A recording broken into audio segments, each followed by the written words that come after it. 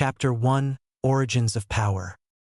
Namikaze Minato, Konoha's Yandame Hokage, the man whose talent in the arts of sealing enabled him to create a jutsu so unique that gave him an almost godlike power that even he himself could not grasp the extent of its abilities and consequences of its creation.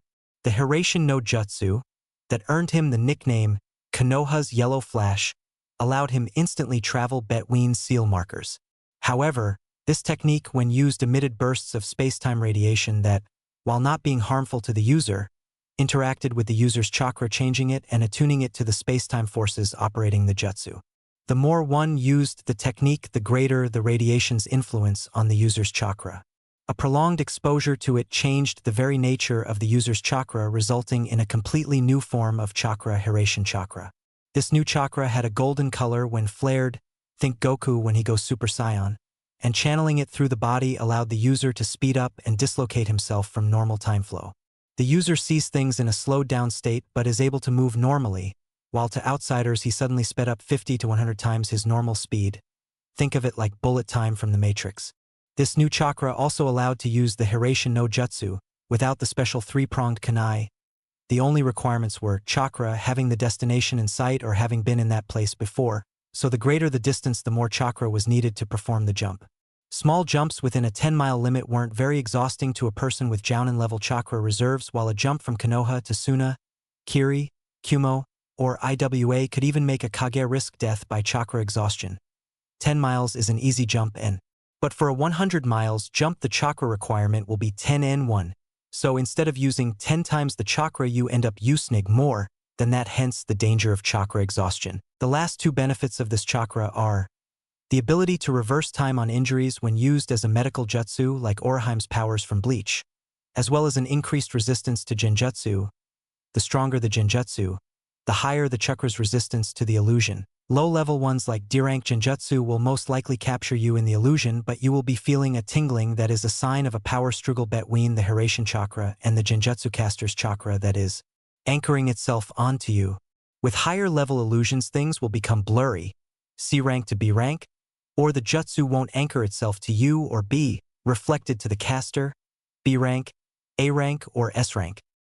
The birth of this new chakra could change the fate of a person, and since fate loves to stick its nose into destiny's business, it did. When Minato found out his wife Kushina was pregnant, he did what every self-respecting man would do in his place. He fainted. After he regained consciousness, he was crazy with joy for weeks and begun preparations. Unknown to him, the Hiraishin chakra that was transferred to his son begun reforming parts of Naruto's DNA to be able to sustain itself, in essence creating the first carrier of a new chakra-based Kekkei Genkai like the Hitaki's White Chakra or first Hokage's Mokuton, a fusion chakra element of Suiton and Doton natured chakra, and the Hyuton creation bloodline belonging to a clan in Water Country, a fusion of Suiton and Futon natured chakra. The Yandame, like every father, was a very happy man to know that he will have a son to pass down his most prized techniques, and begun to write down several scrolls containing firstly the most rare of jutsu that he knows and later jutsu that could be taught to a genin or chunin. Being a seal master, he did not forget to write down things that weren't available in books contained in Konoha's libraries. While there were many scrolls on the basics of fuinjutsu and some on advanced knowledge on sealing, there weren't enough detailed information on what would happen if one did this or that. Many of the scrolls simply said to this or that, not always explaining what would happen if one were to do things a bit differently. So some time ago he begun work on a book that would explain fuinjutsu much better than sources available in libraries. He had been working on it since before he was appointed as Yandame, and thanks to occasional help from his sensei Jiraiya, he had finished detailed explanations on the basics and was nearing the completion of the chapter on advanced sealing. Since he had Kage Bunshin going over his daily paperwork, he had time to spare to visit his wife and have a clone working on the book that will be completed barely 2 months before Naruto will be born. He included several seals that he made, like a chakra reservoir seal that he has been working on in his spare time when he wasn't occupied with other tasks, as well as a seal that Jiraiya found notes on that increased a person's body weight to help in training. But most of all, he made a scroll containing his best jutsu, Rasengan, and the Hiraishin, along with a sword he ordered from Takumi no Sato that could extend itself like Kusanagi, the sword of Orochimaru the snake Sannin, channel the owner's chakra that made it deadly if it was a wind user like himself or his wife, and absorb the enemy's chakra. Then terrible news came. One of the 9 great demon lords, The Kyuubi no Kitsune was approaching Konoha. He knew what he had to do, and it saddened Minato that he won't be able to see his son grow up. But at least he would have his mother and the scrolls that he will leave with the Sandaime and Jiraiya to give them to Naruto when they think he will be able to use them safely. And on that fateful October day, the Yondaime gave his life to call upon the power of the death god to rip the soul from the demon's body and seal it away in his son. Unfortunately, his wife Kushina died not too long after him. Whether she died due to complications or foul play remains unknown. Chapter 2. The Awakening. After his parents' death, it has been decided that Naruto would be placed in the care of one of the orphanages in Konoha instead of being killed like some of the councilmen wanted. Most notably Uchiha Fugaku, head of the Uchiha clan, nor turned into a living weapon like Danzo, a councilman and Sarutobi's rival for the position of Hokage. The information about the Kyuubi being imprisoned in Naruto was to be an S-rank village secret, and no one was allowed to speak of it under death penalty. To make sure that Naruto was safe, the orphanage selected was closest to the Hokage Tower so that ANBU protection would have an easier time in guarding the boy, and that the Sandaime could visit the child without problems. Even though Naruto was well looked after, the caretakers too afraid that the Hokage would throw them in prison at best, have them executed for child abuse at worst, since the first Hokage made strict laws protecting children. His life wasn't a happy one. The children wouldn't play with him because they mimicked the behavior of adults, and not even daily visits from Hokage Gigi would change that he felt lonely. The only times that the Hokage didn't visit him were when he was busier than normally, which tended to be at least once a week, but Naruto would be told of that in advance so that he wouldn't worry. There were times when Naruto had trouble sleeping, and on those times he sometimes could see dark figures with animal faces. When he asked the Hokage about them, he was told that they were guardian spirits that look after children at night, and that since he lives in the orphanage where there are lots of children, they're bound to be there. Half a year after Naruto's 40th birthday, the Hokage would sometimes let Naruto watch him work in the office and bring him to the park and tell stories. But that didn't help to ease Naruto's lone lines much, and he always felt a cold shiver crawl down his back and caught glimpses of the look Pepple would give him. The best day ever for Naruto was his 5th birthday when the Hokage took him to some restaurant stall called Ichiraku's Ramen. He fell in love with it after the first bite. Since then, he could be seen there every day at lunchtime. 6 weeks later, a new festival was held because of the signing of a peace treaty ending a long war between Konoha and Kumo.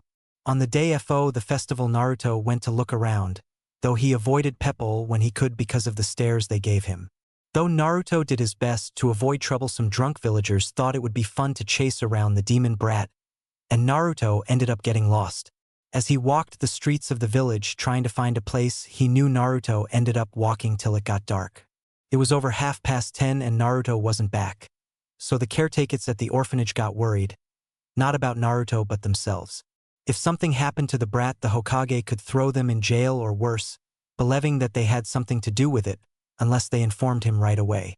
When the Sandaime got word that Naruto went to see the festival and wasn't back yet, he called a few ANBU that weren't too busy to look for him, while he himself used his crystal ball to scout around the village. Naruto got more and more worried by the minute since it was dark already, and he was never outside so long after dark, when he turned a corner and saw a man with a bag slumped over his shoulder. Interested, Naruto gets a bit closer when he thought he saw the bag move and spoke up. "Hey mister, what do you have in the bag?" The man turned and looked at him. "Get lost, brat, before I hurt you." Naruto saw the bag move again and remembered hearing that some Pepple capture other Pepple and kidnap them to demand money from the person's family, so he yelled, "You're a kidnapper. Help, kidnapper. Somebody help. You stupid brat, die." The man ran up to him so quickly that Naruto barely had time to yell anymore. He grabbed Naruto by the neck and started to choke him.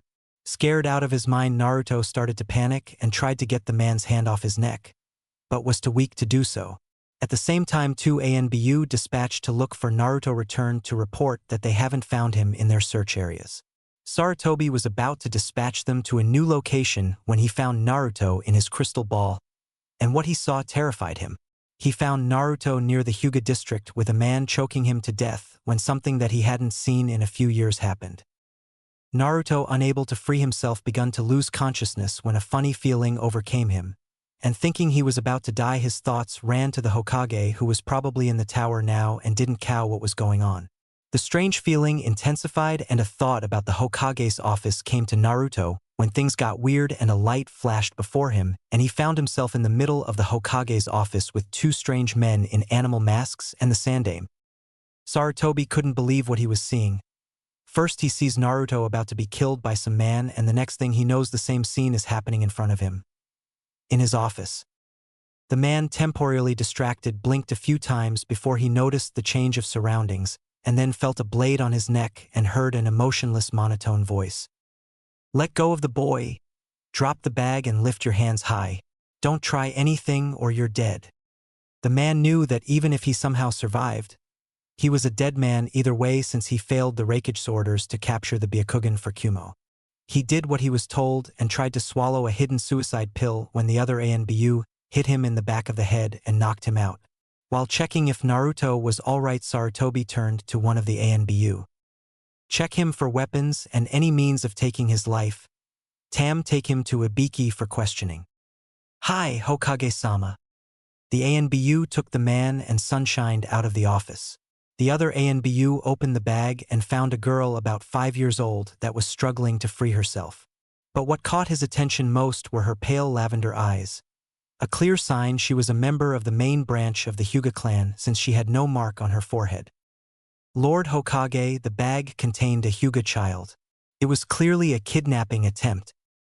It would seem that the Kumo delegation wanted to use the treaty as a distraction, and when we were busy they would have an easier time stealing the Byakugan." He turned to the ANBU, "Inform Ibiki that the prisoner must live till we get the Kumo delegation here. When they get here I want 4 ANBU teams here just in case they try something." "As you wish, Lord Hokage." And with that he went to the ANBU torture and interrogation division. Sarutobi exited his office and told one of the Chunin to tell Hiraishin to come to his office immediately.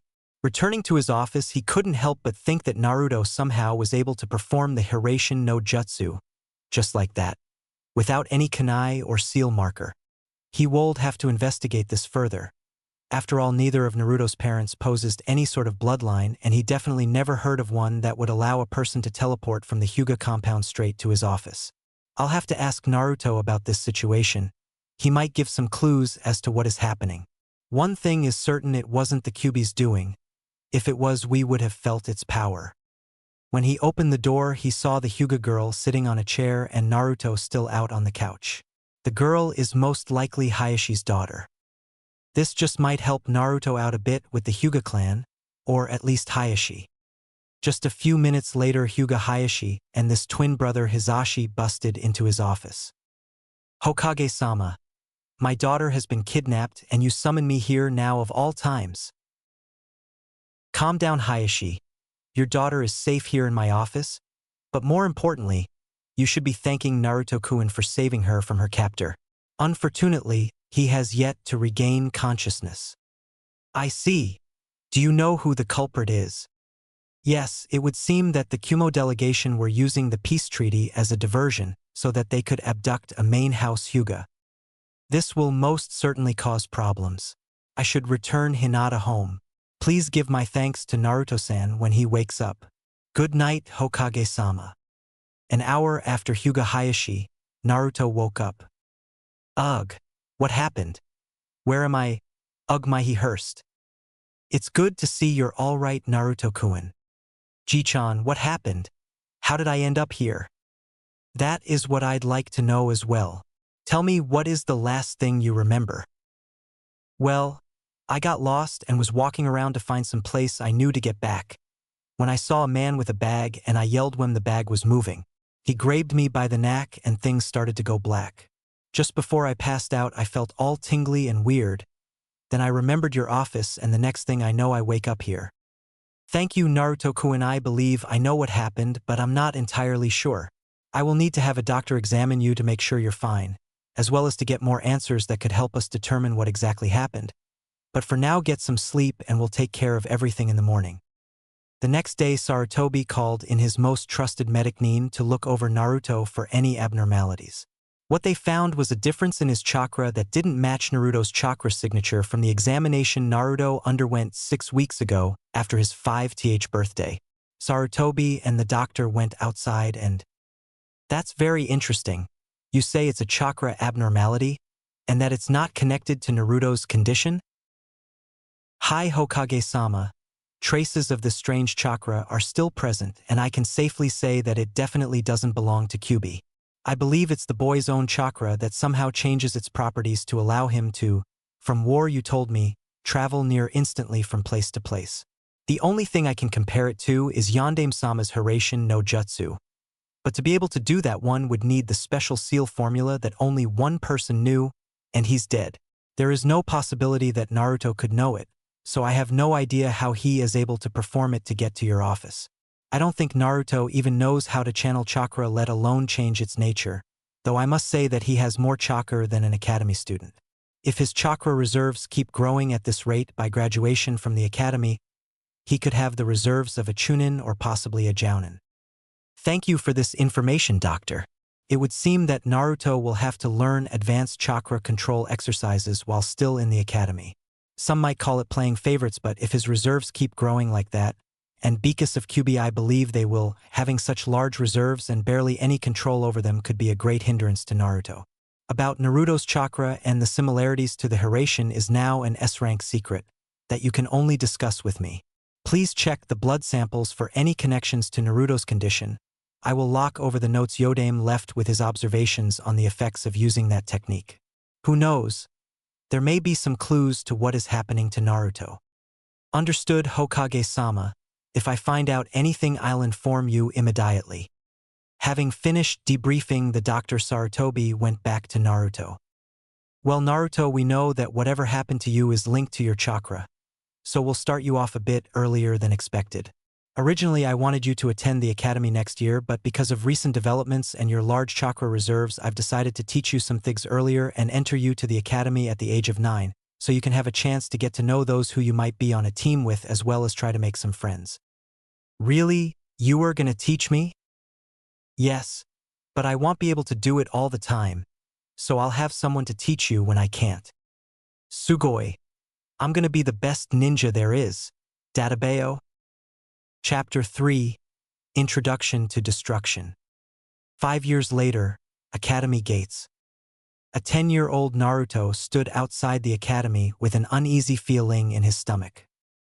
What the hell, I have to go there whether I like it or not.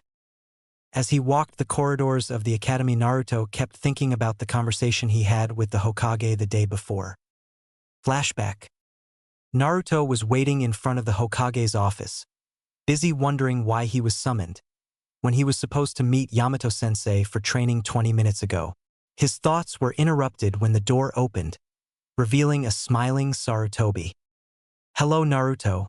It's good to see you. Please come in. When Naruto seated himself, the Sandaime turned to him. Naruto, perhaps you are wondering why I summoned you here. 5 years ago, when your abilities manifested themselves, I decided not to enter you into the academy, to give you time to adapt and test your powers.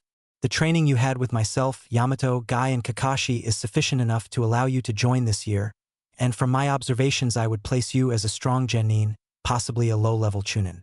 The only things you're lacking you will learn in the academy. Not to mention you'll have a chance to make friends with the other students. But Gigi, what about my training? Won't I be allowed to practice with Yamato-sensei or Guy-sense? If you're worried about not being able to train, then you don't have to. I'm sure that Guy or Kakashi would find some time to train with you, but Yamato will be too busy with his own duties to help you out.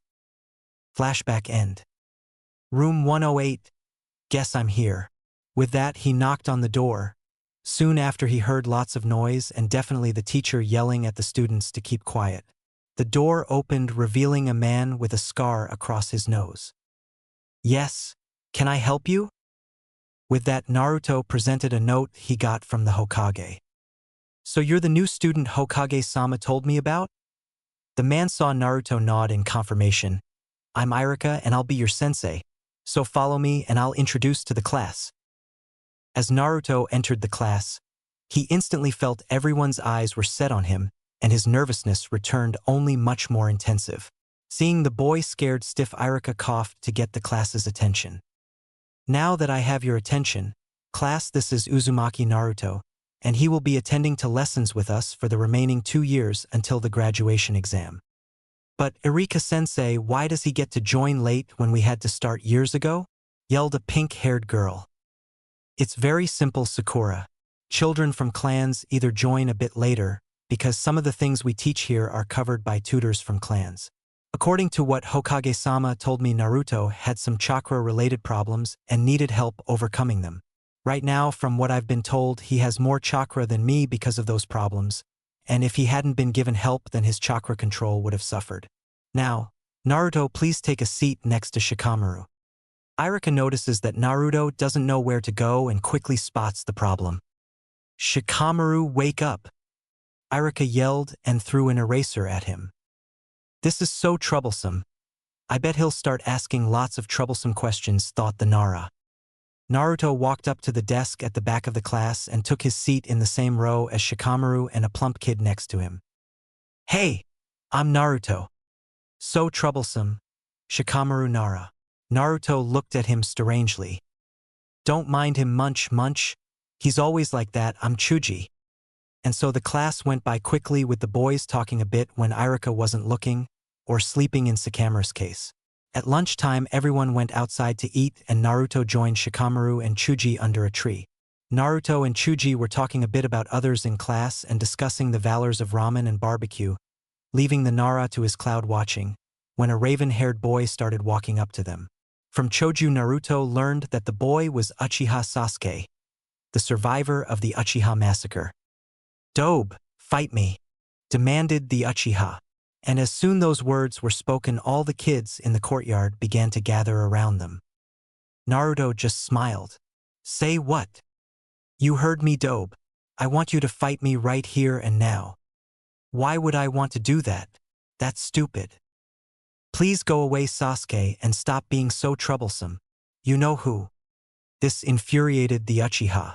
Who does that Dobe think he is? I'm an Uchiha, an elite. How dare he ignore me? Thought Sasuke. On sheer instinct, Sasuke launched himself at Naruto, ready to punch him in the face. Thanks to his training with Guy and his other senseis, Naruto was able to grab his opponent's arm, twisting it, and threw Sasuke over his shoulder, sending the hot-headed Uchiha to the ground painfully. Seeing their precious Sasuke-kun on the ground, his fangirls started screeching at Naruto that he hurt Sasuke-kun, most notably a pink-haired harpy Sakura and a blonde with a ponytail, but were quickly silenced when Naruto spoke up, clearly pissed. Don't ever attack me again, Sasuke. Naruto's tone was low and serious. I don't have time for stupid little playground brawls.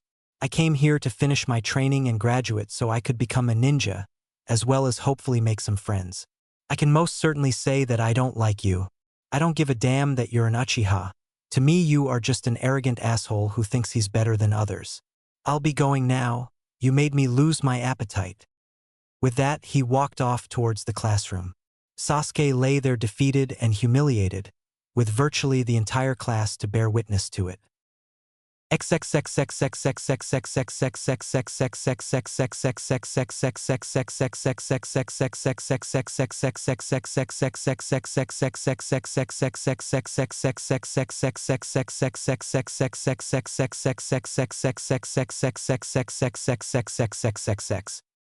Irika looked out at the class as they took their seats. There was quite a bit more conversation going on than usual. He noticed that Sasuke was the last one to arrive. To his surprise, a few of his students were pointing to him and seeming to make some jokes. Sasuke sat down and pointedly ignored the attention he was receiving. Once the kids settled down, Irika began the history lecture, much to the displeasure of some students. All in all, the day passed peacefully. On the way out, a boy with a puppy on his head ran up to Naruto. Hey, I'm Kiba, and this, he said as he pointed to the puppy, is Akamaru. We saw how you took out that idiot Uchiha, and I'd like to congratulate you on a job well done. You have no idea how hard it is to stand that guy's constant brooding, and all that noise those screeching banshees make hurts Akamaru's ears. You're O.K in our book, so if you want we can be friends. Thank you, Kiba. I'd like that. Now if you excuse me, I have to see a man about some ramen. And with that, Naruto ran out to you-know-where. Ichiraku Ramen. On his way to Ichiraku's, Naruto caught sight of that crazy snake lady Anko. A chill went down his spine every time he remembers how he met her. Now he stays clear of her whenever he sees her. After all, he really doesn't want to end up in the hospital again. The first time was a little accident really, but how was he supposed to know that she would start throwing kunai and shuriken at him and have snakes try to eat him for bumping into her and making her drop her dango? He had nightmares for a month after that. And what's worse is that guy had seen him running for his life and started yelling about how brightly his flames of youth were burning. Though Naruto was able to withstand Guy or Anko, although barely, and I mean really barely, even he wasn't able to withstand both Guy and Anko at the same time without needing serious psychological help later on. The good side of this incident, if you can call it a good side, was that Anko had been appointed as Naruto's temporary sensei, as punishment for inflicting a few non-life-threatening injuries on Naruto, as well as using snakes to inject paralyzing poison. Naruto was stiff for 2 days after that one. In the end, they became friends or acquaintances on friendly terms, because of their pasts being similar. Anko, as Naruto learned later on, had lots of knowledge on traps, infiltration, and anatomy. In a month, he learned how to make some improvements to his traps, his ability to sneak into places and follow Pepple, which Anko noticed he had a lot of talent for. The most painful part of his time spent with Anko were the taijutsu spars, during which Naruto got a first-hand demonstration of the effectiveness of aiming for the pressure points to disable your opponent. Anko particularly loved those, though one can't say the same for Naruto, who usually lay in a painful position at the end of sparring practice. As a consolation prize for surviving her training, Anko taught him the Kanashibari no Jutsu, after she was certain he could perform it safely. Of course, there were times when she and Naruto's other senseis decided to unwind and got together for a poker night, and they brought Naruto along to play. That was 2 weeks after Anko decided to test Naruto's infiltration skills by stealing Kakashi's book. Who would have thought that the Cyclopean ninja would go berserk over a little thing like a book? Well, certainly not Anko, Genma, Asuma, or Yamato. The funniest part was when Kakashi decided to inspect Anko and Naruto during their training, and since he was late, he came in during their break to see both of them engage in a staring contest while holding cards in their hands. Flashback. Anko leaned over the young boy and glared at him. "You really think you have a chance against me, brat?" She did her very best to seem menacing. Naruto faced her with a calm facade, his blue eyes serene. "You don't scare me." Kakashi grunted to gain their attention, and when they kept ignoring him, he sighed. "Anko, what are you two doing? We're having a break, what does it look like? You're playing cards with him. I don't think that teaching a 9-year-old gambling could be considered a break." "Gambling? Do you see any money?" In front of her was a small pile of candy. In front of Naruto was a slightly larger pile. Kakashi just kept his lazy stare on Anko. Anko sighed and shoved all her candy into the space between her and Naruto. "Okay, Naruto, let's make this the last hand. I'm all in."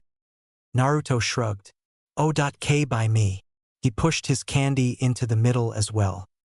Anko chuckled and shook her head. "Naruto, never play a hand just because the other person expects you to. You actually played pretty well, but you lost everything on the very last hand." She put her cards down with a flourish. "Full house, jacks over 9s. Naruto put his cards down. 4 7s. "What?" She gawked at him. "But you didn't draw any cards." He again shrugged. "I got them at the start." Anko and Kakashi stared at him. The odds of drawing 4 of a kind were about the same as winning the lottery. "What?" He began picking through his winnings for certain pieces of candy. Kakashi was on the ground laughing. "Anko, you just lost to a 9-year-old who has never played cards before."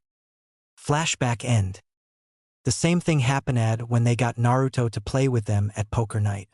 Naruto cleared out everyone, and everyone decided that Naruto won't be playing again, unless they bring in some suckers to clean out. The time in the academy went quickly for Naruto when he had Shikamaru, Chuji, Kiba as friends, as well as being on friendly terms with Aburame Shino, whom he met one time when Naruto was resting in an abandoned training field that turned out to be relatively close to the Aburame clan's property. Sasuke and Naruto didn't get along well at all. In fact, they ignored each other as much as possible.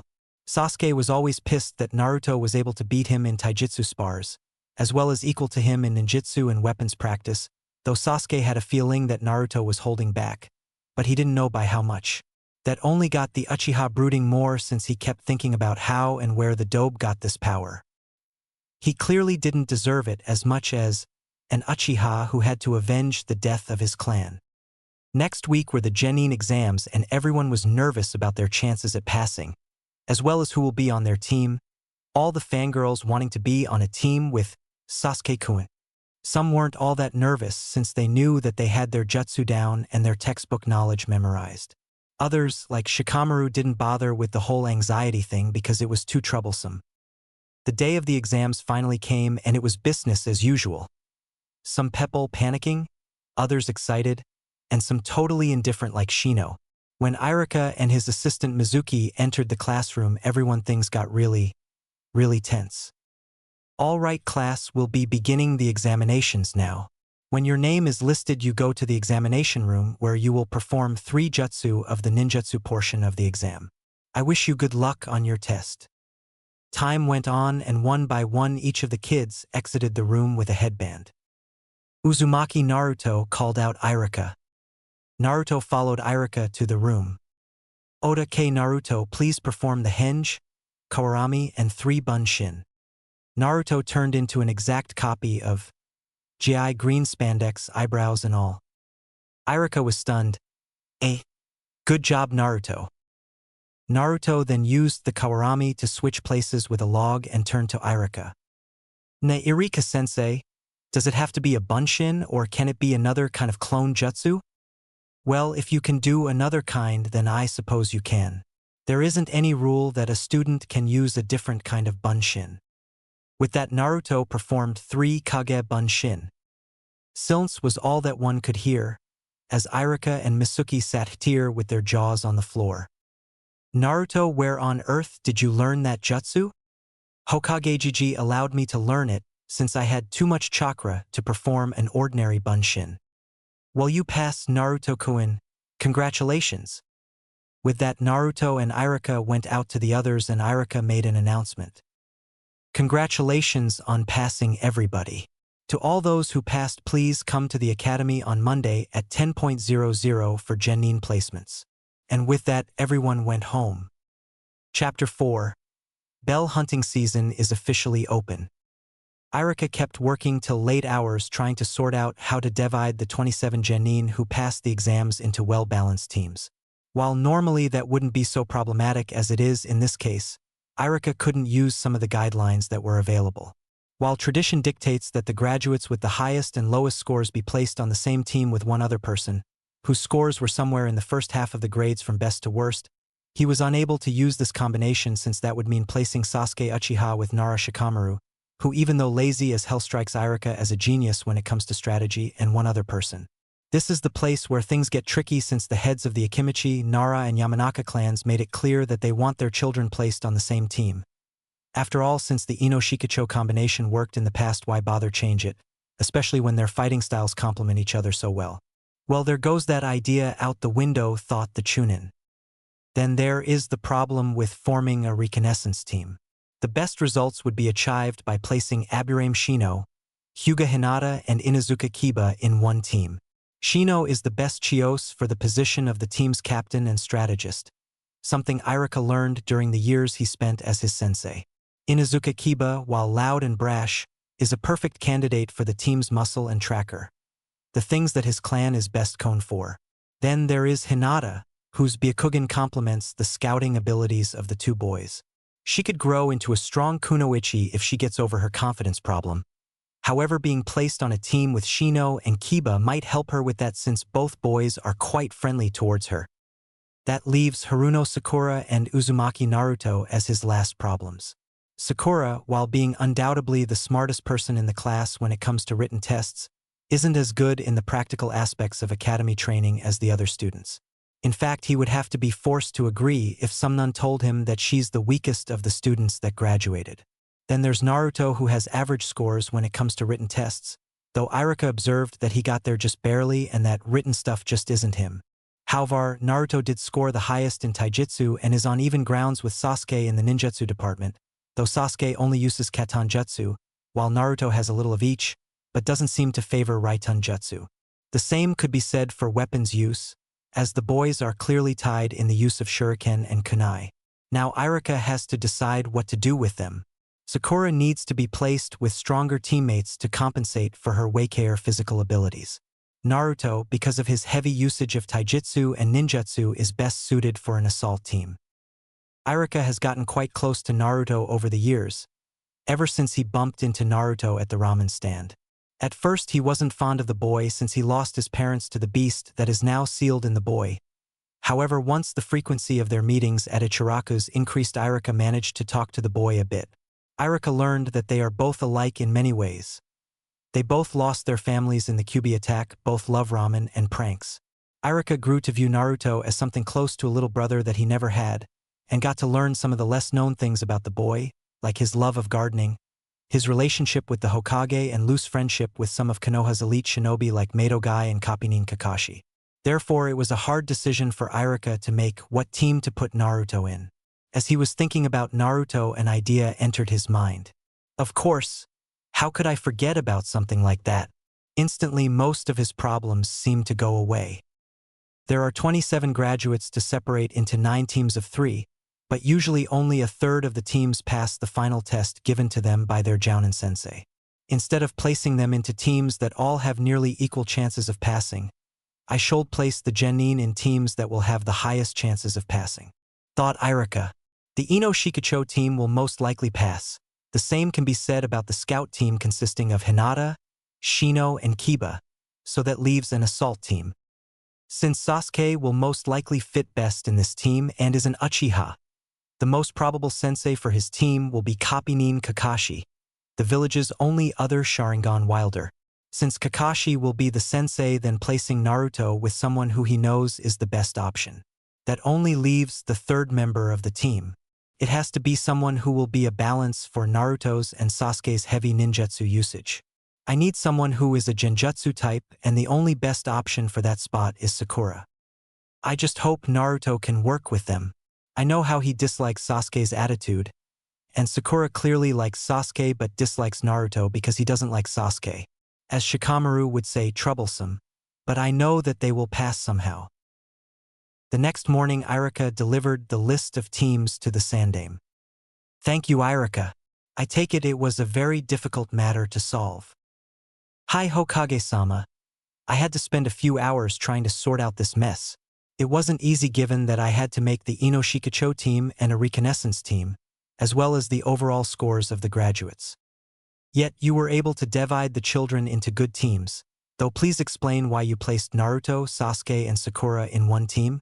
It makes this team much stronger than the others. You see, Hokage-sama, normally Sasuke and Shikamaru would be on one team, but the Ino Shikacho team destroys that concept entirely. Sakura is the weakest genin but shows promise in genjutsu and has excellent chakra control.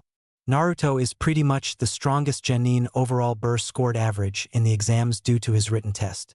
It helped me greatly that Naruto and I have gotten close over the years, and that he told me about his acquaintance with Kakashi-san. I figured that since Sasuke will be OA team whose sensei will most likely be Kakashi, who is our only other Sharingan user, it would be best to place Naruto with someone who he knows. Since both Sasuke and Naruto are strong genin hopefuls who use ninjutsu mostly, I decided to place Sakura on their team due to the fact that she will most likely be their team's genjutsu user. I can understand your reasoning, Irika-kun, but don't you think that you're being a bit unfair towards the rest of the students? I understand, Hokage-sama, but I made the teams in such a way that the other 6 teams still have high chances of passing. The 3 teams that seem more in favor will most likely pass, though they have slightly bigger chances than the rest. Either way, we will have 3 teams, and, though I hate to say it, having those 3 teams is better for the village, but that doesn't mean I liked making that decision. I have to agree with you, Irika, we don't like it that we are favoring those 3 teams more than others, but those 9 children are some of the most gifted genin we have seen in a few years. There is one more ring I must tell you. Mizuki won't be joining you in the academy anymore. He tried to steal the forbidden scroll, but unfortunately for him, I returned earlier than expected and apprehended him before he could make his escape. Currently, he is being interrogated by Ibiki-san in ANBU HQ. Who would have thought that Mizuki would be capable of doing something like that? I will be going now. Good day, Hokage-sama. Day of Genin placements. Naruto arrived at the academy a bit early, so he decided to wait in the class. When he got there, he noticed that Shikamaru and Shino were there already. Shino he could understand since the stoic Aburame was known to come early, but for Shikamaru it would be too troublesome. Hey Shino, Shikamaru boy, you guys are early. Good day Naruto-san. Triubulsum. My mother woke me up earlier than usual, that's why I'm here half an hour early, troublesome woman. So, who do you think will be on your teams? My troublesome father said something about trying to place me with Chuji and Ino as the second Ino Shikacho team. I don't mind being with Chuji, but I just know Ino will be more troublesome than usually. I will most likely be placed on a reconnaissance team, though I cannot be certain. Well, at least you guys know something. I just hope I'm not placed with Sasuke. Kami knows I'll go crazy if we're on one team. Time passed by and more kids entered the class, with the highlight being Ino and Sakura entering the room screeching like banshees, until it was 10:00 and Irika entered the class. Okay graduates, it's time to assign you to teams and Jounin senseis. Team 1 will consist of... At this point Naruto decided to tune out everything and wait for his name to be called out. Team 7 will consist of Uzumaki Naruto. Naruto lifted his head. Haruno Sakura. Naruto groaned. And Uchiha Sasuke. Yeah, yelled Sakura. No, yelled Ino. Fuck. Naruto slammed his head into the desk. Your sensei will be Hatake Kakashi. Team 8. Inazuka Kiba, Hyuga Hinata and Aburame Shino. Your sensei will be Yuhi Kurenai. I'm not with Naruto-kun, thought Hinata sadly. This is bull, thought Naruto. What a drag, thought Shikamaru. Team 10. Nara Shikamaru, Akimichi Chuji Yamanako Ino. Your sensei will be Asuma Sarutobi. Irika said. Oh come on Irika-sensei, the order of these teams are way off, shouted Naruto. Naruto, that's enough. These teams were approved by the Hokage. Somebody is going to die. Irika just knew that he'll have a headache soon. O.K. Go out to lunch and be here at noon for your senseis to pick you up. Shikamaru sighed at his predicament. He laid against the railing as Ino kept going on and on. She just wouldn't shut up. He noticed Naruto heading their way. So Naruto, how's your team? This sucks. I'm stuck with the Uchiha and his pet. Talk about troublesome. That's my line, get your own. Funny. So where's your third teammate? Ino shoved her teammates out of the way and glared hard at Naruto. Hey Uzumaki, me and my team are talking, so get lost. She barked at him. He looked at her for a while before turning his attention back to Chuji. So Chuji, ramen race at Ichiraku's? He asked. Hey, did you hear what I just said? Shouted Ino. You're on, Chuji said. I'm talking here. Shikamaru, you'll referee O.K? Naruto asked. Don't ignore me. Do I have a choice? Naruto and Chuji nodded no and Shikamaru sighed. He agreed. Hey! Ino yelled as the boys went away. Hatake Kakashi walked toward the classroom. He could never understand why he continued to do this. He had not passed any Genin team in his career as a Jounin instructor. None of the teams displayed the qualities he was looking for. So here he was again ready to fail another Genin team. When he entered, he was surprised at what he saw. He already knew Uchiha Sasuke's history with the fact that his clan was wiped out, so that didn't surprise him. Haruno Sakura he only knew about because he read her file. She was quite smart and had a talent for genjutsu, but other than that she wasn't as much as a surprise. He caught sight of a certain blonde he knew sleeping on the desk. My first impression of you guys is that you're a bunch of idiots. Meet me on the roof in 5 minutes. And with that he poofed away. Team 7 looked at where he stood and blinked a few times before going to the roof. On the roof of the academy, Team 7 sat in front of their sensei, who was reading a book. All right, now let's introduce ourselves, he said. What do you mean, sensei? Asked Sakura. I mean your likes. dislikes, dreams, hobbies, stuff like that. Why don't you go first, sensei? Said Sakura. Well, my name is Hataki Kakashi. I have a lot of likes and a lot of dislikes, but I have no desire to tell you. My dreams are, I have a lot of hobbies. All we got was his name, thought Sakura. Well, now it's your turn. You first, Pinky. Oh, my name is Haruno Sakura. The person I like is, my hobby is, my dream for the future is, she said while blushing. Naruto bent over the railing making gagging noises. And I hate Ino Pig and Naruto Baka. Oh, great, a fangirl. Okay, next. My name is Uchiha Sasku. I have a lot of dislikes but not a lot of likes. I don't want to use the word dream. More like an ambition is to resurrect my clan and to kill a certain man, Sasku said. Cool, Sakura thought. I thought so, Kakashi thought.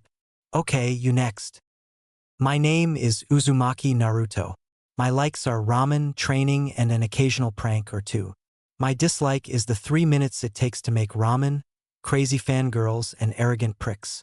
Sakura and Sasku sent him dirty looks. I only really have one dream, and that is to become the greatest Hokage there was. Well, I have an Avenger, a fangirl, and Naruto. This should be interesting. Well, now that done, we can begin doing our duties, but there is one thing we need to do before that. What is it? Asked Sakura. Survival training, Kakashi said. But sensei, we've done survival training. Kakashi chuckled at her question. What's so funny? Asked Sakura. Well, for one, I'll be your opponent in the survival training, he said. But that not everything, is it? Asked Naruto. He's sharp. You're right about that. Out of the 27 graduates, only 9 will be genins.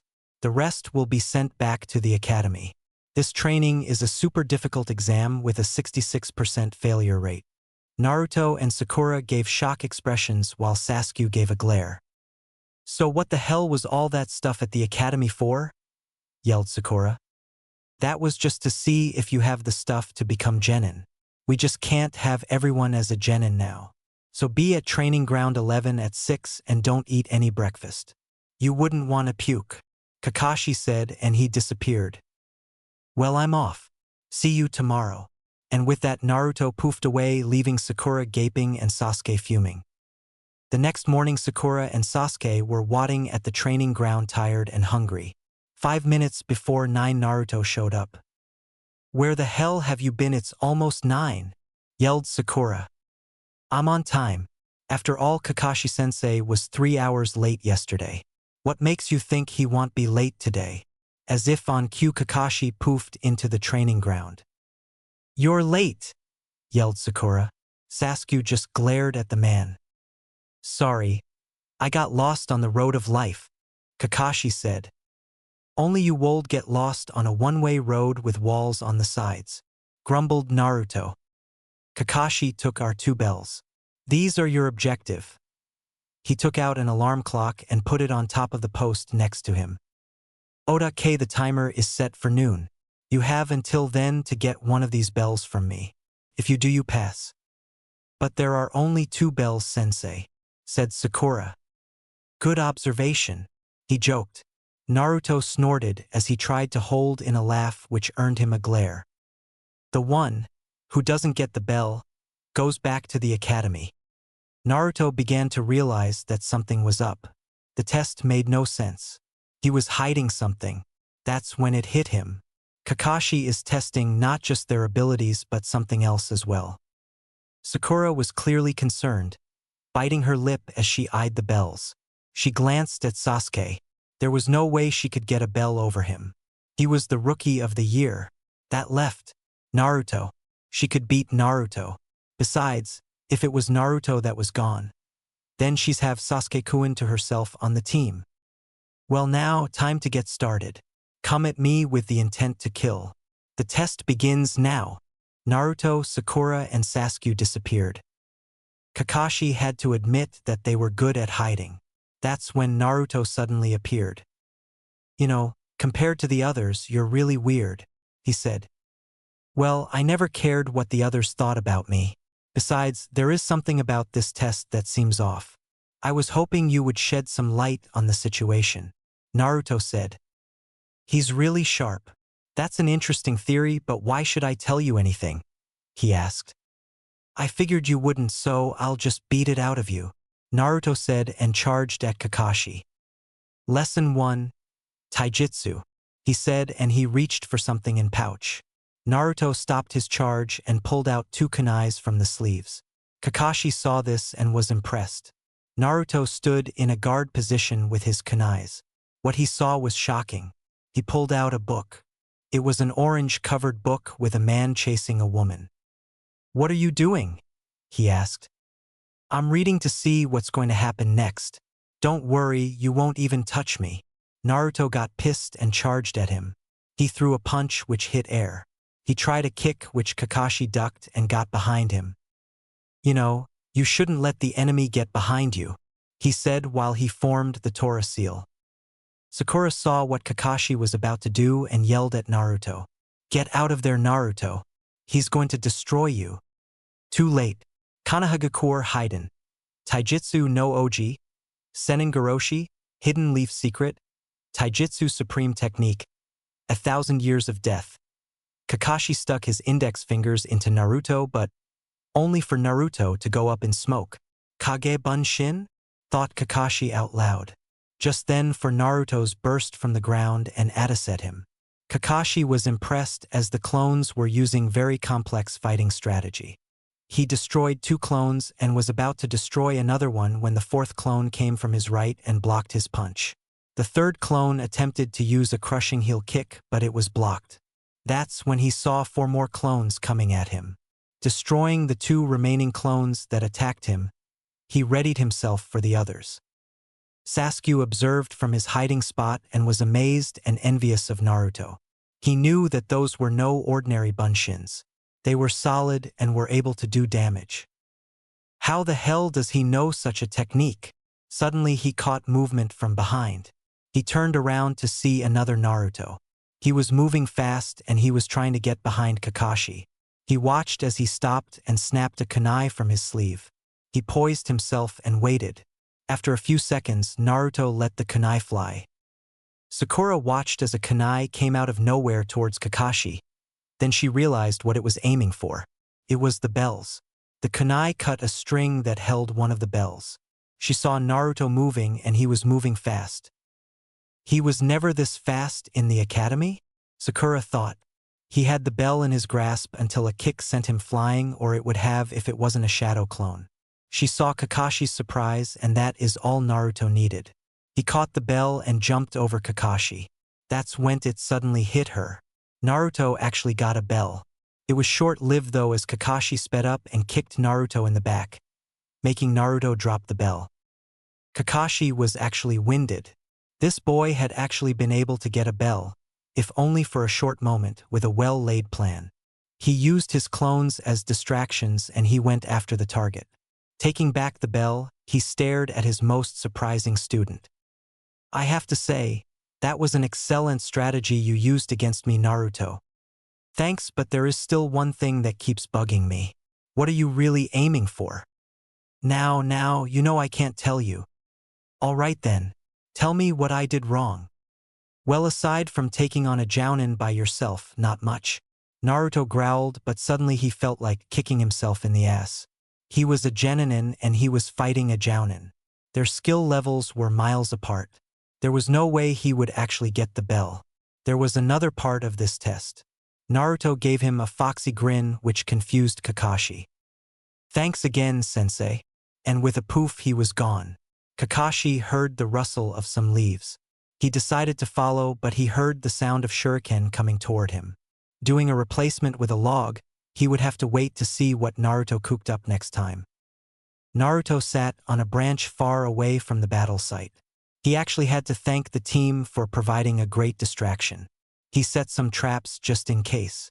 He knew that even though Sasuke was Rookie of the Year, he was no match for Kakashi. He sat there trying to remember the words that Kakashi said. Well, aside from taking on a jounin by yourself, Naruto replayed in his head. Well, that's true. There was no way I could to get those bells away from him alone. So if this test isn't about individual skills, then what is it? He thought. He racked his brain for a possible answer. He then remembered something that Kakashi said yesterday. Wait a minute. How could only 9 actually graduate? He asked no one. Unknown to him, Kakashi smiled under his mask. He managed to get around Naruto's traps, which would have hurt, and spied on the boy. He was impressed that the boy was starting to get the idea of the test. I have to remember to keep an eye on him. Kakashi disappeared and went in search of his other students. He wondered if the others were as sharp as this one. Sadly, Kakashi was greatly disappointed in Sakura. With one simple genjutsu, she was easily defeated. It seems that she was more concerned about Sasuke's well-being than her skills. Speaking of the Uchiha, he was currently facing him. Shinobi fighting number 2, Genjutsu. Sakura fell for it. Kakashi said while reading his book. I'm not the same as them, Sasuke said. Say that after you get the bells, Sasuke-kun. Naruto actually had one in his hands. Kakashi said as he put his book away and looked at the Uchiha. Sasuke started by throwing shurikens at Kakashi. Kakashi dodged, not really impressed until he saw Sasuke throw a kunai at a rope. A trap, he thought as he saw a rain of knives coming at him. He dodged again and quickly blocked a kick from Sasuke. Sasuke twisted his body and threw a punch. Kakashi caught the punch and raised his forearm to block another kick. He then noticed Sasuke's smirk and was wide-eyed as he watched Sasuke actually touch the bells. He broke off contact from him and put some distance between them. He was surprised yet again by his students, but he didn't show it. That was pretty close. Not as good as Naruto, but close enough. He taunted. Sasuke growled at being compared to the dobe. Doing some quick hand seals, Sasuke prepared a jutsu. Kakashi was again surprised. There's no way he knows that technique. A genin shouldn't have the chakra for such an advanced technique. Sasuke ended his seals and took a deep breath. I guess I was wrong. Why am I underestimating these kids? Katan, Gokakyu no Jutsu, Fire Release, Great Fireball Technique, Sasuke said and blew a large fireball at Kakashi. As his attack died down and the smoke cleared, he saw that Kakashi was not there. Sasuke tried to look for him quickly. Where is he? Is he to my right? To the left? He thought until he felt something grab his leg. Shit was Sasuke's last thought before he was sucked into the ground. He was buried up to his head and was glaring at a smiling Kakashi. Doton, Shinju Zanshu no Jutsu, Earth Release, Inner Decapitation Technique. Kakashi said, You write about one thing. You are different from the others, but you can't do this alone. Naruto. Kakashi dodged the 3 shuriken that were flying at him. He turned to face 3 Narutos coming out of the bushes. I was wondering when you would try again. He dodged the first Naruto and had to block the second Naruto's kick. In the corner of his eye, he saw 2 Naruto clones digging Sasuke from the ground. Kakashi smirked and destroyed the 2 clones and charged at the real Naruto. Naruto stopped the 2 clones from helping and ordered the 2 clones to attack. They charged and Naruto had the biggest grin Kakashi had seen. This can't be good, thought the copy-nin. And he was right. What he saw made his eye go wide. The Naruto clones had 5 exploding tags inside their jacket each. The 2 clones smiled, and then the clones went boom. Naruto used the cover of the dust cloud and got the Uchiha to safety. Kakashi coughed and dusted himself off. Maybe he should check if Naruto isn't whacked in the head. Sure, it was a very creative tactic, but when he said to come at him with the intention to kill, he didn't expect him to take him seriously. He looked at the damage caused and was glad that he took the clone's grins as a warning. Remind me to kill Anko after this test is over. Yes, Naruto was exposed to her way too long. I don't know what is worse. This or Naruto in green spandex yelling about the power of youth. Kakashi said to himself. Just thinking about that prank Naruto pulled on him gave him the creeps. And he got guy in on it too. Kakashi had nightmares for a week. Naruto sat with Sasuke and Sakura, who woke up just moments ago. Sasuke was not happy about being rescued by Naruto. Not one bit. I don't have time to talk dope. I have to get those bells, he said. Damn it, team, I'll try to tell you something important. Why do you think I saved your ass back there? Naruto yelled. Don't yell at Sasuke-kun, Naruto, Sakura shouted. Shut up and listen, both of you. The bells are not the test. They're a distraction. What? The both asked. Think about it. He's a jounin and we're genins. He's way out of our league. There is no way we could get those bells. Maybe for you, Dobe, but I will get a bell, Sasuke said. Will you forget about the bell? Kakashi wants something else from us, and I think we should figure it out before we face him again. Naruto explained. What do you mean? Sakura asked. I thought back to what he said yesterday. Out of 27 graduates, only 9 would become genins. Isn't that kind of strange? Sakura was actually beginning to think about. Sasuke was getting more and more pissed. We're standing here doing nothing and it's almost noon. I'm not staying here any longer. I'm gonna get those bells, and if you stand in my way, I'll beat you down. Naruto felt like beating the shit out of the bastard, but he needed to stay calm. Let's say that you're right, Naruto. Even if we work together, we still won't get the bells, Sakura said. Work together? Wait a minute. If only 9 become genin, that would mean that there would only be 3 teams. Since we're all broken up into teams of 3, that's it. That's the meaning behind this test. I finally figured it out. This isn't a test of skill. It's a test of... He was cut off by the alarm. Suddenly, Naruto was hoisted into the air by Kakashi. He looked at the one-eyed jounin. Did you really have to blow me up? He asked. Yup, Naruto replied. Kakashi looked at his team and sighed. Naruto couldn't help but chuckle at Sakura's situation. She glared at the blonde and tried to break out of the ropes that held her to one of the stumps. Kakashi got the attention of the team. I have some good news and some bad news, Kakashi said. All 3 perked up. Good news is that Naruto will be the one who goes back to the academy. What? He roared. The other 2 smirked at the blonde. How is that a good thing? You'll get a better team next year. He faced the other 2. You 2 will be bumped from the program permanently. That's the bad news, he said. Sasuke, not liking that decision, charged forward only to be placed on the ground with Kakashi stepping on his head. Hey, you can't step on Sasuke like that, shouted Sakura. You 2 are just a bunch of brats. Did you even ask yourself why you're put into teams of 3 or why only 9 would actually become genins? Sakura looked confused and Kakashi sighed. The point of the exam was teamwork, Naruto said. Teamwork? So what were the bells for? Sakura asked. They were meant to divide you. This test was to see how well you work as a team. Even if you didn't get the bells, you would have passed if you worked together, Kakashi explained. That's why Naruto is getting a second shot and someone else to deal with his crazy ideas. Naruto just grinned. Wait. Why is only Naruto getting a second shot? Sasuke asked. You each have your weakness.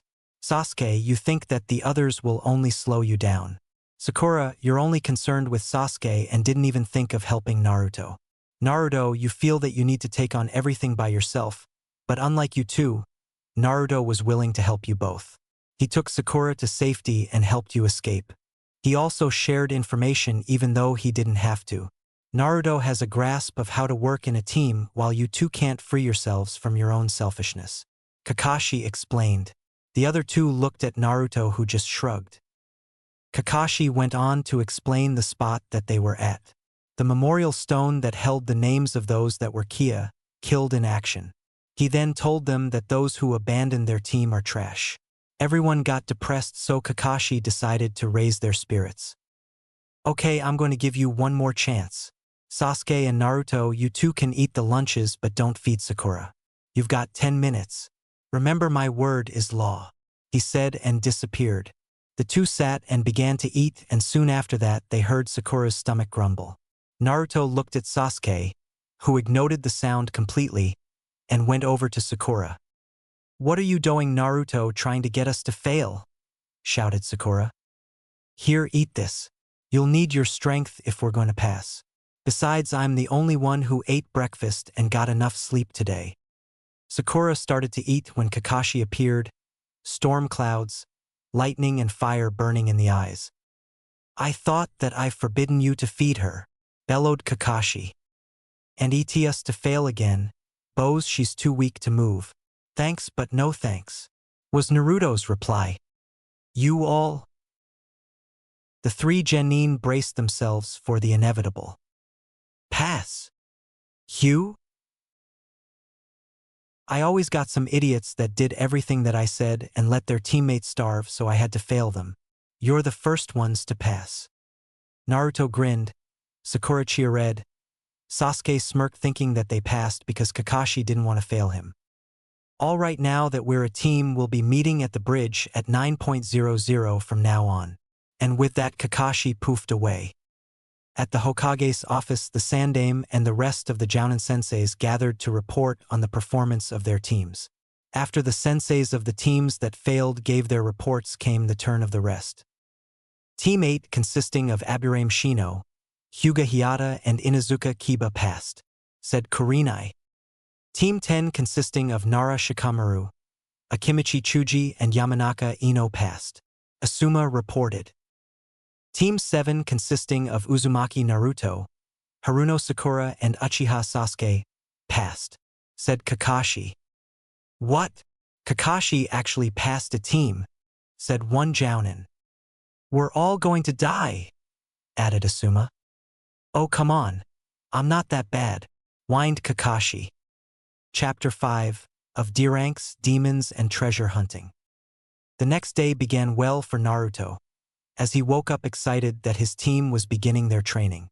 He rolled over in bed and turned towards the clock. 8:40, plenty of time considering that Kakashi will be late at least an hour. Naruto got out of bed and went to take a shower to wake up entirely. He dried off, got dressed and walked out of the bathroom into the kitchen for some breakfast. As he was waiting for the ramen to cook, Naruto looked outside to see the sun shining brightly.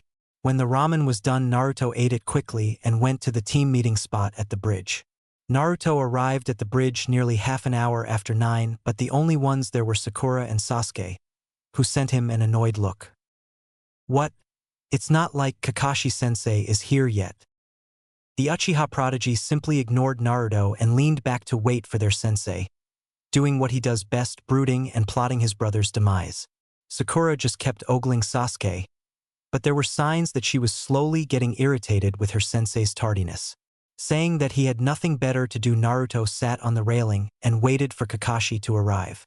An hour later, Kakashi strolled over to the bridge only for his eardrums to be shattered by a scream, "You're late," from Sakura. He sighed as he saw a very angry Sakura, who seemed close to bursting with anger, a pissed-off Sasuke, and Naruto, who seemed to be drifting away to sleep. "Ah, you see, a black cat had crossed my path and I had to go around the longer path," said Kakashi in an attempt to quell Sakura's anger. Unfortunately, this got Sakura even angrier. She screamed again, "Liar air!" Kakashi grinned when he saw both Naruto and Sasuke covering their ears and glaring at him. "I took the liberty of picking up our first D-rank missions. Usually such missions are a little boring, so I picked one of the more exciting ones." Kakashi looked at his students, who were eagerly awaiting the mission specifics. "Oh, this is going to be good," thought Kakashi. "I can't wait to see the looks on their faces when I tell them. Our mission for today will be..." Our three genin were on their toes by now, and as all things that go up, capturing the Fire Lord's wife's cat Tora, they came crashing down. Priceless. Team 7 just stood there frozen for good 5 minutes before Kakashi heard their response. "What? You heard me, let's go." And with that, they set out to find the scourge of all D-ranks, the beast that drove many genin insane, Tora. When Kakashi said that D-rank missions were boring, he wasn't kidding. Naruto was contemplating ritual suicide if only it would rid him of this boredom. For 1 whole month, Team 7 did nothing but D-rank missions to help build up teamwork. They were nothing more than chores. Naruto didn't like these missions but kept quiet and threw in an occasional complaint or two. Sakura liked most of them, but walking dogs or babysitting was too much for her, and she would snap like a twig any day now. Sasuke was annoyed as hell. This is stupid. I should be working to get stronger, not wasting my time doing pointless chores. Today Team 7 was in the middle of their mission that became a constant in their early ninja career. Tora. The members of Team 7 moved into the area the cat demon chose as his hideout this time. They quickly hid behind the trees and procced to flank their prey. Each of them had a headset on, awaiting orders from Kakashi. Team 7 report status on target? Kakashi asked. Fox here, target sighted. Was Naruto's voice. Avenger reporting, I have visual.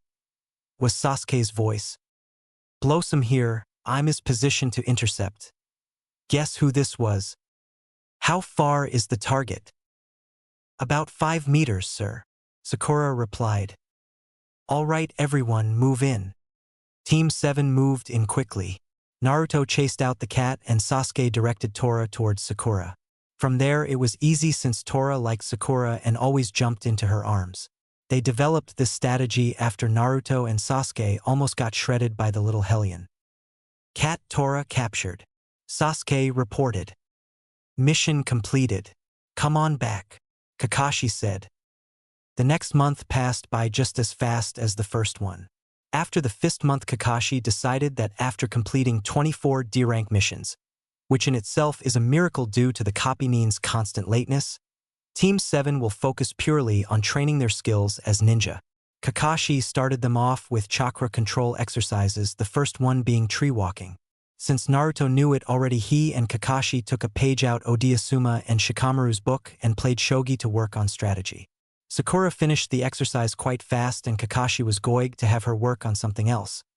But then Naruto pointed out that Sakura was able to complete 3 walking because she had very small chakra reserves. After saying Naruto's point, Kakashi had her running up and down the tree until she dropped. To measure the progress, they used the amount of clones Sakura could do. Before tree walking, she could only make 6, so Kakashi told her that she can stop practicing when she could make 30. Sasuke finished tree walking in 5 days. The rest of the month was used for taijutsu training, endurance and stamina exercises, and individual training. While the 2 biggest problems were occupied with their training, Naruto and Kakashi discussed the situation of Team 7.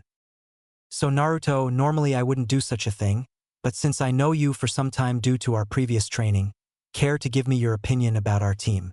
I need a second opinion, because I have some ideas as to what to work on in order to improve the team's performance. You want my opinion on those 2 since you know me well enough, and mostly what I know since you talked with Yamato and Guy and know Anko's habit of teaching me a few nasty tricks and improving what I knew. That sums things up nicely, so got any suggestions? Let's see, Sasuke. I admit that he is a good fighter, but that I'm better than all of you and you're all beneath me attitude of his the biggest problem. If you ask me, he needs to have the shit beat out of him to make him realize that he can't do much alone and that his arrogance and underestimating of others will get him killed before he even gets a chance to face his brother. Unfortunately, if I were to fight him and beat him, his arrogance would make him delusional and the whole "how did the dope get this power? I have to get stronger if I want to kill Itachi" thing will serious and make things worse than they are now. He thinks that just because he's an Uchiha he is powerful, and when someone who he believes is beneath him defeats him, he gets angry and starts to act like a spoilt brat. Takes his toys and leaves the sandbox pissed at the world. He needs to learn, and fast, that he can't use his clan's position and fame to justify his own actions and attitude. And the council and villagers only make things worse by feeding that ego of his. Naruto explained. That's an interesting point of view you have. But I really can't argue with the arguments you make, was Kakashi's response. Sad but true. Now with Sakura you've got your work cut out for you. Aside from the fact that she is weak and despite her overall book smarts she is an airhead, whenever Sasuke is in the area I don't know what to say. She is a fangirl of the highest level that loses any and all intelligence she may have when she sees Sasuke nearby. She follows him like a lost puppy, is concerned more about her looks than other things, neglects her training and doesn't even do the bare minimum. That and she is overly violent, Must be some childhood thing or something that's causing it. I hate to say it, but with people like her around, it's no surprise that the opinion of Kunoichi is so low. If Anko sees the way she acts, she might feed her to her snakes. That's harsh, but I have to agree that her commitment to the team needs a drastic improvement. Otherwise, she will be a hindrance. You know, we could use her obsession with Sasuke to make her train more. Say that he only likes strong girls, ones that could help rebuild his clan. What do you think? Bait her with a treat. That could work, but I think that is a bad idea. It will only further her obsession and make things worse in the long run. Though you know that too, that's why you asked me. There is a second option in the stick and carrot method. We use the stick on her. If she wants to be on our team, she has to work for it. As the team sensei, you have authority to make requests concerning team members and transfers. Oh, that's bad. We threaten Sakura. Say that she'll be kicked of the team if she doesn't show improvement. I like that, it's so devious. The prankster in you is still very much alive. This is going to be good. You never grow out of pranking, you just incorporate it into other activities. It's either that or have her wear Guy's spandex suit. Just make sure to bring a camera, we want a souvenir of that day. Just imagine the look on her face. Then it's settled, I'll go with the stick option. I'm glad that I got a second opinion on the matter. I actually got more than just a confirmation of my suspicions. Thanks, Naruto. If you want to thank me, then do it properly, over ramen. The next day, Kakashi took Sakura off to the side for a chat while the boys were sparing. What did you want to talk to me about, sensei? Sakura, why did you become a ninja? Before she could reply, Kakashi continued. Was it because of Sasuke? Because other girls did the same and you followed the group? No, You don't even know. Then let me tell you something, Naruto and Sasuke are strong. They work hard to be stronger to be able to accomplish their goals, though Sasuke's will only get him killed if he doesn't rethink his behavior. You, on the other hand, are weak, not because you are a girl. I know that I can't expect the same things from you as I do for the boys, because they are a different type fighters than you. You are a genjutsu type due to your high chakra control, but like everyone, you need to build up your chakra reserves and stamina. Right now, you are not doing even the bare minimum of things expected from you. You don't train enough, instead you either spend time going after Sasuke, who doesn't like you like that. Your attitude toward the team is destructive and that needs to change. There will be times that you will be forced to fend for yourself and there won't be Naruto or Sasuke, or even me to help you out. We will be too busy fighting to worry about you. Right now, I can either request that you be removed from Team 7 or give you a chance. Only one. No! Don't kick me out of the team. Why? Because you won't be able to go after Sasuke anymore. If you want to stay on the team, you will have to train really hard. And no more chasing after Sasuke since it detracts you too much. That's one of the biggest reasons why you're not strong enough, why you scored slightly below average in physical skills. I'll leave you to think about it, and I'll plan your training. After the big talk with Kakashi, Sakura finally got down to some serious training. Even though he seemed a bit heartless, Kakashi wrote out a series of training exercises for Sakura that would start off with light stuff. That was still a considerable effort on her part, gradually advancing to more demanding training. At the beginning of the 3rd month, she could be considered a decent kunoichi. Though Sakura wasn't as strong as she could have been if she trained properly from the beginning, she was still good enough thanks to Kakashi's crash course training. Her taijutsu improved quite well, and now she could beat some of the boys that graduated from the academy with her but were too strong for her previously. Since Sakura was keeping her end of the bargain and trained hard, giving Sasuke breathing space, for which the Uchiha was glad though hell never admitted to anyone, Kakashi decided to teach her some of the lower-level genjutsu he knew as well as some defensive jutsu. However, she had yet to master them entirely. Naruto and Sasuke were progressing nicely when it came to their skills, though Kakashi had yet to get through to the young Uchiha about his attitude problem, and even were close to mastering some of the D and C rank jutsu that he had shown them. What surprised him most was the fact that Naruto decided to learn kenjutsu and seemed to have some talent in the area, but it will take time for him to be really effective with a blade. Now Kakashi was certain that his genin team could handle a C rank mission, so he decided to request one after they complete 2 more D ranks the next time they're at the Hokage Tower. As he turned a page in his beloved book, Team 7 reported that the mission to repair and paint a fence was finally finished. Okay team, that's it for today. Tomorrow we'll meet at the tower for our first C-rank mission, so prepare your tools for a quick packing tomorrow, since we don't know what mission will be assigned, and get some rest. With that, Team 7 went their separate ways home. The next day they all met up at the entrance to the Hokage Tower, and as usual Kakashi was nowhere in sight. Where the hell is he? I can understand being late for stupid D-rank missions, but being late for our first C-rank is unforgivable, yelled a clearly pissed off Naruto. Yeah, you'd think he would show up on time at least once in a lifetime, added Sakura. Just then Kakashi exited the tower showing his Genin team. Oh, you're here already. Come on, we have to pick up the mission. Too stunned that Kakashi showed up before them, Team 7 just followed him into the building. When they snapped out of it, they were at the doorway to the briefing room. When they entered, they saw Irika and the Sandame along with some other people sitting at the large desk. Team 7 reporting FOT a C-rank mission Hokage-sama. Ah, Kakashi. Good to see your team here. It has been a little over a month now, wasn't it? Hi, you haven't been here the last 2 days when we did some D-ranks for a warm-up for today's mission. I take it your team is ready for that kind of missions? Hi, they made excellent progress and are more than capable of completing those kinds of missions. Good. I have something right up your alley. We have had some trouble in Wave Country recently. Our informants told us that Gato the multibillionaire and shipping magnate had been oppressing that country and using it as a base for his illegal activities. I have already made preparations to send a team of Chunin and Jounin to dispose of him and his men.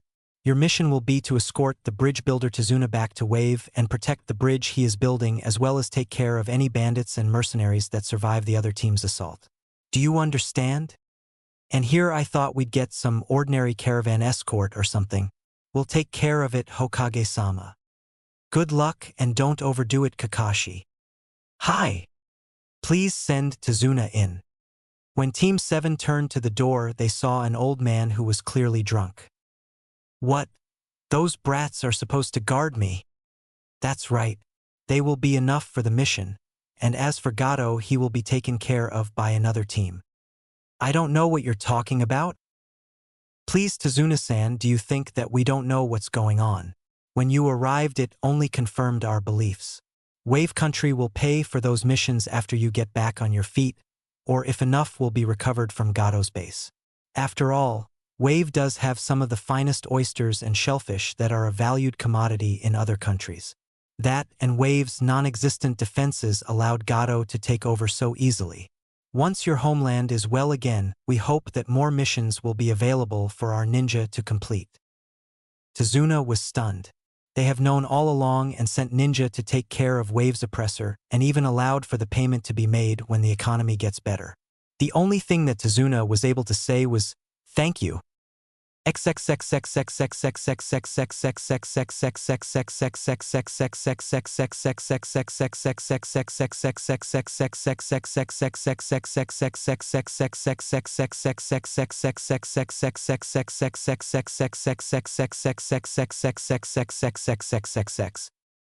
that done, Kakashi gave his team an hour to prepare and meet up at the village gates.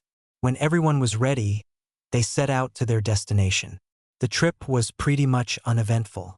Kakashi had expected that at least some ninja will be sent to kill Tazuna, so that Gato could keep his chokehold on the small country. But there wasn't even a genin in sight that could be considered a hired ninja. Team 7 reached Wave safely and even managed to catch a glimpse of the bridge. On their way to Tazuna's house, they were intercepted by two people clearly wounded and tired from a recent fight. Team, stay back and guard Tazuna-san, while I investigate. After saying that, Kakashi went over to the two figures. When he got closer, he recognized one of them as an entry in the bingo book. Momochi Zabuza, missing Nin from Kirigakure and one of the members of Kiri's 7 shinobi swordsmen. Fancy meeting you here. Copy Nin. Kakashi, what brings you here to these parts of the world? Oh, you know, the usual. Escort here, assassinate there, was Kakashi's lazy response. So what happened to you? You're no slouch when it comes to fighting, so whoever it was has to be good. I wouldn't want to have my genin team running into them by some chance. I am responsible for their safety after all. That piece of shit Gato hired me to kill some old fool. Unfortunately, he had a big mouth and I overheard him telling one of his men to kill me when I'm done so he wouldn't have to pay me. That pissed me off real good, so I decided to take him out before he made his move and then take some loot that wolf cover my payment and a bonus for breaking our agreement. Well, I managed to kill him, but before we could take all of our payment his thugs stormed the place and we had to fight our way out. We managed to cut many down, but I never expected the shitstain to have so many of them. They may be weaklings, but even they can be dangerous when in large numbers. I even lost the Demon Brothers because some of those goons were academy dropouts that at least had some shinobi training. I see. Well, I'll let you know that you just saved us and another team a lot of trouble. They had orders to eliminate the Gato, and if he didn't open his yap then we would be fighting now since I'm assigned to protect the man you were hired to kill. You don't say. Well then I'd probably lose the Demon Brothers either way, but now there is no reason for me to fight you, said Zabuza. Unfortunately, I'll have to kill you since you're a nuke-nin. I don't think that will be necessary, Kakashi-sensei. Naruto, what are you doing here? You're supposed to be guarding Tazuna, Kagebunshin, and as for them we could ask them to join us. You don't understand Naruto. He is wanted for instigating a coup d'état in Kirigakure and attempted assassination of the Mizukage. We can't let them live. The Mizukage is a piece of shit that took over Kiri with his men after the previous Kage died. That tyrant is responsible for many deaths and most of all the slaughter of bloodline clans in Mizu no Kuni. You would probably do the same if our roles were reversed. I hate to say it, but he is right, sensei. I'd probably do something to stop such things if they were happening in Fire Country. You can't blame him for wanting to stop such things even if his methods were very flawed. After all, Kiri is very different from Konoha. You bring up some good arguments as always, but I'll have to inform the Heikage about things that happened. If he says that we could invite them to join our ranks then they can come with us, but if they won't get a permission then we go our separate ways. Thanks, Kakashi. I do have some doubts about joining you tree huggers, but it is getting tiring to have to keep a lookout for Hunter Nin. Haku here isn't exactly a heartless killer I wanted him to be, and he is probably the last person alive with his bloodline. That could prove useful in convincing the council members to let you join. You are technically his guardian, and as such might be allowed to join on those grounds. Kakashi added. That, and he could be considered his adoptive father. We could always have Zabuza undergo a change of identity and looks and have him be his own brother, or something like that just to shut up the council and throw off any spies working for Kiri that may be in Konoha. Naruto clone suggested. You have one devious student there, Kakashi. I like the way he thinks. I am the master of silent killing and a really damn good fighter, so I don't give a damn if I'll have your ANBU trailing me for a year if I join you guys. Well, Thazin, it's settled. I'll send Pakin with a message to the Hokage, and we'll see how it turns out, Kakashi said and took out his book. When Zabuza saw this his eyes went wide. Is that Ika Paradise Volume 15? How the hell did you get it? This is a limited edition too. Who did you kill to get one? Oh, that Jiraiya-sama, the Hokage student, is the author, so Konoha gets his books first in line. If you want, I have Volume 14 with me as well. If I get to join your village, then I'm definitely staying there. Only a complete lunatic would turn nuke-nin on a village that gets those books first and is the home of the book's author. I can't wait to meet the guy. He's a hero of all men, Zabuza exclaimed. That, and he's my godfather, don't ask how, he just is.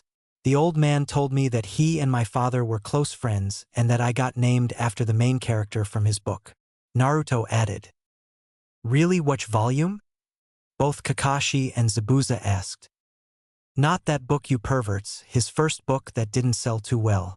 My parents liked it and that's how I got my name. Later Jiraiya decided to sex it up a bit and that's how you got your Ika books. Sheesh, I met the guy once when I was 6 and he came to the village to give his report to the old man. After that revelation, Naruto got 2 new best friends, Kakashi and Zabuza. After all, who wouldn't want to be friends with the guy whose godfather gave you a proposition you can't refuse? For those that don't get it, we're taking about an Ika kind of proposal.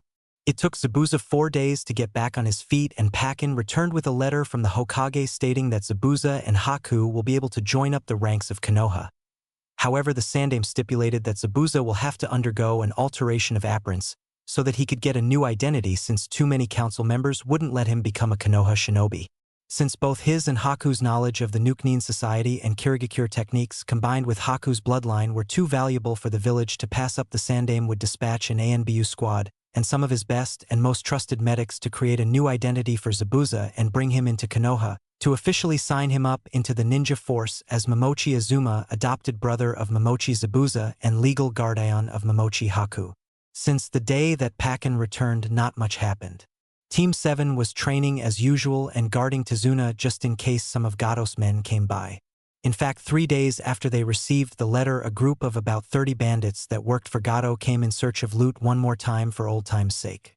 Needless to say, they were beaten quickly by Naruto, Sasuke, and Haku, while Sakura was guarding Tazuna's home and Kakashi along with Izuma just sat back and enjoyed the show. After that, they returned to their perverted books. The bandits got the beating of a lifetime and were used as cheap labor for the construction works at Tazuna's bridge. The day after the skirmish, the team sent by the Hokage arrived and got down to making a new life for Zabuza. All in all, they spent 3 weeks in Wave Country. In that time, Tazuna's snot-nosed grandson Inari somehow managed to piss off Naruto so much that the blonde took the kid by the collar and dragged him outside, where he straightened the brat's attitude by yelling at the kid's stupidity and telling him about his life, though not all of it, and that his father must be ashamed to have such a crybaby for a son. Size. He died for what he believed in, and Inari just sat on his ass and kept crying, doing nothing. With Inari's unbearable attitude out of the way, Naruto and Haku got a bit closer as friends and even went to check out Gato's hideout. Surprisingly, there was still some things left, though most were taken by the team sent to eliminate Gato. There was enough money to cover the expenses and to finance the reconstruction of Wave's economy. Even still, Naruto and Haku were able to find some nice things. Naruto managed to find several thousand ryo hidden in one wall when he slipped and fell through it. His amazing luck in gambling helped him find a hidden chamber that nobody had been able to find. "Are you alright, Naruto-kun?" "Yeah. Just hit my head a bit." "It would seem that Gato-san had one more hidden chamber to store his wealth," said Haku. "Talk about paranoia. You did say that he was very careful when it came to security, but this takes the cake." "I have to agree. Gato was even more distrustful of Pep-ol than I imagined." "Well then, let's explore this room, shall we?" Naruto proposed. As they entered the small room, they could see that the hidden room contained money, scrolls, books, and some weapons in it. "I think we should gather this stuff and bring it to the others. Then again, Wave and Konoha got most of the fortune Gato had in this base, so anything we find now is free game now." Naruto mused. "Since we're here, we can split things even. What do you think? Zabuza-sama and I already took our share from Gato when we killed him, and you did say you're an orphan. You will need this more than me." "Okay. Okay, then I'll take most of it and you'll take only some of the money we find. Now help me check those scrolls and books." As they looked over them, the boys were astonished. It looked like Gato wanted to conquer Wave Country and then establish his own little private ninja force. Many of the scrolls they found there contained jutsu ranging from D rank to B rank and even a handful of A ranks, while the books were all mostly useless, save a few that contained some things about medicine and poisons as well as battle tactics. It was a good thing that Naruto had his storage scrolls with him at all times, so putting the scrolls, some jewels and money into bags and sealing them in storage scrolls was a piece of cake. The same could be said for the useful books and some of the better weapons. Naruto decided to take with him the 2 katana and kodachi that were in the display case, as well as a pair of tanto for Anko, while Haku took a wakizashi for himself. After clearing the room of any useful stuff, Naruto and Haku explored the rest of the complex. The place, though mostly cleared out, still had some nice things intact. However, most was just junk. The only things that Naruto found of any interest were some furniture that he could really use at his place and some kimono that no doubt Gato had for the women that were sex slaves for him and some of his guests. It would be a shame if they got destroyed, since such high-quality silk and desai were expensive. Maybe Ayam-chan or Anko would like one. Since there was nothing left, Naruto and Haku decided to head for a clearing near Tazuna's house for some light sparring and head for dinner. 2 weeks had passed since the special team arrived and Zabuza was cleared for travel. He still had to wear a mask since there were still visible signs of the procedure he underwent to become Azuma. The false papers from the Sandaime will help them safely enter Konoha and get signed up as Leaf-nin. When the time to leave Wave came, there was a celebration. The grand opening of the Great Konoha Bridge. After saying their goodbyes, Team 7+2 returned to Konoha, and since they had no Tazuna to slow them down, they got there in 2 days. They approached the gates and reported to the Chunin on guard duty, and when the formalities were out of the way, they headed for the tower to give their report to the Hokage. The whole report took some time, and it was 6 in the evening when they finished. By order of the Sandaime, Momochi Haku and Momochi Azuma were enlisted as shinobi of Konoha and put on a 4-month probation period, meaning that they will be observed by ANBU and won't be able to access some of the areas in the village. Azuma will be training with an ANBU squad to incorporate some of his techniques into their system, while Haku was made Chunin and allowed to learn more medical jutsu, since even if Konoha has the finest medics, there is a limited number of them, and anyone made Aknin in their ranks, more the better. Team 7 spent the next months doing an occasional D-rank mission and 3 more C-rank missions. Those, however, were just a simple caravan escort to T-Country, protecting a wedding ceremony, due to fears that another man had competed for the bride's hand in marriage but was suspected of some illegal activities. That ended up in a small-scale battle with some hired goons sent to abduct the young woman and kill the groom. The last C-rank was just rescuing Sajimi Sama's cat Tora, along with the pets of her freeds that came to visit. That was it. Tora being up to a C-rank, even if it wasn't alone, was just crazy. They had to retrieve 12 cats and dogs for some idiotic nobles. Aside from weird C-ranks training and relaxing, there were a few things that made Naruto's day. One was when he gave Ayam-chan one of those fancy kimonos he got from Gato, and since Anko came by to hear some stuff from Naruto about the missions he had, that and they started serving dango at Ichiraki's too, because Tuchi noticed that Akno eats as much dango as Naruto eats ramen. She got the pair of tanto and a kimono as well. Needless to say, Naruto ended up going to heaven because of the amount of kisses and hugs the girls gave him, and dirty proposals he got from Anko made him pass out from teenage hormone overdose with a smile on his face. He gave Yamato one of the wakizashi and a book on torture and some equipment to Ibiki, saying that torture is good and all, but the scariest thing there is, aside from guys' displays of youth, would be an Ibiki giving a very detailed lecture on torture to the guy he was about to question and using he poor fool as a demonstration dummy to boot. Let's just say that the happy maniacal grin that Ibiki gave him scared Naruto shitless. And so nearly half a year passed since graduation and the Chunin exams were approaching. Naruto knew that Kakashi might enter them because of their skill, so he was excited at the prospect of entering. Chapter 6. Chunin exams, here I come. It was business as usual in the village of Konoha, and the only noticeable difference would be the increased percentage of foreigners within the village walls. The whole town activity was in overdrive. Merchants and hotel owners were making money, and lots of it, while ANBU and security forces were cursing their luck that the Chunin exams were being hosted in Konoha this time. Team 7 could be seen in a very familiar picture waiting for their tardy sensei. Sasuke was still a brooding bastard that had hordes of fangirls but didn't give a damn about anyone and hadn't given up on his vendetta. Sakura stood on the other side of the bridge, reading a scroll with some basic medical jutsu that healed small wounds that usually get inflicted by shuriken. She started on that topic a month ago when Sasuke got injured in a sparring accident with Naruto. They were allowed to use weapons, and when Sasuke tried a new tactic he devised, though it was inspired by both Itachi and Naruto styles, he managed to surprise the blonde slightly and was confident that his battle plan would allow him to get inside Naruto's defense and place a kunai at his foe's throat. However, the blonde Jinchuruki had always been good at thinking on his feet and managed to bend over and flip into the air enough to dodge the Uchihasa fence while throwing a shuriken. Things went wrong at that part, since the shuriken, aimed at Sasuke's chest, was supposed to force the Uchiha to roll to the left, but Sasuke was too stunned at the near-impossible move to react in time and used his hand as a shield. Kakashi ended the spar and sent the boy to have a medic look at his wound, which thankfully was shallow.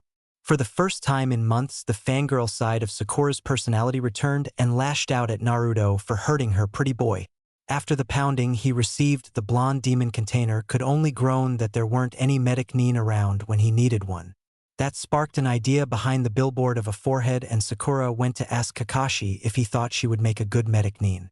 The Cyclopean sensei had to admit that having a trained medic on a team was a good thing, and though it brought some old memories of his fallen teammates, he encouraged the girl to learn this along her genjutsu and supportive ninjutsu since her chakra reserves, though much bigger than before, weren't as large as the other members of Team 7.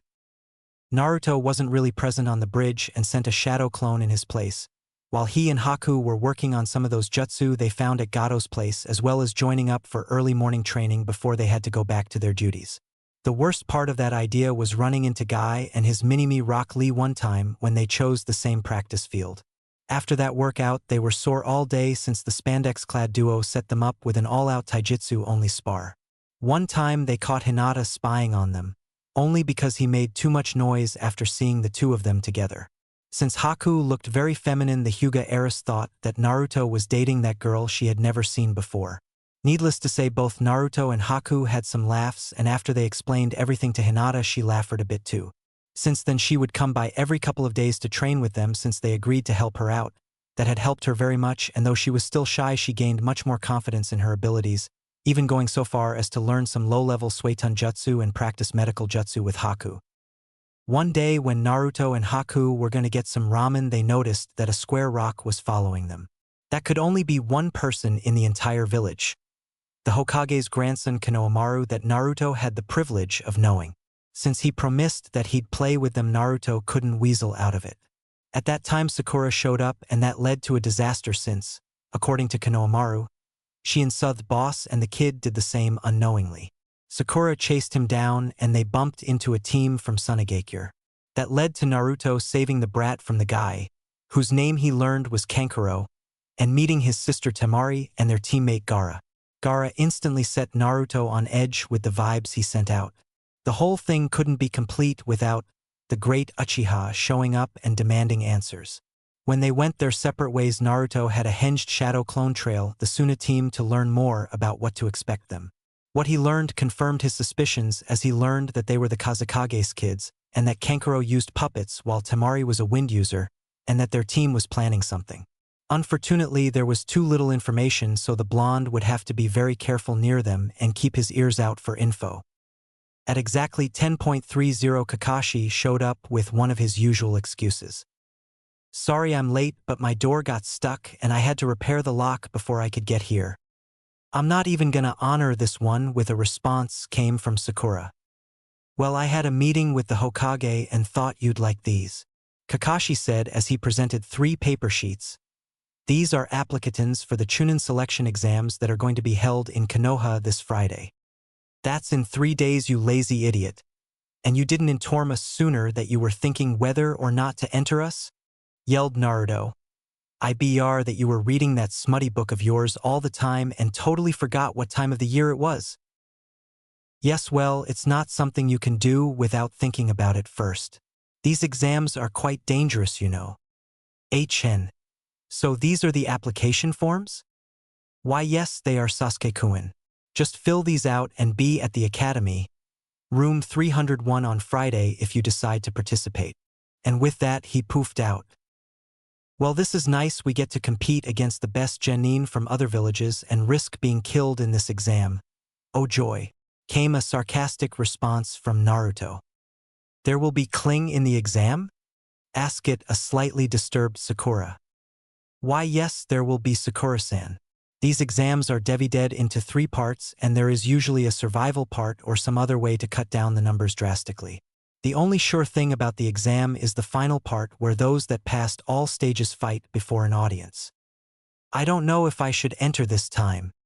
You will have to think about it very hard, because it's your decision to make and only yours." With that, Team 7 went home to think and prepare. It was Friday and Team 7 could be seen standing in front of the academy waiting to enter. Naruto was dressed in his usual outfit, only instead of his usual black jacket with orange tiger stripes, he wore a black leather coat and some kind of protective vest under his sleeveless shirt/jersey and 2 belts crossed round his waist. Think of Cloud from FF7, AC only no shoulder guard, Morpheus style coat, and Squall's belts fro FF8/ normally it's just Cloud with Squall's jacket that has tiger stripes. What the belts were for Sasuke had no idea. Sakura wore a pink-red top, shorts with a skirt-like cloth round the waist, and boot-style sandals. Post-time skip Sakura's top and boots, but FF7. AC Tifa's bottom. So you guys ready for this? Naruto asked. I'm nervous but ready, Sakura said. I was born ready, Sasuke boasted. Naruto just snorted and walked into the building. Sasuke soon followed with Sakura right behind them. As they walked through the halls, they noticed many ninjas in the building. Sakura realized that Naruto was paying special attention to each of them, sizing the competition. They continued their way up the stairs.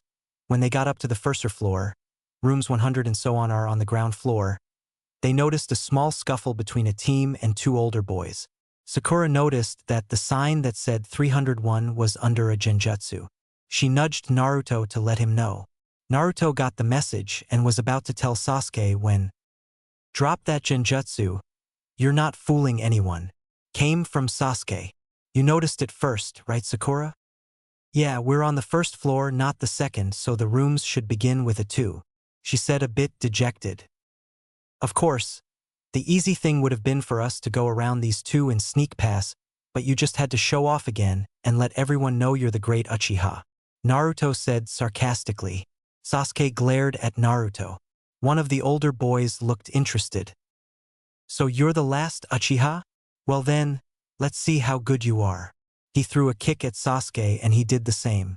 Suddenly a green blur appeared and caught both legs. A boy with a bowl cut and huge eyebrows appeared. Nice catch, Lee. What are you for an anchor? Sorry, but couldn't find it in a Longman dictionary. Hello, Naruto-kun. So your sensei nominated your team for the exams too, I see? Yeah, though I know it won't be as easy as it sounds. Very true. I'll be looking forward to seeing you in the later parts of the exams. With that, the teams went separate ways, but Lee had another idea. He went after Team 7. Uchiha Sasuke, my name is Rock Lee, and I challenge you. Oh, come on, Lee, we don't have time for this stuff right now, Naruto said. Don't worry, Dobe. This won't take more than 5 minutes, Sasuke said and got into a fighting stance. Lee did the same. Naruto just sighed and leaned against the wall to get a good view at the ass-kicking. Sakura stood next to Naruto. She watched as Lee and Sasuke engaged in a taijutsu battle. Naruto watched as Sasuke was getting pounded by the spandex-clad genin. Sakura couldn't believe how good this guy was. Lee sent Sasuke to the ground with a spin kick. Sasuke got pissed off and activated his Sharingan. Thinking that he had the advantage, he charged at Lee again, and Sasuke was surprised that Lee was still beating quite badly. Meanwhile, Naruto began commenting the fight. Well, that's a nice warm-up. Maybe now Sasuke will get that stick out of his ass and start acting like should win on a team. That stupid attitude of his finally got him in a pinch he can't get out of, Naruto explained. What are you talking about, Naruto? If Sasuke wasn't so arrogant and kept underestimating people, he wouldn't be in such a mess right now. He thinks that just because he's an Uchiha he's better than other people and everyone should give him what he wants without having to work for it. Naruto ranted, what you see here is a result of his stupidity and overconfidence. Just because he has the Sharingan doesn't mean he can win fights easily. But what is the worst thing about Sasuke is that, because he's so far gone in his beliefs that he's superior to everyone, being beaten by someone he considers beneath him might make him do much more foolish things. Right now, if he doesn't change, he will either get himself killed or he might betray the village if someone offers him power without having to work too hard for it. The sad part is that it's his own fault he's so weak, like you when you neglected your training. He can't see that his behavior is the reason for his slow growth. He rarely asks for help and works alone. If someone helped him by explaining some things, he would progress much faster, but he has to come to that conclusion alone. If you, me, or anyone else tried to tell him that, he would just think we're trying to hold him back. Oh, but what can we do to help if he's thinking like you say? Absolutely nothing. I was impatient like him only for other reasons, but I was able to listen to what others tried to tell me. I managed to tame my emotions enough to train much better. I learned to be patient. That doesn't mean I don't get frustrated when things go wrong, but I am able to get over it after some time. Sasuke allowed his anger at Itachi get the best of him. He can't see past his brother and those emotions cloud his judgment. That rule exists for a reason but is too vague in my opinion. It should say that you have to tame your emotions in a battle and keep a cool head so you won't make so many fatal errors, not to rid yourself of them entirely. That is just as bad as allowing emotions to cloud your judgment in battle. When you're off duty, you can be as emotional as you want since shinobi are still humans and not mindless drones. I think I get what you're saying, but what if Sasuke continues to act like this or he did betray the village? What would happen to him then? If he keeps acting like that, someone will report him to the authorities and he might be stripped of rank. If HR turns traitor, then he will either be captured and imprisoned or killed. Naruto explained. But don't worry, we'll see to it that doesn't happen. You're right, we won't. Just then a sound of pain was heard, and they turned back to see Sasuke in the air, while Lee suddenly appeared behind him preparing some move. Naruto quickly threw a kunai in their direction, forcing Lee to disengage. And not a moment too soon as Guy shot up and berated Lee for his reckless actions. Naruto walked up to Sasuke and held his hand out. Sasuke scoffed at him and Naruto sighed. He just shrugged and walked toward the stairs. But before he started going up, he turned to Sasuke. Perhaps now you will take this more seriously, Uchiha. Your Sharingan means nothing in these exams, Naruto said and walked off. When they got to room 301, they were greeted by Kakashi, who had his nose in his book. Well, I'm glad you all decided to participate. Otherwise, I wouldn't allow the rest to enter this room. Good luck on the exams. Team 7 entered the room and could see a horde of Chunin hopefuls leaking killer intent to scare the competition. Their pass was soon interrupted by Ino's skill of Sasuke-kun, which drew attention of other candidates to the Rook 9. Troublesome. Did you have to make all that noise, Ino? Now everyone is looking at us. Hey, so you got signed up for this too? Hugh? Came Kiba's voice. Yeah, Kakashi thinks we can hope to at least make it to the finals if not get promoted. But if we won't make it this time, then we at least get some experience. Naruto said.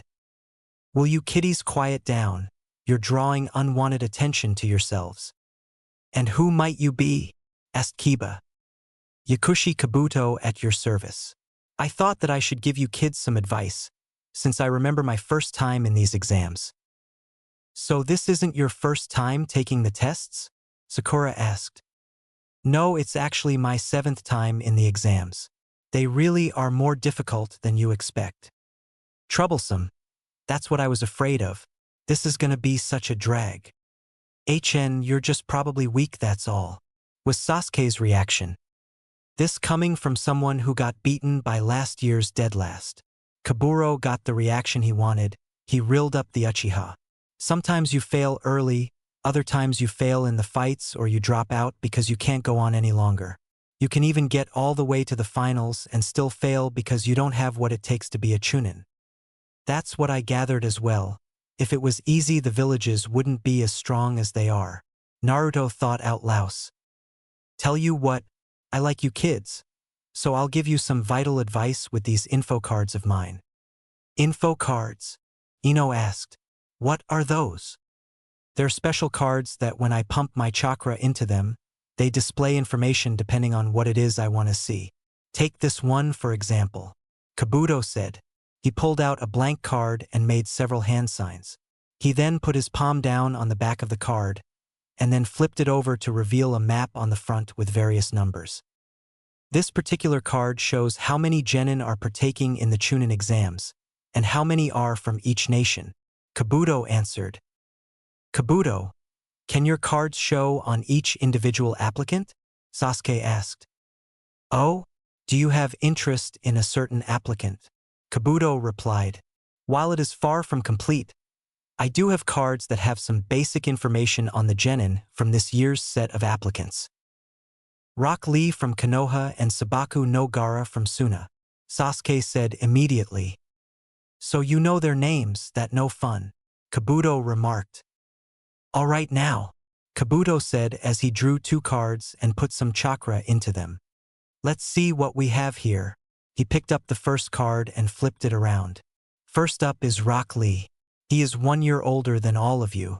His teammates are Niji Hyuga and Tenten. His Jonin instructor is Mado Guy. He has completed 26 D-ranked missions and 13 C-ranked.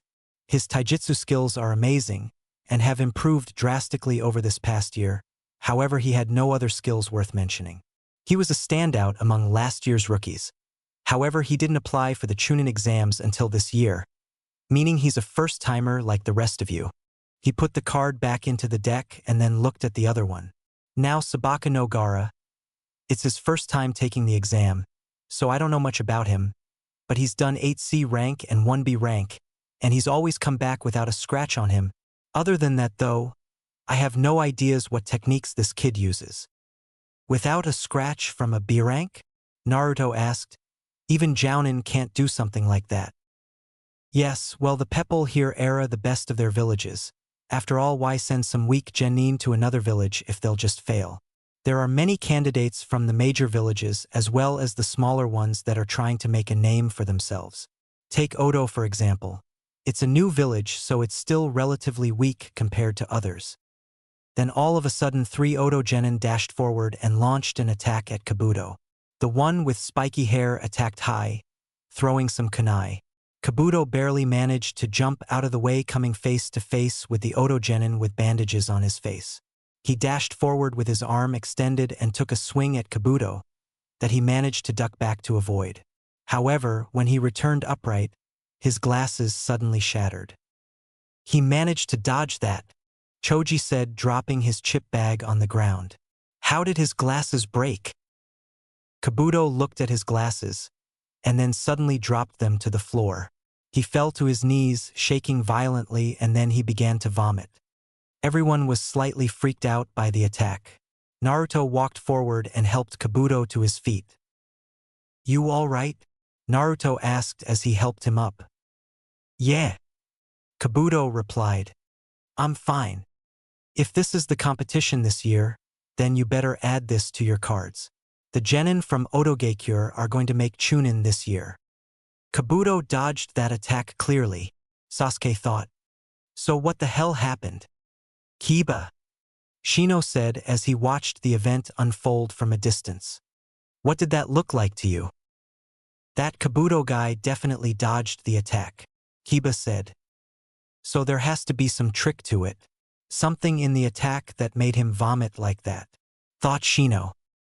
Just then a large cloud of smoke erupted in the front of the room. As it cleared, a large man appeared in front of a group of Chunin. He was wearing a trench coat, black gloves and black boots, and a headband combined with a bandana tied on his head. His most standout feature were the large scars on his face. "All right, you maggots, shut and sit down," he shouted. "You 3 from sound. Chill out or you'll be on your asses outside of this building faster than you can blink." "My apologies," the bandaged member of the squad said. "It's our first exam, and we just got a little carried away.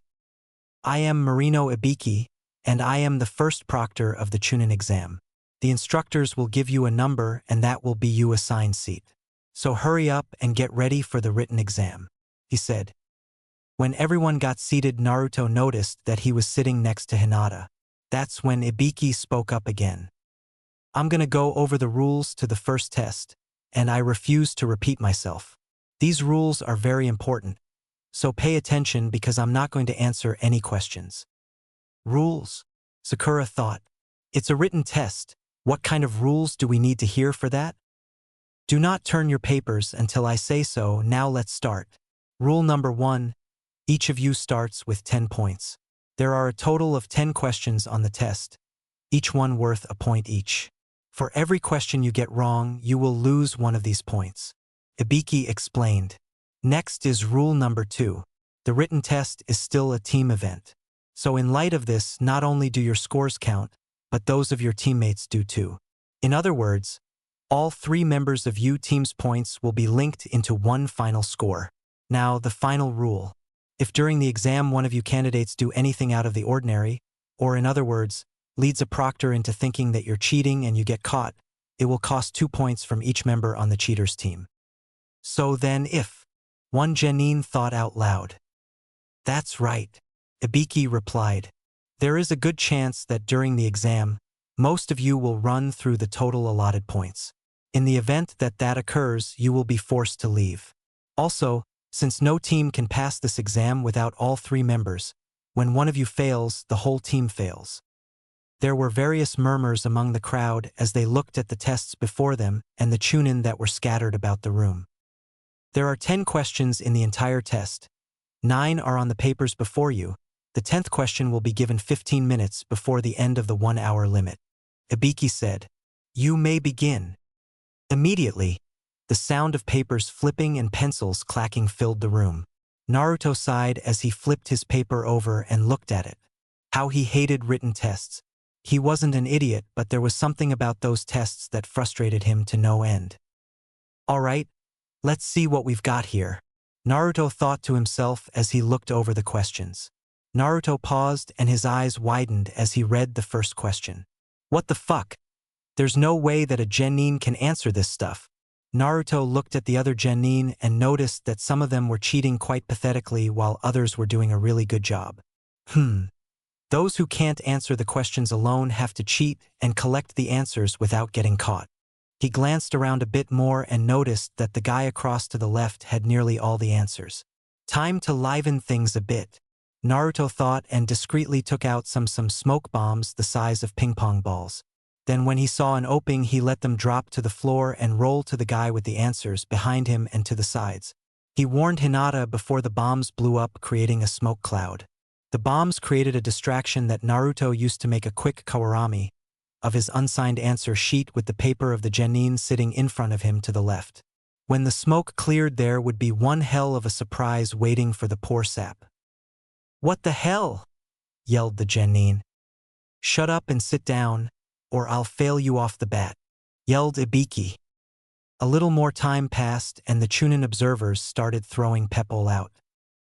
"You, number 27, he called. Naruto looked to see a Kirigakure genin looking at the Chunin who called his number. "You're outta here. Get your stuff and leave. Numbers 17 and 38, you're gone with him." More and more genin were being kicked out for cheating, and finally the time came for the final question. Ibiki stood up and walked to the front of the room. The number of students had been drastically reduced, but for him that still wasn't enough. He cleared his throat, causing everyone to tense up for a moment. They pretty much figured he was going to give them the last question, so immediately every pencil went down to the final question on the test.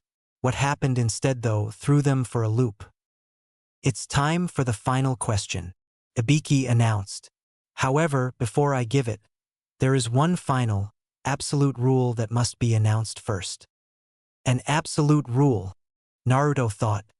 Now what the hell is he trying to pull? "First," Ibiki said, "you must choose whether or not you accept this question." "Choose?" Tamari shouted from the back of the room. "You mean this question is optional?" "Correct. Know this though. If you choose not to answer the final question, you and your teammates will automatically fail the exams," Ibiki said. "What?" A genin from Amigakure shouted. "What kind of idiot would choose not to answer it?" "One who knows of the other half of this rule," Ibiki shot back. "If you choose to answer the final question and get it wrong, then you and your team will still fail the test. Also, you will be banned from ever taking the Chunin exams again, being forced to remain a genin forever." Various whispers were heard among the genin in the room. The choice had basically came down to either you fail and wait almost a full year, or you fail and never get to do it again. Even Shino was slightly more tense than he was before. Suddenly, Kiba slammed his palms on the table in anger, causing all the attention in the room to be focused on him. "You gotta be kidding me," he shouted.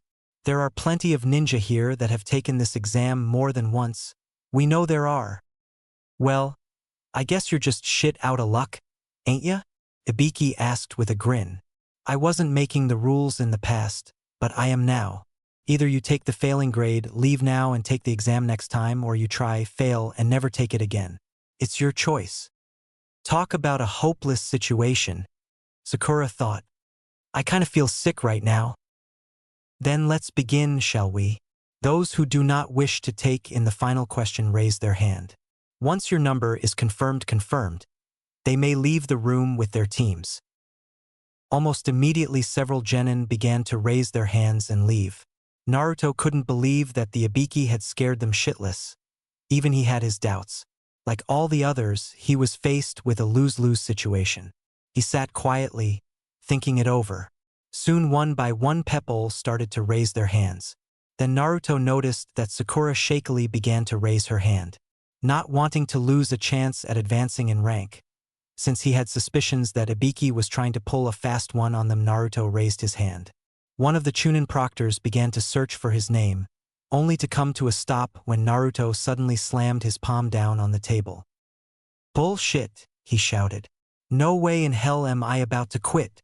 Just bring it on, because even if I end up a genin for the rest of my life, I'll still be the best shinobi this village has ever seen. I'm not scared of you." Saying as that outburst changed the feelings of the candidates, Ibiki decided to end the test. "Congratulations to those of you who are left. You've just completed the first part of the Chunin exams." "What? What do you mean we're done?" Choji asked in shock. "What about the last question?" "Heh, there is no 10th question, or if you wanted that choice whether to take it was the 10th question," Ibiki replied. "So why did we have to suffer through those other 9 questions?" Shikamaru asked in a lazy tone. "That was such a waste of time." "The point of those questions were to test your abilities of spying and gathering information," Ibiki said. "Spying?" Kankuro asked. "Correct," Ibiki answered. "Remember the rule I gave you at the beginning? The one saying that you pass or fail as a 3-man team. Using that rule, I pressured you with the fear that anything you did wrong would bring your teammates down with you. The catch was that the questions on the test were beyond the answering level of the basic genin. So most of you came to the same conclusion, that being that the only way to retain all of your answers was in fact to cheat. In other words, you set up the test with the assumption that we would cheat," Sasuke concluded. "Exactly," Ibiki replied. "To ensure that you would be able to sneak, we snuck 2 Chunin in who knew all the answers to the test." "Of course," Kiba shouted. "Any idiot could tell, right, Akamaru?" The dog barked happily in response. "That idiot had no idea," Sasuke thought. "Of course, anyone who cheated in an obvious way failed," Ibiki said. He paused as he untied his headband/bandana combo. The genin in the room gasped in horror as they noticed the scars, bruises, and wounds that were all over the top of his head. When you're a Chunin, there will be times when being sloppy and getting caught in an act of espionage could cost you dearly, sometimes in ways that cost more than life itself. He tied the bandana back on and smiled. Just then a shadow neared the window. The glass shattered to pieces as a woman jumped through the window. A banner launched from behind her, which had her name and shinobi rank painted on it. Chapter 7. Forest of Death. Anko looked at all the genin that were left after Ibiki's little tea party. 78. "Ibiki, are you getting soft on your old age? You left 26 teams. There were more of the smart ones this year. If you want to blame someone, then blame that blonde rat over there in the 3rd row," Ibiki said as he pointed at Naruto. "Ah, Naruto, how nice of you to give me an early birthday present. Now I'll have so much fun cutting you kiddies down to a more manageable number. I guarantee that at least half of you won't make it past my part," Anko told them while flashing that sadistic "you're so fucked that you don't even know it" grin of hers. Everyone started sweating, and the less resilient ones were close to soiling themselves. Anko started walking out the door and just turned her head. "Follow me, ladies. You wouldn't want to drop out now that you survived Scarface's test, now would you?" All the teams followed her, and after a 30-minute walk they reached the gates of a very dense and dark woodland area, with trees growing to heights unusual even for Konoha. The ones that were visible looked like they belonged on a swamp or marsh, and the branches were twisted into claw-like shapes, giving the impression that they would grab and rip you to shreds. The final touch was made by a beat-up sign hanging on the fence saying, "Danger! Stay out." The mere sight of the place gave many the creeps, and some of the more weak-minded genin were beginning to rethink their decisions. Seeing that the brats were already scared shitless, Anko decided that it was time to start the fun. "All right, maggots. Welcome to the stage for the second test. Training Area 44, also known as the Forest of Death, Anko yelled out with a sinister tone and a good amount of killing intent. This area is filled with all kinds of poisonous plants, animals, dangerous insects larger than your head, and all kinds of predators that will gladly have you as a light snack. Anko was enjoying herself greatly but gave a glare to Naruto so he wouldn't ruin her fun. Not wanting to find out how badly she would maim his body, Naruto kept his mouth shut. The second part of the exam will consist of a free-for-all unrestricted fight. All teams will be given one scroll signed either Heaven or Earth.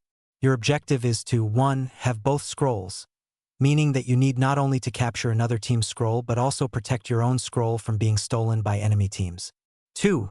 You must reach the tower located in the middle of the area. There will be a 5-day time limit for the test. 5 days, Choji shouted. What are we supposed to do for food? I hear cannibalism works great, though I think that you will be the main course if things get down to it, Anko replied. It wouldn't be a survival test if we held your hand and walked you through it all, would it? The forest is full of berries, fish, wild game, and such that you should be able to use for food. Did I mention there are also ferocious beasts, deadly insects, poisonous snakes, predators of all kind in there to deal with? Anko said with an innocent tone in her voice. I did, didn't I? There's that and the fact that when you all enter, you become each other's enemies. It doesn't matter that you're friends or such. That being said, it's got to be obvious by now that there's no way in hell that all teams pass this part, and I'm willing to bet that even the 13 teams that could pass won't. As time grows shorter, the trials will come harder and faster. The time needed for recovery from injuries and mistakes will become a luxury that is rarely available. You'll also be surrounded by enemies at all times, so you'll have to sleep with one eye open. In addition to those who will die trying to capture a scroll while protecting their own, many of you will probably die due to poison, starvation, dehydration, and exhaustion. Anko paused as she let all that sink in. There were questionable looks on all of the faces of the genin, even the hardballs and Naruto included. Now that you know what attractions are awaiting you, I'll tell you what makes you fail. First, if you're not in the tower by the time the 5 days are over, or if you won't have both scrolls, you fail. Second, if your teammate isn't with you by the end of the test, your team fails. The same goes if your teammate gets killed. Third, if you leave the forest for any reason during the test, you fail. Finally, you can't open the scrolls during the test. If you do, there will be unpleasant consequences to deal with. After Anko finished her speech, she handed out consent forms to the candidates. Consent forms? Kankuro asked as he took one from Anko. What do we need these for? You have to sign these forms so that in the event of your death, I won't be responsible. Once you have them signed, go over to that tent. The 2 Chunin proctors will hand you one of the scrolls. After that, you will be escorted to one of the gates and await the start of the second test. Oh, and a word of advice. Don't die. The teams went to separate areas to fill out the forms and devise a plan for the test. I got to hand it to her. That trick with the tent and the scare tactic was a performance of the highest level, Naruto said. What do you mean, Naruto? Asked Sakura. I know her a bit, and I know how she loves messing with people's minds. The tent is meant as a smokescreen so that we won't know who has what scroll. It's like Ibiki said, gathering information can be a matter of life and death. You know that psycho? Sasuke asked. Yeah, I know her. Bumped into her once and made her drop her dango. Almost cost me my life too. She works with Scarface from the first test in the ANBU torture and interrogation department. She's scary as hell. So what do we do about the scrolls? I say we head for the tower and set an ambush for other teams instead of running aimlessly hoping to find one. I think that we should head for the river and then look for the teams. Everyone will need to go to a river for water. That's true that everyone needs a water source, but all teams have to reach the tower. By setting a trap there, we get to choose who we strike and when. We also get to conserve our energy for a fight. Some will attack at night when less experienced teams will be sleeping. If we run into a team on our way the tower, then we have less work to do. Naruto explained. Both plans are good, so let's wait till we're in the forest and pick then. Sakura proposed. I'm in. Me too, they won't last against me. When all the teams returned, they received their scrolls and took positions at their gates. It was nearing noon and the second stage will begin any minute now. Team 7 stood outside their gate, doing the same thing as every other team, waiting. Finally, the bell rang and the gates were open.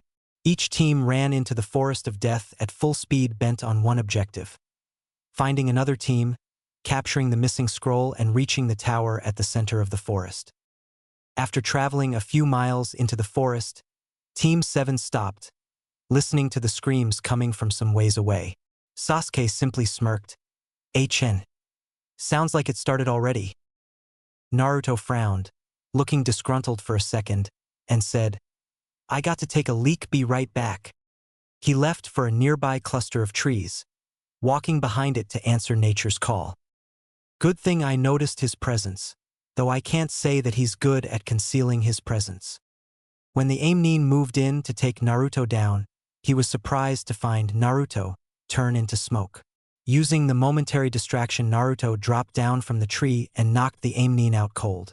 After making sure that his guest was tied up, Naruto proceeded to search the guy for an earth scroll. Sadly, the guy didn't have one on him, meaning that one of his teammates must have it. Since there was nothing keeping him there, Naruto returned to his team. What took you so long, Dobe? I had a little run-in with a Rainin.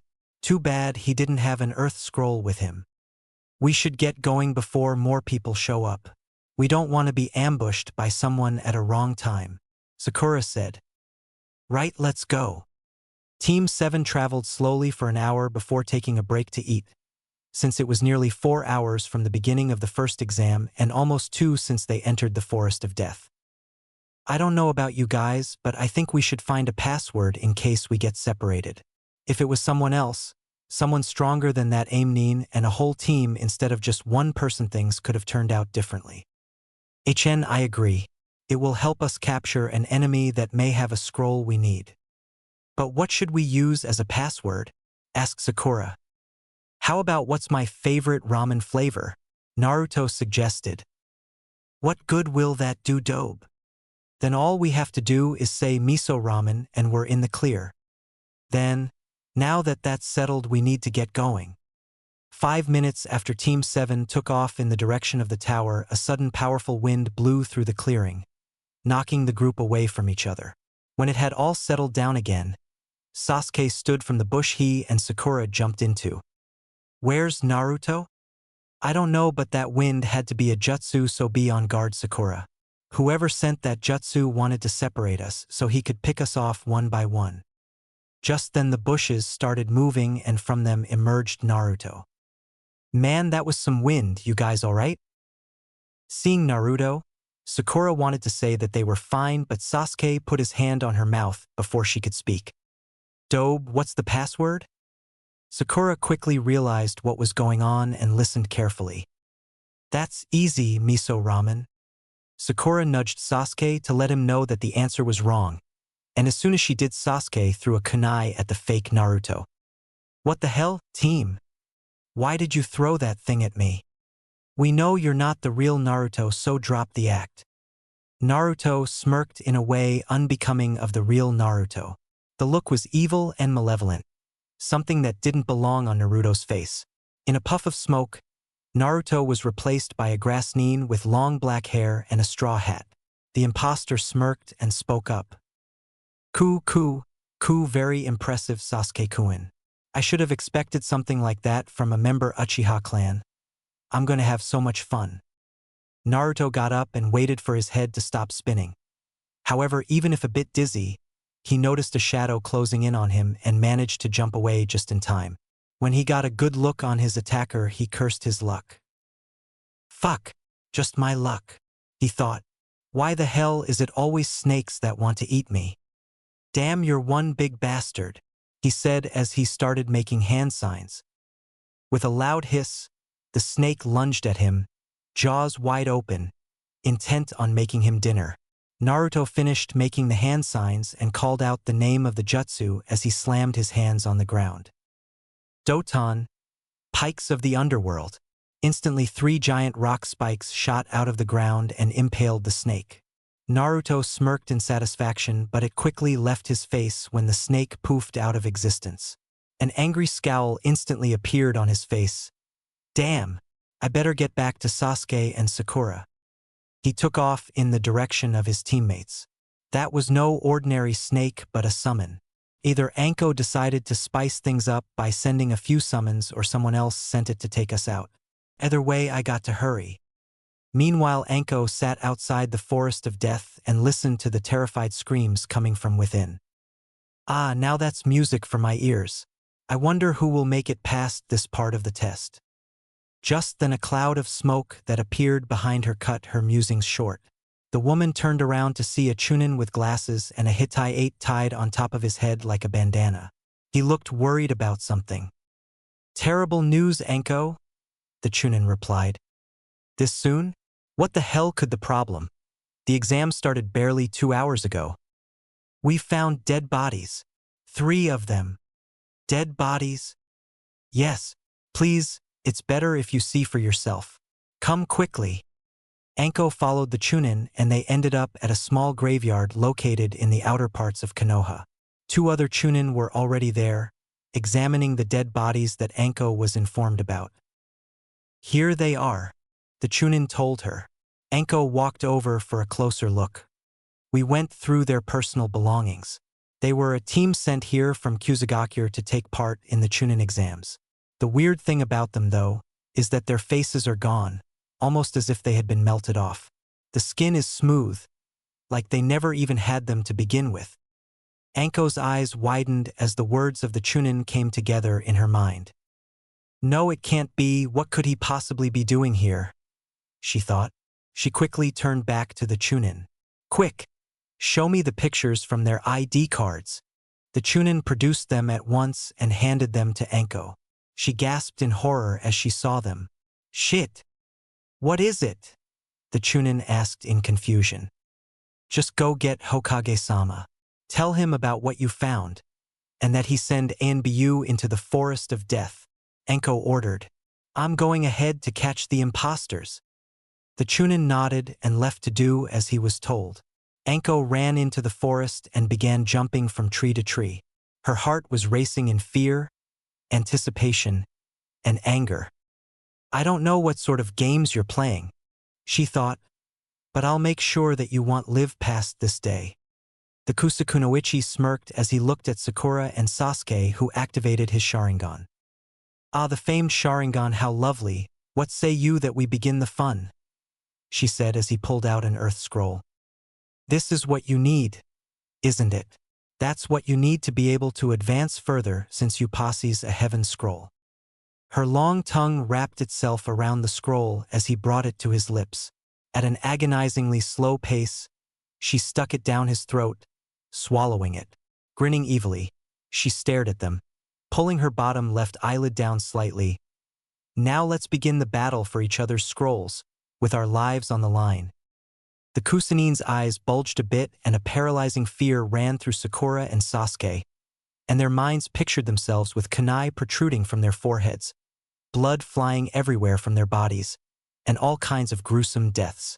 With shaky limbs, Sasuke keeled over, throwing up his lunch. Genjutsu? No, this is just fear. His killing intent is doing this to us. Who the hell is this guy? The grass nin chuckled lightly. Ku, you can no longer move, Sasuke-kun.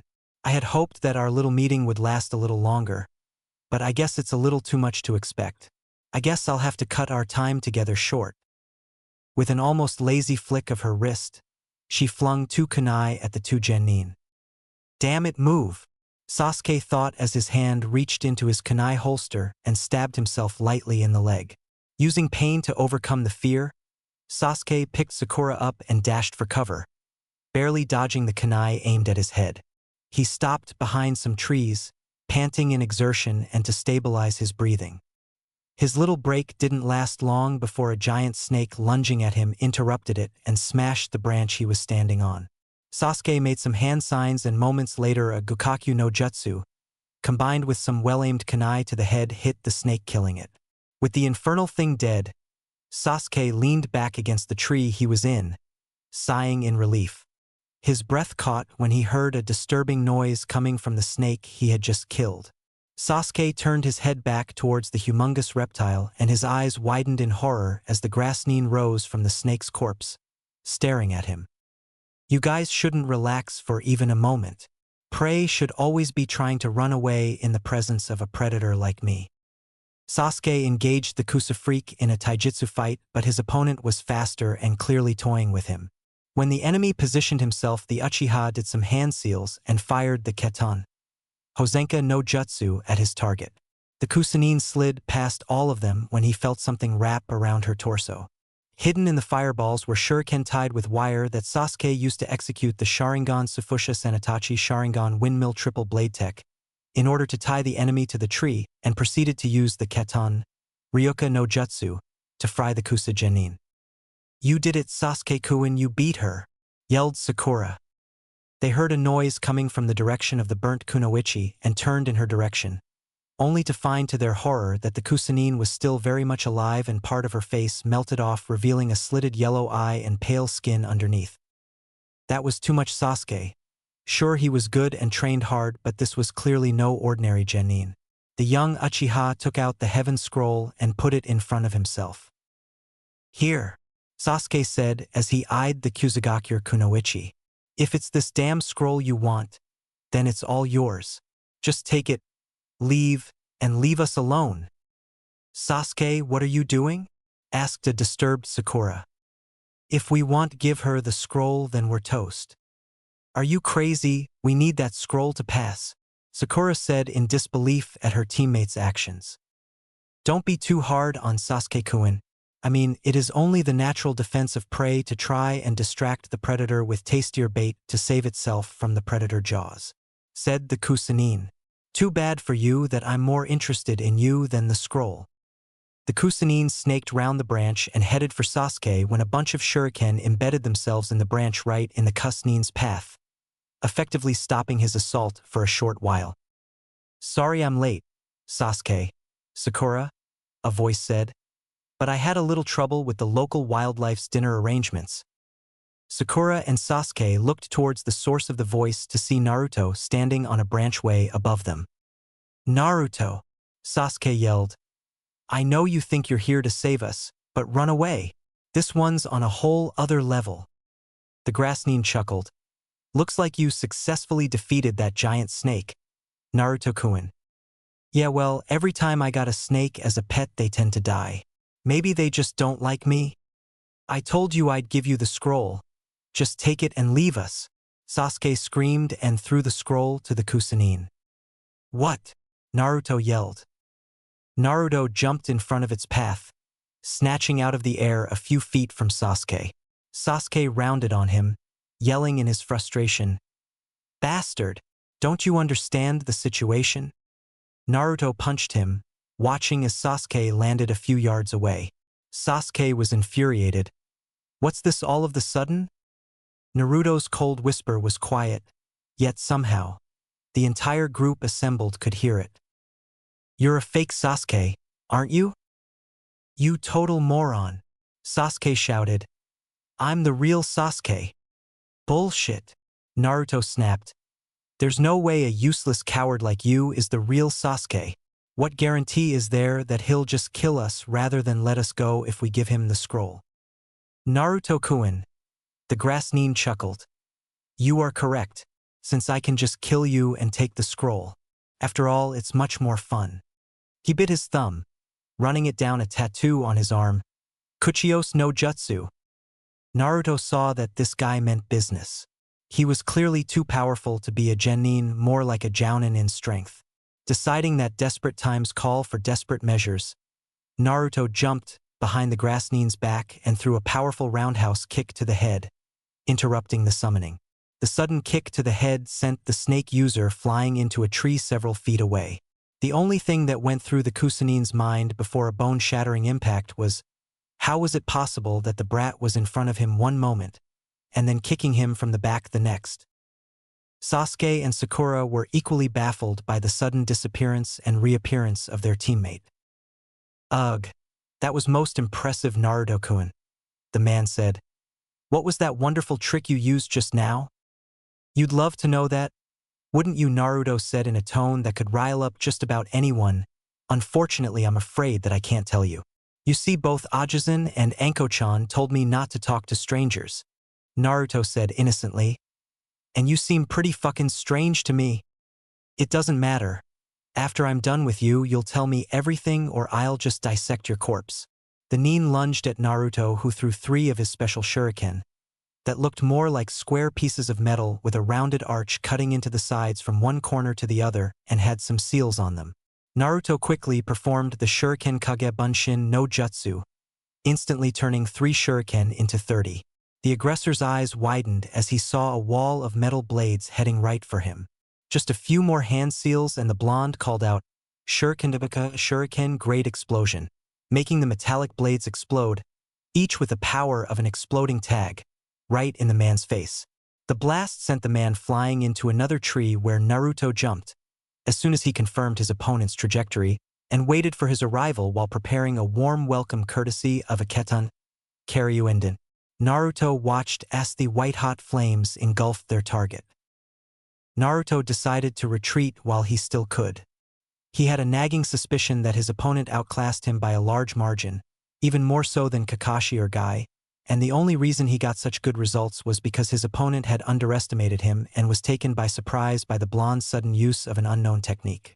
What's worse is the fact that that person could summon snakes like Anko, and she was the student of the treacherous snake Sannin Orochimaru. That left only 2 options for Naruto. Either that person was a Jounin spy trained and sent by Orochimaru, or what's worse, it was the snake Sannin himself. But what could he possibly want with a team of genin taking part in the Chunin exams, and why his team? He jumped to his team, knocked them unconscious, and took off with them over his shoulder, jumping again further away from their assailant before he got over that attack. Better get out of here before he brings out the big guns, he thought. Right now, getting to safety and completing this part as fast as possible is a priority. Once I find a safe spot to rest, I'll just send some Kage Bunshin to scout for any teams nearby.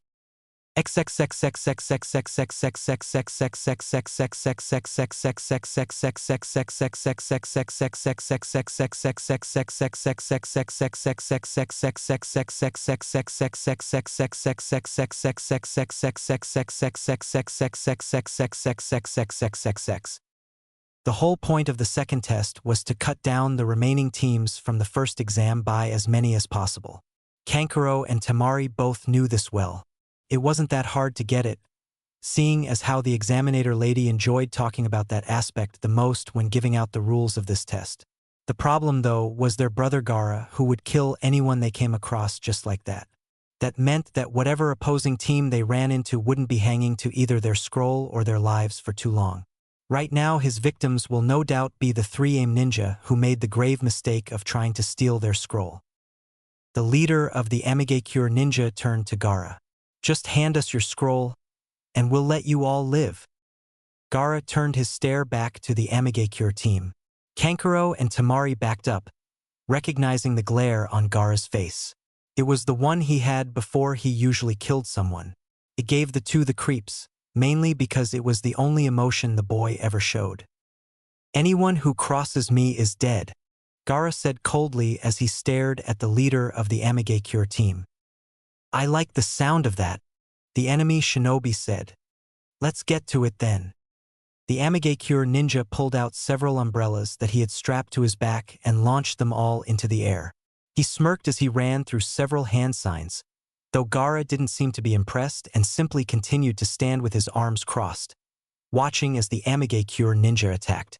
Te umbrellas seemed to stop in the air as they opened and began spinning, unleashing a barrage of needles, all of which flew downward, heading straight for Gaara. You're completely surrounded, the Amigakure ninja shouted in satisfaction. There aren't any gaps or blind spots with my Juro Sunban, just 1,000 needles that will use my chakra to zero in on you like missiles. An easy and effective end. As he finished his statement, the needles crashed down on Gaara, blowing up a dust cloud, causing the attacker to smile as he pictured Gaara's bloody dead corpse. He waited with anticipation for the dust to clear, and when it did his smile was replaced by a look of horror and disbelief. Gaara stood there unharmed, protected by some kind of sand shield. All the needles stuck out of it like some kind of freaky porcupine, not even one reached their target. "You bore me," Gaara said in a low, menacing voice. "I hope you will give me lots of blood." "That's impossible," the Amigakure ninja gasped. All the needles were stopped by that wall of sand. "Of course," Kankuro said. "Something like that won't work against Gaara. It was your own bad luck and stupidity that you got stuck fighting him. Gaara's sand acts as an impenetrable defense. Only Gaara has ever mastered this. He is able to form the sand into a barrier, as well as manipulate its shape, size, and density. The best part, though, is that he does it without a conscious thought at all. It just happens when he needs it to. In other words, a frontal assault is useless." Kankuro couldn't help but smile as he noticed Gaara suddenly begin to focus on the Amigakure ninja, and sand began to flow around the attacking Aim-nin, wrapping around his feet, arms, hands, body, and head. Soon, the man was cocooned inside of a giant mass of sand. Gaara slowly began to rotate his hand as the sand cocoon rose into the air, hovering there momentarily. The Aim-nin tried to escape, twisting left and right, screaming, but it was futile. Gaara had him right where he wanted him.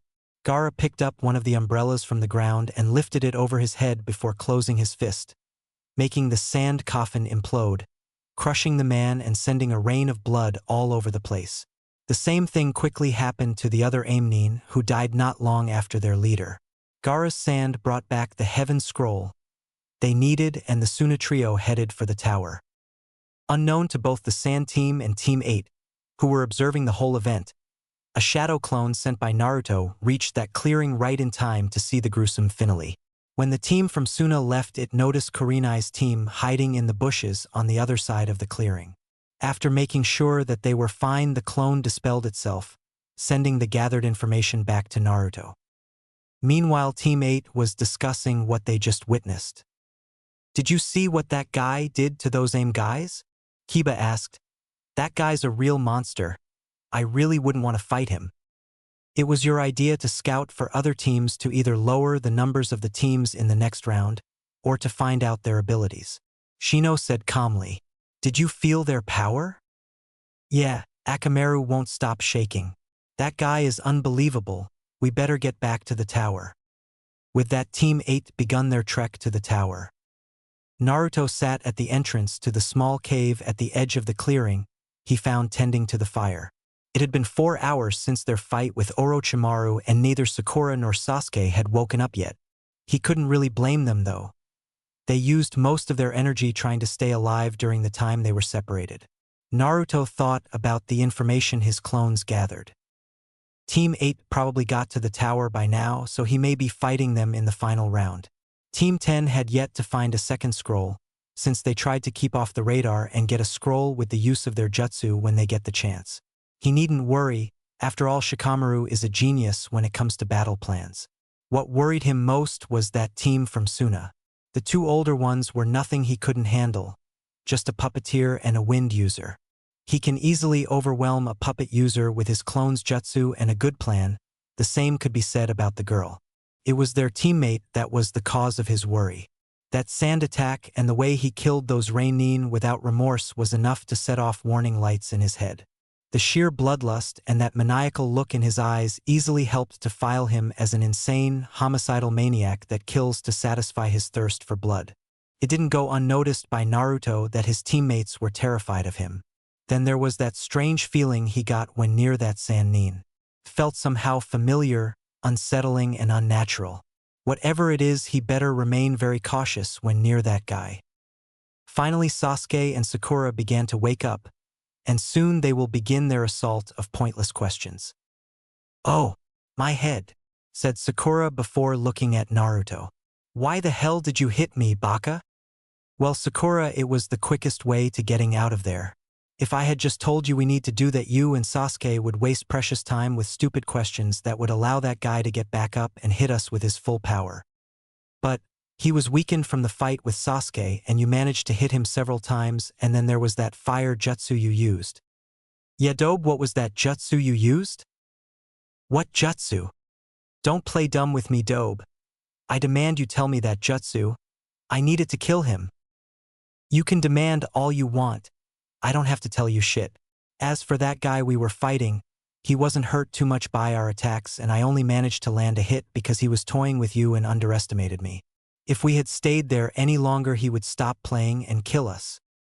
Sasuke was boiling in rage that Naruto dismissed him so casually and was about to rant on, but was cut off when Sakura spoke up again. What do we do now? We wait till dawn, then we head out to the tower and set our trap. If we find someone along the way, we take them out. Naruto explained, we'll take turns keeping watch. Since I was doing it first, Sasuke will take the next one, and you will take the last one. The night passed without incident and Sasuke woke Sakura up for her shift at 5. At first nothing unusual happened, but at 8 the Odo team, that Team 7 met before the start of the first test. The Odo genin got caught in a very subtle genjutsu cast by Sakura that made them think that Sakura was about to fall asleep while Sasuke and Naruto were out due to a previous fight. What they didn't know was that Naruto and Sasuke were hidden. Thanks to Naruto's shadow clones, they knew that Team Odo was in the area and heading their way. Well, look what we have here, Dosu said. Sakura, faking surprise, shakingly spoke up. Don't come any closer or you'll regret it, she said while pulling out a kunai. Ha ha ha. Did you hear that, guys? She thinks she can stop us with that little thing. Zaku spoke up. We're just ordered by Orochimaru-sama to kill Sasuke-kun. You can go if you want, Kin said. Really now? I didn't know you were so popular with foreign Kunoichi team, Naruto said as he came out of hiding. The Odo team was clearly surprised to see Naruto standing on a tree branch and another lying in the small cave. Just then the Sasuke and Naruto in the cave went up in smoke. Shut up, Dobe. Let's just take them down and head for the tower. Naruto sent a clone at Dosu while Sasuke and Sakura engaged Zaku and Kin. Dosu swung his right arm at the Naruto clone, making it feel the effects of his melody arm. Seeing the clone helpless, Dosu wanted to take it out quickly and go for the original, but he was kicked in the back by the real Naruto, who jumped behind him when he was busy fighting the clone instead. Sakura threw some shuriken in Kin's direction, who dodged them and threw some senbon back at Sakura. The needles missed, but then Kin smirked and pulled on the wires connected to the bells on the senbon, activating the genjutsu. Sakura started to feel the effects of the illusion and began to lose balance. She was on one knee and looked at the Odo Kunoichi only to see a whole bunch of them. Humph, now you see that you're no match for me. Look at your hair. I bet you spend more time making yourself look pretty instead of training. Now I'll have fun killing you. Kin didn't know that Sakura made some quick hand signs, and as soon as Kin was less than 10 steps away, Sakura called out her jutsu Doton. Hari no Toko, bed of needles. Before Kin knew it, the area under her feet turned into many small needles made from rock, piercing her feet and making her drop the illusion. As soon as she was free, Sakura ended her jutsu and threw a solid punch at Kin's jaw, sending her tumbling to the ground. I have to remember to thank Naruto for that scroll he lent me. Zaku wasn't faring any better. His short taijutsu bout with Sasuke left him bruised, and he didn't even land more than 5 hits on the Uchiha while he received quite a beating. Zaku aimed his hands at Sasuke. Eat this, Zankuha. A strong blast of air headed Sasuke's way, but he managed to evade it and send several small fireballs with shuriken hidden in them at the Odo genin. Zaku was cut down but still wanted to continue. I won't be beaten by the likes of you, Zankyoka. A large blast of wind tore through the small clearing, kicking up dust and dirt as it hit its target. Trees were destroyed and logs were obliterated. No inanimate object in its path was spared the horrible fate. Zaka smirked. I've blown him away. I wouldn't be so sure of that if I were you, came Naruto's voice. Zaku turned to see Sasuke standing next to Naruto. I took the liberty of moving the target somewhere else. Hope you don't mind, Naruto faked innocence. That was the last thing Zaku saw before a Naruto clone hit him in the back of the head, knocking his lights out. I could have taken him alone, Dobe, said an angry Sasuke. I know that, team, but you were taking too long, Naruto said nonchalantly. Let's see what kind of scroll they have and head for the tower. As it turned out, the team from Otogekure was in possession of an earth scroll that Team 7 was in need of. The journey to the tower took 4 hours, and Team 7 entered the tower before 1 p.m. of the second day. Inside, they found a large scroll hanging on the wall. Walking over to it, they tried to decipher its meaning, a bit confused when they found a few words missing from it all. When Naruto's eyes found the words heaven and earth, he called out to his teammates. Hey, Sakura. Team, open the scrolls. Nodding, they did as he said, peeling the scrolls open. Sasuke noticed what they were, quickly dropped his scroll and backed away, telling Sakura to do the same. A pillar of smoke rose from the scrolls, obscuring the person who had been summoned. Naruto and Sakura gasped as the smoke dissipated. Iruka grinned at Naruto. Hey, long time no see. What's going on? Sasuke asked, his tone demanding. Iruka smiled at them. At the end of the second test, it's set up so that we Chunins meet up with the exam takers. I was allowed to be the one to greet you. So, congratulations. You 3 passed the second test. Naruto grinned at him. Sakura smiled and Sasuke smirked as he leaned against the wall. Well, you guys still got here early. Only 2 teams have finished so far, Iruka said. Really, which ones? Asked a curious Sakura. I think it was the team from Suna and Kurenai's team. That's what my clone reported yesterday when he stumbled into a fight between the Sand team and some Aim. Guess Team 8 had their scroll too. Anyway, you still have over 3 days until this stage ends, so I suggest you rest and do some light training before the third part, Iruka said before disappearing in a cloud of smoke. You heard the man, let's go. By the end of the 5th day, only 7 teams passed the Forest of Death. 3 rookie teams from Konoha along with Team Guy and Kabuto's team, the team from Suna and the Sound team. The 21 genin remaining stood in a peculiar arena, waiting for the instructions to the third exam. In the front of the room stood a group consisting of Chunin, Jounin, and the Hokage. Protruding from the front wall was a pair of stone hands forming the ram seal. Anko smirked at them from where she stood. Congratulations on passing. Hokage-sama will now explain the third test, so listen carefully. The Sandaime took a step forward. Before we begin, there is something I'd like you to know. He tugged his hat down slightly. Why do we have all the alliance countries taking this exam together? To promote friendship amongst the countries, to raise the level of shinobi. I don't want you to be confused about the true meaning. This exam is a replacement for war among the allied countries. Sandaime's face was impassive as he took a puff on his pipe. If you go back in time, the current allies were enemies who fought each other over who would rule. In order to prevent wasteful fighting, the stage that those countries chose for fighting. That is the origin of the Chunin exams. Sarutobi continued after answering the questions thrown at him. It is true that this exam decides who is to become Chunin, but it is also an opportunity for the different countries to show off their ninja to the important figures who watch this third exam.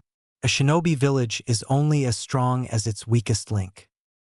Now then, he paused for a second, on to the third exam. If I may, Hokage-sama? A sick-looking Jounin appeared in front of the Hokage. Sandaime nodded. By all means. The Jounin turned toward the genin. I am Gecko Hay-8, and I am the referee. Before the third test, I'm afraid we'll have to hold a preliminary. Since we are going to begin right away, I must ask any who wish to quit to do so now. None of the gathered candidates did, so he continued. Right then, cough cough. If no one wishes to forfeit, let's begin the preliminary rounds. If you'll turn your attention to the screen behind me. Everyone turned their gazes to the large screen behind the sickly Jounin, watching as the blackness faded into a dark gray.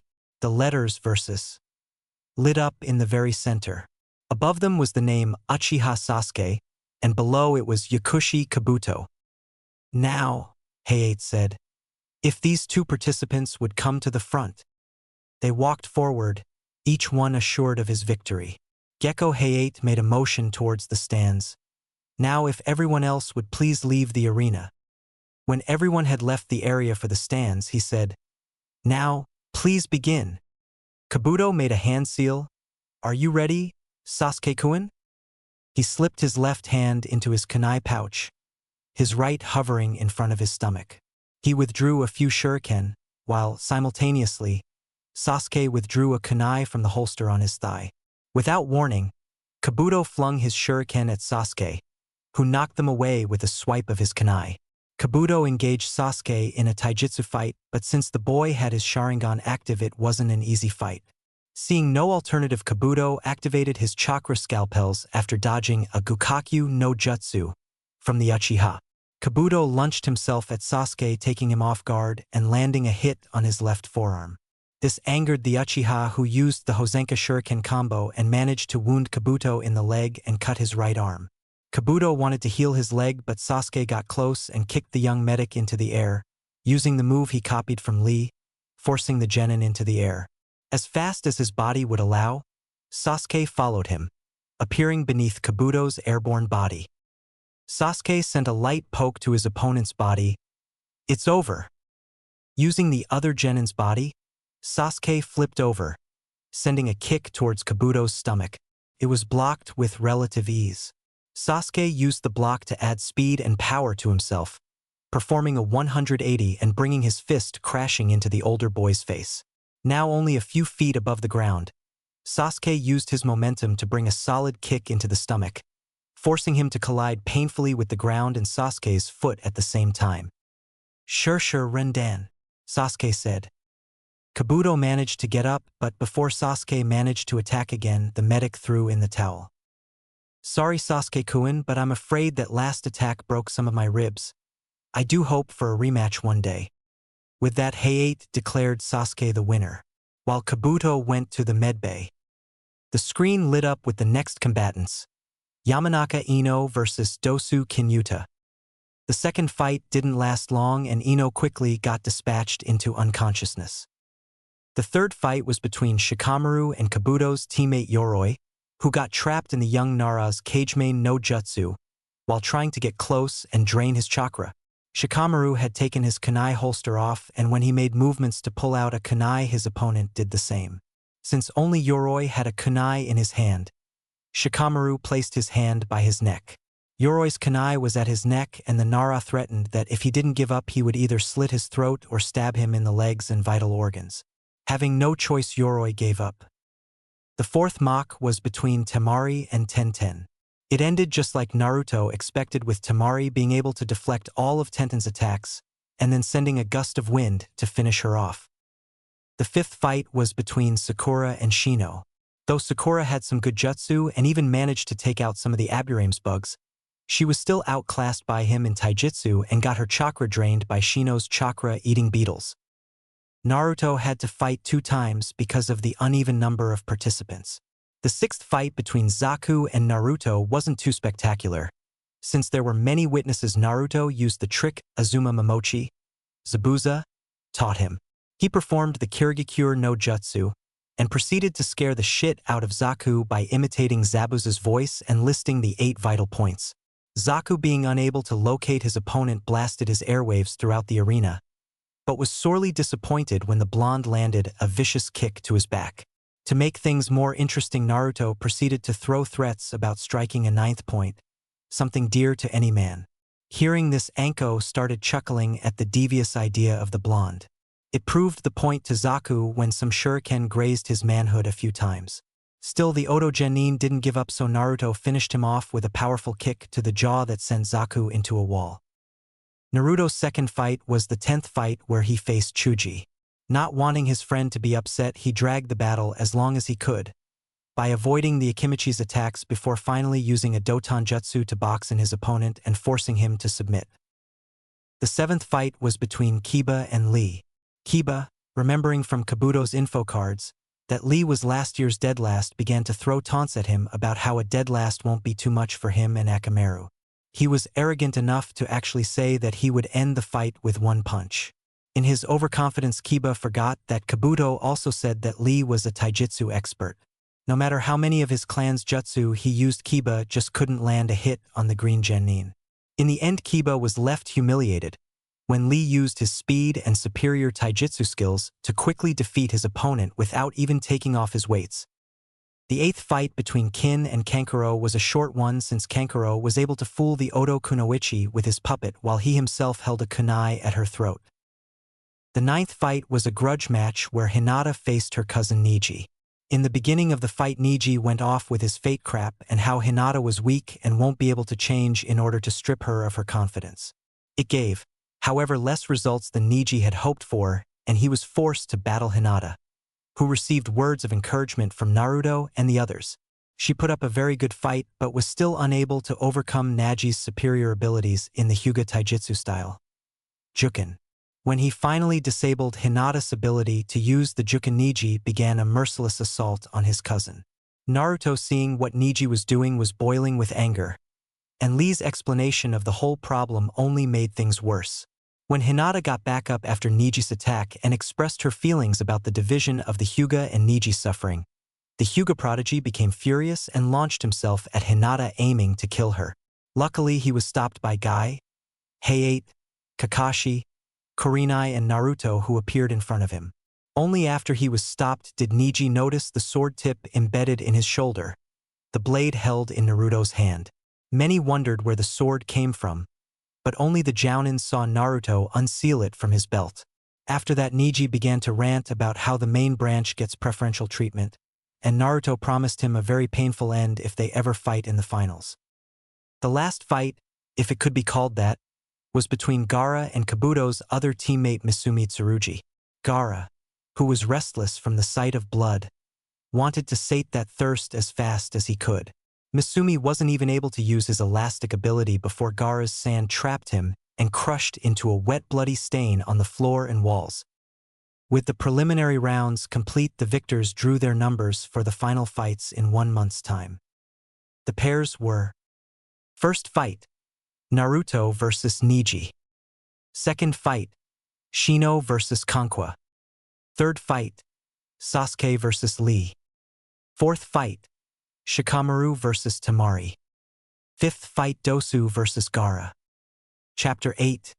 Finals and Invasion. When everyone began to leave for a well-earned rest, Anko walked up to Naruto and took him to the Hokage for a meeting concerning a certain Rouge Sannin.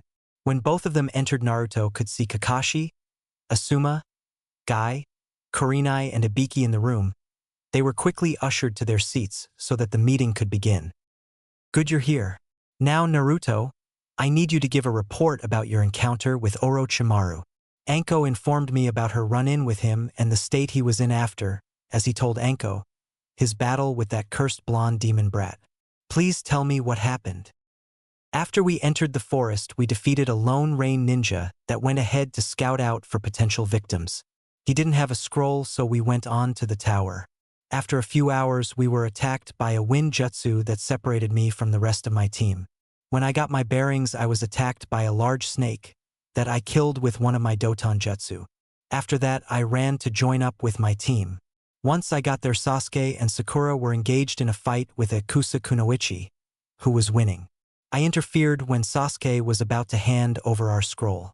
Since Sasuke managed to inflict some damage, so part of his face was exposed. We fought for a short while, though he was underestimating my abilities. That gave me an opening. I needed to hit him hard and evacuate the team as far as possible before he realized what happened. When he wanted to summon a snake, I jumped behind him and kicked him in the back with full force. Afterwards, when he lunged at me, I threw some shuriken and used the Shuriken Kage Bunshin no Jutsu and Shuriken Daibakuha to create a large explosion that threw him away. Afterwards, I used the Ketan Karyuenden to pin him down while I knocked Sasuke and Sakura out and escaped the area. When they woke up, I had to explain that to save time, which they would probably waste by asking questions. I had to disable them and get them to safety. We took turns in keeping watch, got attacked by the Oto team who work for Orochimaru, took their scroll and got to the tower. That is most disturbing. From what we learned, he is after Sasuke and his Sharingan. It's good that you saved your team and retreated as quickly as it was possible. though there may be problems since Orochimaru witnessed your ability. Hopefully he will think that it was just a jutsu and nothing more. He does. He asked me himself about the jutsu. I used to attack him from behind. That's good. If he is willing to attack and mark Sasuke with a curse seal to get his hands on the Sharingan, then he would most likely do the same with you. Sarutobi said, we need to take precautions in case he tries it again. I'm going to have you Kakashi keep him safe in the month between the second and third part of the exams. Since Jiraiya just returned with a report, he will help Naruto when he won't be searching the village for threats. You should also have someone keep an eye on the Suna and Oto teams. There's something strangely familiar about that Gaara. There is no way a jutsu that uses sand as an element would work completely without the user ordering it to defend him. Then there is that bloodlust and immense killer intent that even some jounin can't generate with such ease. Feels unnatural. The only thing close to that I have encountered was that one time when I accessed the Kyuubi's chakra for a short while 2 years ago during training. If what you're saying is true, then I fear that this boy Gaara may be like you Naruto. I know that one such person lives in Kumo. Suna is rumored to have dealt with the One Tail. If we put one and one together, then Gaara may be a container for the One Tail. The only question is, why are they and Orochimaru here at the same time? We have been getting more missions from Kaze no Kuni. But are they that desperate to curse a child with such a burden and go to war with us? I fear that if they are working together, then they may be planning an attack on us. The Chunin exams are a good opportunity to strike. Our forces are spread thin because of security issues with all the foreign ninja and delegates along with our normal activities. What are your orders, Hokage-sama? Guy asked. You all have genin participating in the finals, so you have to help them during this 1 month. If Orochimaru decides to attack, then he will go for me personally while others engage our ninja, as well as try to inflict as much damage as they can to weaken us. Most of their forces will no doubt be located outside the village walls. Some may enter or even have entered the village disguised as civilians. They will most likely be genin and rookie chunin who will have an easier time blending in because of lower chakra levels. They will target the village's vital areas or be in the arena where many civilians, nobles and ninja will be, watching the fights. Asuma said. True, by starting a fight in the battle arena or hitting some critical points, they will draw our forces away from the walls where the majority of their forces will be. The gates will be closed, but snake summons can break through them without much problems. We will need something to take them out before they get in or some secondary defense line in case they get in. Kakashi stated. Jiraiya will be responsible for the main gate. He will be able to intercept the attacking snakes and allow our forces to repel the offensive. The Jounin Sensei and a contingent of Chunin and Jounin, along with a squad of ANBU, will be in charge of protecting the arena while the rest of the forces will engage the attackers and ensure the safety of the civilians. Sarutobi said. Not that it's a bad plan or anything, but what about the Kazekage? He will be sitting next to you, and since both he and Orochimaru will most likely be after you. Then again, if what you and Anko told me about him is that accurate, then he will most likely be somewhere near, disguised as the Kazekage's bodyguard or something like that. Naruto spoke up. Naruto does have a point. What happens when both of them decide to strike sometime during the final fights? We need some trick to stop them from doing that or separate them somehow. Then there's the matter of the invasion force outside. What do we do to find out their location, strength, and possibly try to weaken them before the actual fight in order to gain an advantage before the fight breaks out? The snake summons won't be called to fight at the gates by Orochimaru, so that means that they will need some form of seal array to call them. It's either that or that Snake found himself another apprentice who will summon the snakes and lead his forces while he engages you at the battle arena, Hokage-sama. Anko joined in the planning. Oh, I have a good one. How about we have one of the attendants for the Kages give the Kazekage some sake that has a drug in it that will make fighting and using chakra very difficult or impossible for a few hours, or some other way to limit their use of chakra. Naruto explained his crazy idea. I don't know, that could be very hard for us to achieve since Tsunade-sama would be best suited for something like making a chakra-blocking drug that is tasteless and undetectable to a Kage-level shinobi. Kakashi thought. Then how about we set up explosives in the Kage booth to blow them up if they try anything? I could just jump and grab the old man and jump out before the bomb goes off. Naruto said, we should place bombs on the roof as well. Orochimaru will want a fight, an unfair one but a fight nonetheless. Once the fight starts on the roof, which is the best place for such a fight by the way, we could use that tactic to beat him.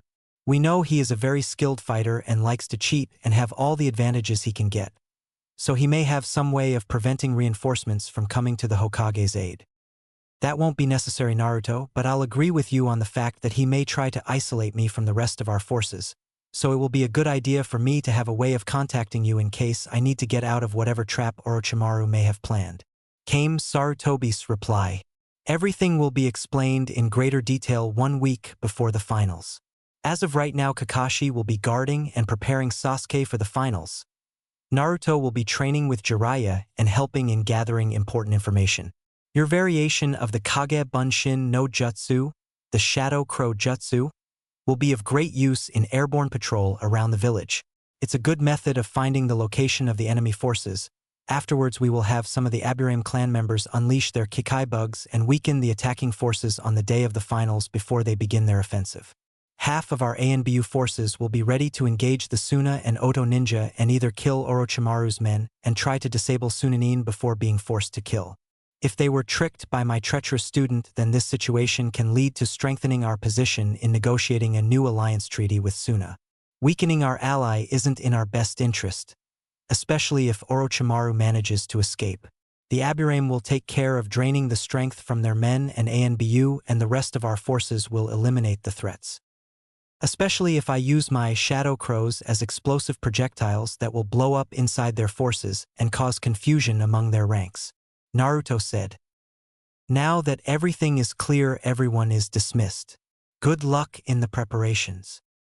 The month passed slowly, though the ones taking part in the final battles would say otherwise. For Shikamaru, that month could be described as the most troublesome period in his life up to date. His mother Yoshino threatened him with a whole year's worth of early waking up and hard work with no time to indulge in his favorite pastime, namely cloud watching, if he doesn't train seriously for the final round. The second troublesome woman, Ino, decided that she will be helping him in his training, motivating him to show some effort and giving daily reports on his activities to his mother. This, of course, led to another Nara clan member finding himself in that troublesome situation. Shikaku Nara was appointed by his wife to train Shikamaru for his fight with the Sand Chick Temari. The two poor Naras had a month from hell ahead of them. Shino, like every member of the Aburame clan, was very secretive about his training and practiced the family jutsu he was taught by his father Shibi. Anything else is, like always when dealing with an Aburame, an enigma. Lee and Guy went at their training like crazy. First, they increased their weights, before beginning a series of repeated exercises that were supposed to increase Lee's speed and the strength behind his punches and kicks, while they kept spewing all that youth crap all the time. All this resulted in many more of Konoha's citizens going to the hospital to get help from overexposure to the green-clad duo's youthful flames of training hysteria, as the patients described it. Since Lee was limited to taijutsu only, Guy stepped up Lee's training with weapons. Surprisingly, Lee chose something that looked like a combination of a double-bladed pile and axe. The weapon had a 1-foot blade that could be used to stab and cut with both edges, and below that were 2 axe-like blades, only they looked like a single-edged sword or katana blade that had an elliptic shape when you looked at the blades on the left and right side of the stabbing blade. Since Lee's weapon of choice had such blades on both ends, it could also separate into 2 shorter axe-like weapons, each a meter long without counting the stabbing blade. When combined, they made up an over 5-meter weapon that was deadly in the hands of someone as fast as Lee, and since Lee was quite skilled in the use of kunai and shuriken for someone without a jujitsu or such talent as Tenten, he was most certainly a force to be reckoned with. Neji Hyuga, who was Naruto's first opponent in the finals, underwent a very exhausting training regime he set up for himself. He spent the entire month practicing the Juken techniques reserved for the main branch that he saw and recreated for his own use, and increasing his speed that would be necessary if he was to beat Naruto. Neji is called the Hyuga prodigy for a reason after all. He noticed that to reach him from the balcony and draw his sword, Naruto would have to be as fast if not faster than Lee during their spar 2 months ago. His speed combined with the jutsu he knew and his apparent sword skills made Naruto a formidable opponent, albeit a foolish one in Neji's eyes.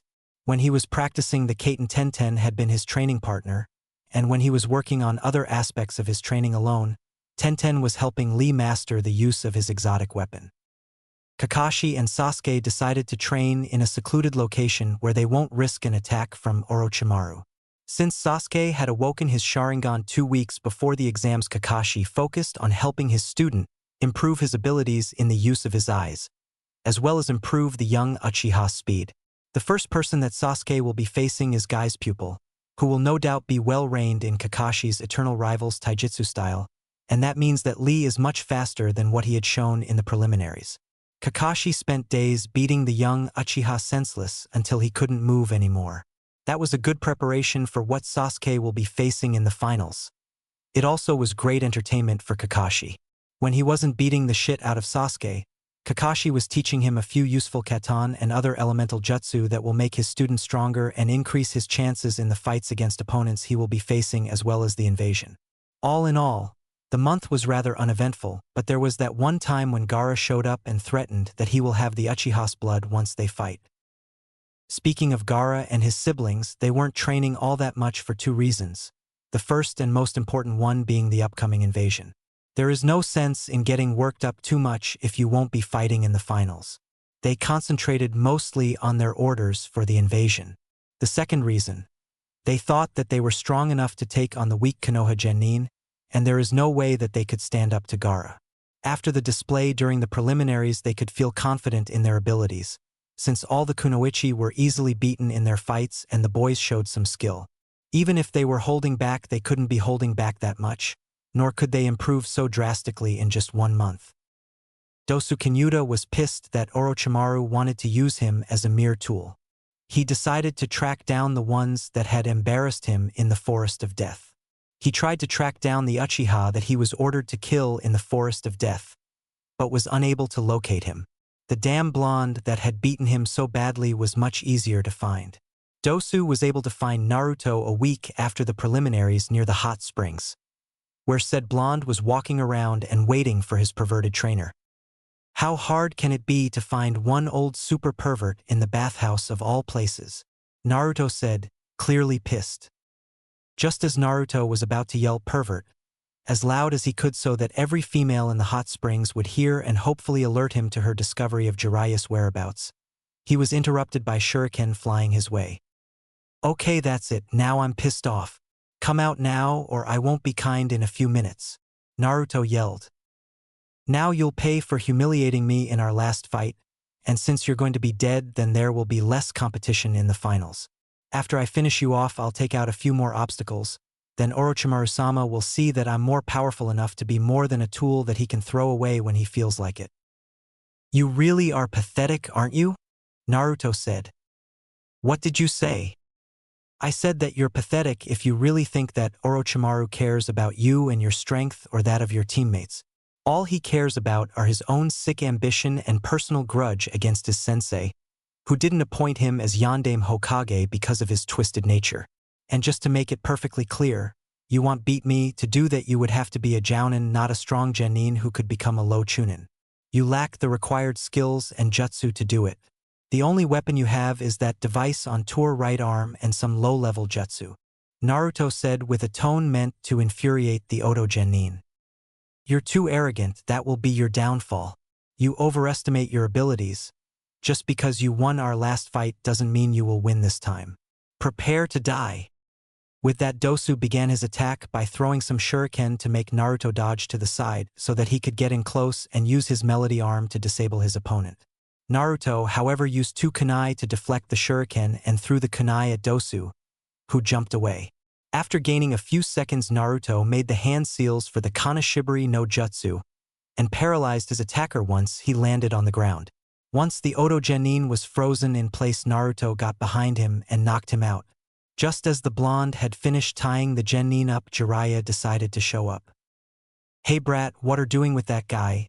Don't tell me you gave up on women, that would have been a disaster. Who would I use in one of the books I'm going to write in the future? You're going to be a babe magnet in a few years.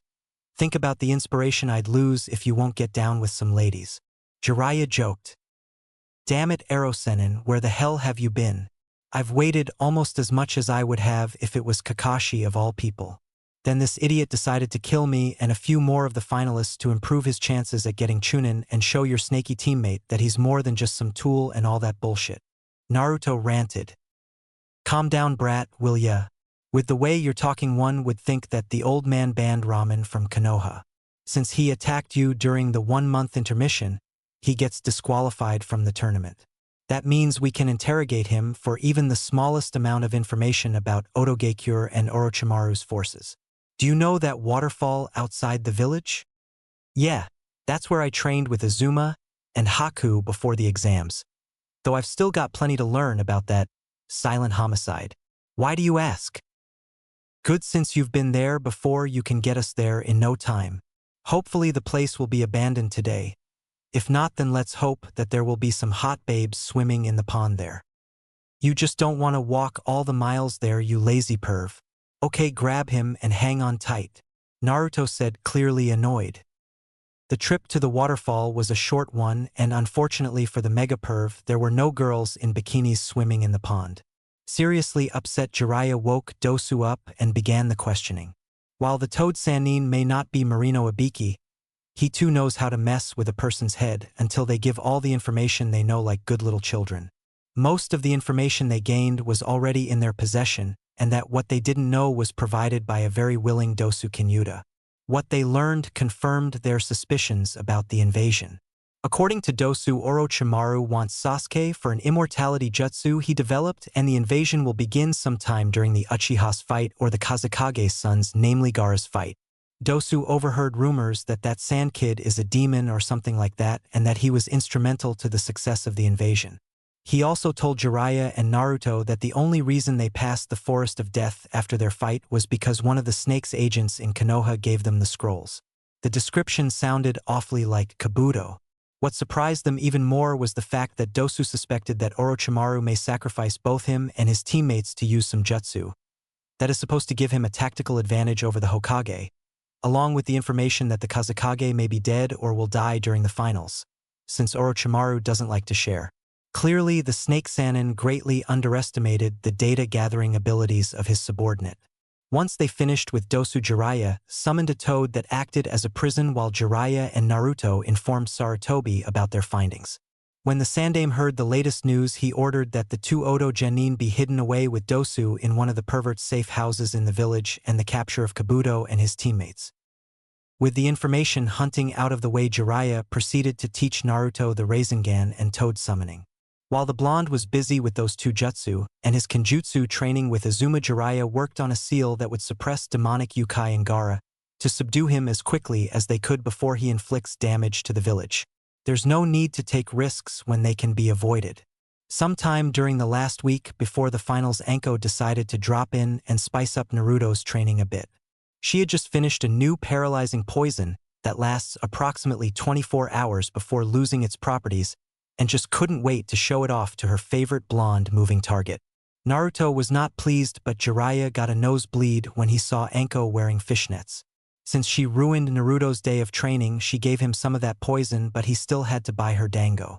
Naruto spent lots of time improving his speed and sword skills along with the jutsu Jiraiya showed him. When they brought the information from Dosu, the Sandaime gave Naruto the scrolls, books, and sword his father left him before he died during the sealing. Needless to say, when the young blonde received them, he was acting as if he just got a yearly supply of ramen for free, and eagerly went at his training with his new sword. Both he and Jiraiya had went through the books on sealing, and though he didn't understand much of the advanced stuff, Naruto found the basic parts to be quite easy to understand. By the time there were 2 days left until the finals, Naruto had been a force to be reckoned with when it came to swordsmanship.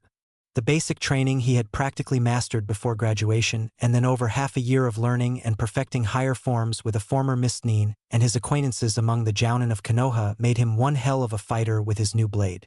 Though it was unheard of to teach a genin the aspects of element manipulation, Naruto had finished both the basic and advanced exercises on Suetun nature manipulation with Azuma.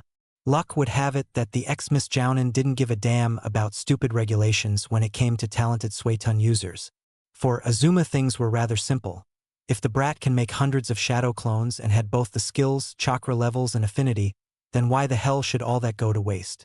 If you learn something sooner, the greater advantage you have over a potential enemy who may underestimate you just because of young age. The wind nature chakra manipulation was easy to learn once you actually got the required information on how to perform the exercises from a certain wind using Sarutobi. Naruto knew that one day that photo he had taken of Kurenai and Asuma kissing in an area hidden from prying eyes, though quite close to one of the blonde's favorite training spots, would come in handy. Thank God Anko introduced him to the fine art of blackmail. With all the things he needed and lots of clones, the elemental affinity training took 2 weeks to get sufficiently down. Now Naruto's sword would be much more dangerous to an opponent's health, especially when the sword was made of chakra-absorbing and conducting materials.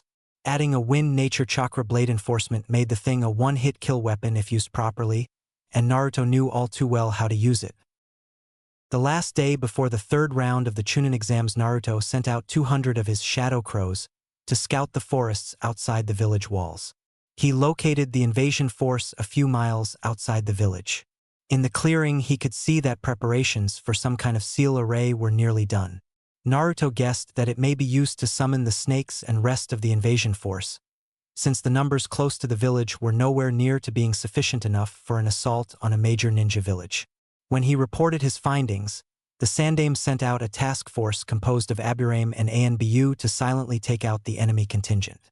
As they suspected, there were mostly Otonin with only a few squads of Sunachunin and Jounin in the area. The seal array Naruto described must have been intended to summon the rest of the invasion army and not just the snake summons. The Konoha strike force was ordered to attack at dawn on the day of the finals to avoid detection from Orochimaru. A chance to take him down when he least expects it may not come so soon in the future. Finally, the day everyone had been waiting for had come. Many had come to witness the fights, from ordinary civilians and merchants that were curious about the abilities of the next generation of ninja they may be hiring in the near future, to the many daimyo and their advisors. Many had placed bets on who would win the respective fights, and most had placed their bets on the Hyuga and Uchiha geniuses, as well as the Kazekage's son Gaara. Naruto used some of his Jounin friends to place bets on his and Lee's victory in their respective fights. Most of the Jounin who know Naruto placed their bets on him, most notably Anko, Asuma, Ibiki, even Genma, Heiate, and what surprised everyone, Guy. At first he said that such behavior was very unyouthful, but after being coaxed by Anko and Naruto that it would mean his firm belief in both Lee's and Naruto's abilities and flames of youth, he joined in the bets. Naruto stood in the middle of the arena with the rest of the Chunin hopefuls, all except for Sasuke, who was nowhere to be seen. Up in the Kage's box sat the Hokage and Kazekage, who were discussing the upcoming fights and trying to predict their outcome. The elderly Hokage stood up and began his speech. "Welcome everyone to this year's Chunin Selection Exam Finals." His voice boomed. "Standing before you are the best of this year's candidates that have entered this exam a month ago. Today, they will fight here before you all to prove their worthiness for the rank of Chunin. I sincerely hope that all of you, who have gathered here to witness the fights, will find the performance of this year's finalists satisfactory." A roar of approval and cheers erupted from the crowd as the much-awaited finals began. When the roars of the crowd died down, Genma, the proctor for the final matches, spoke up. "First of all, I must announce that there will be a slight change in the fights due to the disqualification of Dosu Kinyuta for assaulting another contestant during the 1-month intermission. As of right now, the fights will look like this." Genma spoke as he pulled out a scroll from his vest. "The first fight will be between Uzumaki Naruto and Hyuga Neji. Second fight, Aburame Shino against Sabaku no Kankuro. Third fight, Nara Shikamaru against Sabaku no Temari. Fourth fight, Rock Lee versus Uchiha Sasuke. The winner of the fourth fight will face Sabaku no Gaara in the second round of the fights. Now will everyone who is not fighting right now please wait their turn in the viewing lounge over there." When the only ones remaining in the arena were Naruto and Neji, Genma spoke up again. "Alright, the rules are the same as in the preliminaries. There are no rules and the match will continue until one of you gives up or dies. However, if I decide that one of you is done, I will call the match. Failure to abide by this rule will result in your dismissal. Am I clear?" Both Naruto and Neji gave him a nod. Good. Now begin. Naruto and Neji jumped back and took up battle positions. Both fighters eyed each other for any weak spots and openings when Neji, confident in what he had learned during this month, replayed the information he had about Naruto in his head. Naruto used a wide range of both elemental and non-elemental ninjutsu as well as kenjutsu. He was clearly a close-range fighter. Activating his Byakugan, Neji saw calm and confidence in himself. Naruto, said Neji in a calm tone, I suggest that you give up now. Fate has already decided that I will be the winner of this match. Your efforts will gain you nothing, so I suggest that you forfeit now and save yourself the embarrassment. Naruto stood there for a moment before he began to laugh. You think that I'll just give up like that and leave you unpunished for your actions? Don't make me laugh. You really are as limited and misguided as I suspected. Naruto let Neji have a taste of his own medicine. You have to be one of the greatest fools I have met. You are an arrogant bastard who looks down on others like they're trash.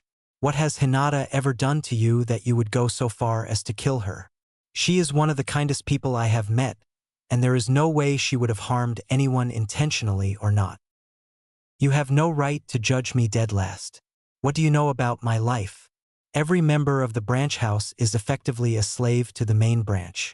It doesn't matter that I have talent. I will always be just a slave, while a weakling like Hinata is a member of the main branch simply because of the fact that her father was born mere minutes before mine. At this point, Neji tore off his headband, revealing the cured seal on his forehead. All members of the branch house have to serve the main house and even die for them just to preserve the secrets of the Hyuga bloodline. It is our destiny, and there is nothing we can do to change it. That is where you are wrong, Neji. I know all too well how it is to live a life marked from birth with something I had no control over. Maybe someday I'll tell you what it is, but right now you don't deserve it. For someone who believes in fate and destiny so firmly, you sure put a lot of effort into fighting it. Didn't you say it's your fate to protect the main house with your life? Naruto said, trying to get under the Hyuga's skin. And yet you did your best to take away Hinata's life. Looks to me like you're one hell of a hypocrite, Neji. That got the desired effect. Neji became angry and activated his Byakugan. Naruto made a dozen Kagebunshin and had them engage the Hyuga prodigy while he stayed back and observed the fight. Even though Neji had the superior taijutsu style, he had much trouble in beating Naruto's clones. They were fast and very skilled in hand-to-hand combat, so it took lots of effort from Neji to take them all down. It was like fighting Lee during their spars, only Lee usually blocked while the clones were very good at avoiding hits. Fighting one opponent with such skills is an annoyance for the Hyuga prodigy, but fighting multiple opponents with these skills is a risk that cannot be taken. Neji had heard the rumors about Naruto, that he could use and make hundreds of shadow clones, and it looked to him like these rumors were true. Unless he thinks of something quick, Neji is certain that he will lose, if only because he will be too exhausted to continue. Having disposed of the last clone, Neji made a run for Naruto, hoping that once he gets close enough to the blonde, he will be able to stop him from creating any more of those damn clones and cut off his opponent's chakra system. But by this point, Naruto had analyzed Neji's attack patterns and was sure that as long as he managed to avoid the Hyuga's strikes, he could win this fight. There was also the tiny problem of the proctors, who were taking notes on the performance of the combatants to determine whether the candidate deserved a promotion or not. And if there was one thing Naruto wanted more than anything, a promotion to Chunin was it. Not only will he have to do less of those blasted D-rank missions, but he will also get a pay increase and more C-rank missions along with the complimentary green vest. Naruto got close to Neji and deflected or avoided the young Hyuga's palm strikes. He got lots of valuable information about the danger those strikes presented. Jiraiya told him about the Hyuga clan's ability to shut down their opponent's chakra system, and Naruto definitely didn't want to be left helpless in a fight. Speeding up his movements even more then, before Naruto started hitting Neji in his upper body around his arms and ribcage before he hit Neji square in his chest with a strong open palm thrust. That attack had knocked the wind out of the Hyuga prodigy and sent him staggering back several feet. This can't be all you have, Neji. Naruto kept up the mind games that Neji so eagerly used during his fight with Hinata. I came here expecting a good fight, but I can't even call this a warm-up. Please try harder than that or I will have to cut our little chit-chat short. That riled up the young Hyuga even more. Niji lost a great deal of his calm and collected mask to the blonde's taunts and sharp remarks. Niji charged at Naruto with his palms clearly charged with chakra and ready to inflict massive internal damage. Naruto made the necessary hand seals and called out his jutsu futon, Daidappa, and sent the pride of the Hyuga clan flying. Niji twisted his body so that he landed on his feet and skidded back several feet. By this time, Naruto had drawn his sword indicating that he means business. Up in the stands an 8-year-old girl with pale eyes spoke up. "Father, do you think that Niji can win?" Hanabi asked.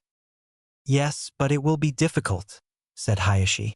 "I didn't know that Uzumaki knew that jutsu.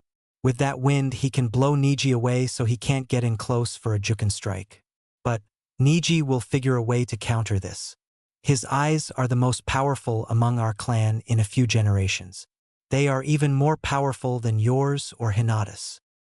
Naruto proceeded to attack Niji with the Keton, Hosenka no Jutsu, to distract him while Naruto used his unique bloodline ability to gain a short burst of speed by channeling the Hiraishin chakra through his body to appear right in front of Niji. The spectators as well as Niji were stunned by that display due to the after images that were left behind Naruto. Making use of the Hyuga's momentary lack of focus, Naruto was able to inflict some shallow cuts on the young prodigy's arms, legs, and torso. Once Niji was wide awake, Naruto summoned some more shadow clones that kept making hit and run attacks on the Hyuga prodigy. "Let's see what you can do, Hyuga Niji," Naruto thought, as he kept his hands behind his head to allow everyone know which one is the original. When all the clones were in range, Niji made his move, Hakushu. Kaiten, Niji said as a wall of chakra formed around him before beginning to spin and destroying all the clones. "Father, is that?" said Hanabi in the stands, speechless, just like her father was, since what Niji had done was only supposed to be done by the main branch of the Hyuga clan. "Yes, it seems the branch family has been doing more learning of the gentle fist style than I thought," said Hiraishin calmly, knowing that Naruto could win this fight, but was just as surprised that Niji learned how to do the Kaiten. The Chunin proctors made note of all of the fight's developments. "Not bad. That Naruto kid just sent his clones at Niji and forced the Hyuga prodigy to use his trump card," said one of the two Chunin proctors, clearly impressed with the boy's strength. "Yeah, it would seem so. Not only that, but had Niji not used it, the beating from the boy's clones would have greatly injured or possibly defeated the Hyuga," said the second Chunin proctor, nodding his head in agreement. "Are you thinking what I'm thinking, Izumo?" asked the first Chunin. "Yeah, sure do, Kotetsu. That Uzumaki Naruto is a potential candidate for the rank of Chunin," said the second Chunin before they both smiled, knowing that the ninja keep on advancing at a younger age every year. Down in the arena, Naruto looked impressed and even gave out a whistle at Niji's display. Once the Hyuga stopped spinning, Naruto charged him and continued pressing his onslaught of dance-like steps and sword strikes. During the fight, the blonde used his sword to guide Niji right where he wanted him and blocked some of the Hyuga's Juken strikes with the flat side of his sword. Naruto didn't bother using his sword's ability to extend or the wind chakra blades that he could fire at his enemy with each swing of his weapon. When they arrived at the desired place, Naruto left a subtle opening in his defenses that Niji could use and not suspect any foul play. When Niji saw the opening, he smirked in realization that he saw through that fake gap in the blonde's defense. But when he saw that it was just big enough for him to get past, he understood that it was no trick but a gap that separated a master of the blade from a student, or at least that's what he thought. Quickly, Niji performed a strike at the chakra point near the right shoulder. When the hit connected, Naruto dropped his sword. "Now it's over. You are within the field of my divination. Hack! Rokujuinshu," he shouted as he performed his most powerful offensive attack. 2 strikes, 4 strikes, 8 strikes, 16 strikes, 32 strikes, 64 strikes, Niji yelled. "Damn! Did Naruto let that happen on purpose, or did he get too overconfident?" thought Ganma, hoping it wasn't the later, or else it could go bad with the judges. "It's over, Proctor. I hit his chakra points. He's not going to get up." As Niji said those words, Naruto turned into mud. Everyone looked in disbelief at the spot Naruto was a minute ago when several fox jaws erupted from the ground and clamped on Niji's legs, arms, and one big earth fox jumped on the Hyuga's shoulders in a similar way to Kakashi's Doton. Suga no Jutsu Tracking Fong Technique. What the? Was all Niji could say before Naruto burst from the ground. How do you like my new trick, Niji? Works great. Hugh. Naruto said, I call it my fox bind technique. Hope you approve? How did you get down there? Niji asked. I didn't see you change places. That's quite simple, really. When I created the first of my clones, there was lots of smoke that I used to cover the mud clone I made within that smoke. I had the clone burrow into the ground and tunnel into a specific location.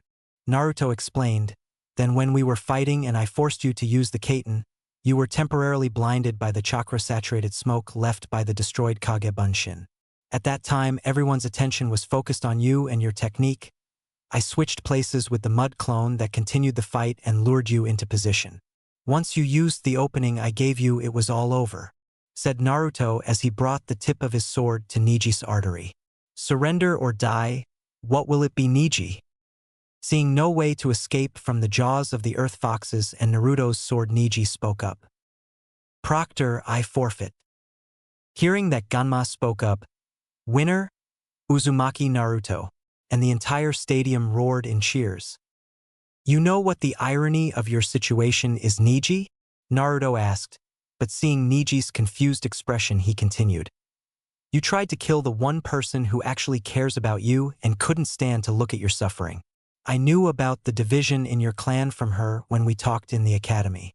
All Hinata ever wanted was to be seen as something else than a clan failure, to receive some encouragement for her efforts and to unite your clan, and you nearly killed her. With that said, Naruto left the arena and went to the waiting area, leaving Niji to ponder. Up in the stands, there were all kinds of reactions to the fight. The many daimyos who placed their bets on Niji were shocked to the core by the fact that a clan-less orphan defeated the genius of the Hyuga clan.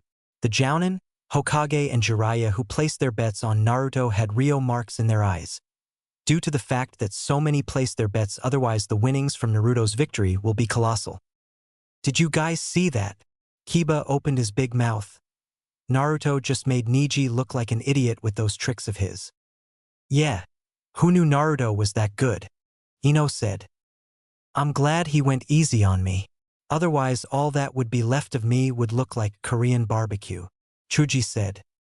Who would have thought that that guy could beat Niji? You're something else, Uzumaki Naruto, thought Tenten. YOSH. The flames of youth burn brightly in this 1-inch, yelled Guy. Oof. Could you keep it down, Guy? We're sitting next to you, you know? Asuma said while holding his ears. Up in the Kage box, the Kazekage turned to the elderly Hokage. You have a very promising young shinobi there, Hokage Dano. Thank you, Kazekage Dano. Naruto-kun is a rather tricky but very determined young ninja. I have no doubt that he will go far. In the waiting area for the competitors, everyone was also analyzing the situation. That troublesome Naruto. Now everyone will expect a similar performance from the rest of us. Shikamaru muttered under his nose. It would seem that Naruto-san had been in control of the fight the whole time. He managed to show a lot of his skills in that fight and still kept some of his abilities a secret to have the element of surprise in his next fight. Very intriguing, Shino commented. Don't forget that you're up next, Shino, and if you win, then Naruto will be your opponent in the second phase of the fights, Shikamaru said. Down in the arena, Genma announced the second fight. The second fight is about begin. Will Aburame Shino and Sabaku no Kankuro come down? Up in the waiting area, Kankuro was thinking over his options. Damn, if I fight this bug freak right now, he will drain my chakra and I won't have any left for the invasion. Gaara looks like he's nearly ready to begin his killing spree. There's no choice, I have to throw the fight.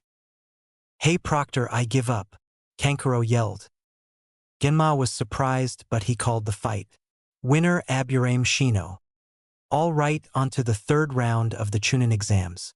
Nara, Shikamaru, and Sabaku no Tamari, get down here for your match, said Genma, ignoring Shikamaru's face paling, as Tamari smirked at him. Tamari, seeing that the crowd wasn't happy with the stunt Kankuro pulled, glided down into the arena on top of her fan. Shikamaru thought it would be a good idea to throw in the towel early, but then he remembered what his mother would do to him if he did. Deciding to have this troublesome thing over with, he went down to face another troublesome blonde. A woman at that. That's troublesome times 3 because she's a woman. B. She's blonde, and finally C.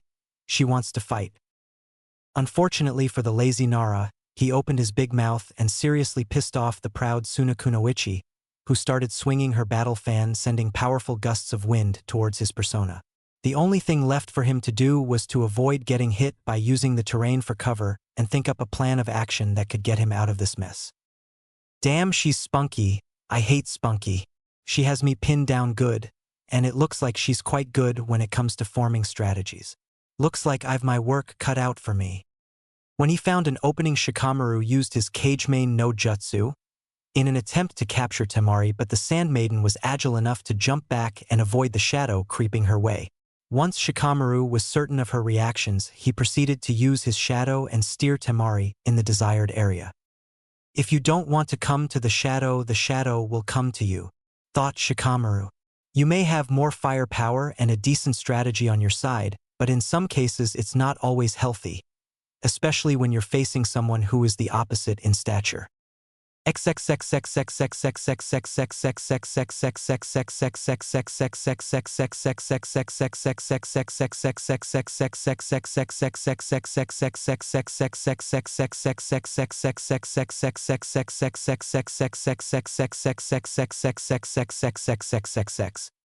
As the fight took place in the arena, up in the stands a discussion took place about the outcome of the fight. Do you think Shikamaru stands any chance in this fight? Asked Kurenai. Don't worry about him, Kurenai. He may be a slacker, but when the situation calls for it, you can count on him. Asuma spoke. He may not look like it, but the kid's a real genius. Since he never bothered with the tests in the academy, I had to disguise an I.Q test in the form of puzzles and games we played aside from Shugi. And what did the tests show? Kurenai asked, clearly interested. That he has an I.Q of over 200. 200, you can't be serious. I'm afraid that I am Kurenai. Don't worry, he probably has a plan that is 20 steps ahead of his opponent by now. Down in the arena, Shikamaru had Temari on the run from his shadow, and though she found the limits to the length it could extend, the Nara genius managed to lead her into his trap. When Temari landed from another effort to escape the shadow and used her fan as a shield, she looked at the shadow that stopped 4 feet away from her. Then suddenly she felt her body stiffen and then begin to move against her will. Cage main success. Looks like I win. But how? The shadow never got near me. I made sure to stay out of range. Temari said. Then look behind you, Shikamaru said as he turned her around. She felt her body turn, and then she saw the shadow emerging from a hole in the ground.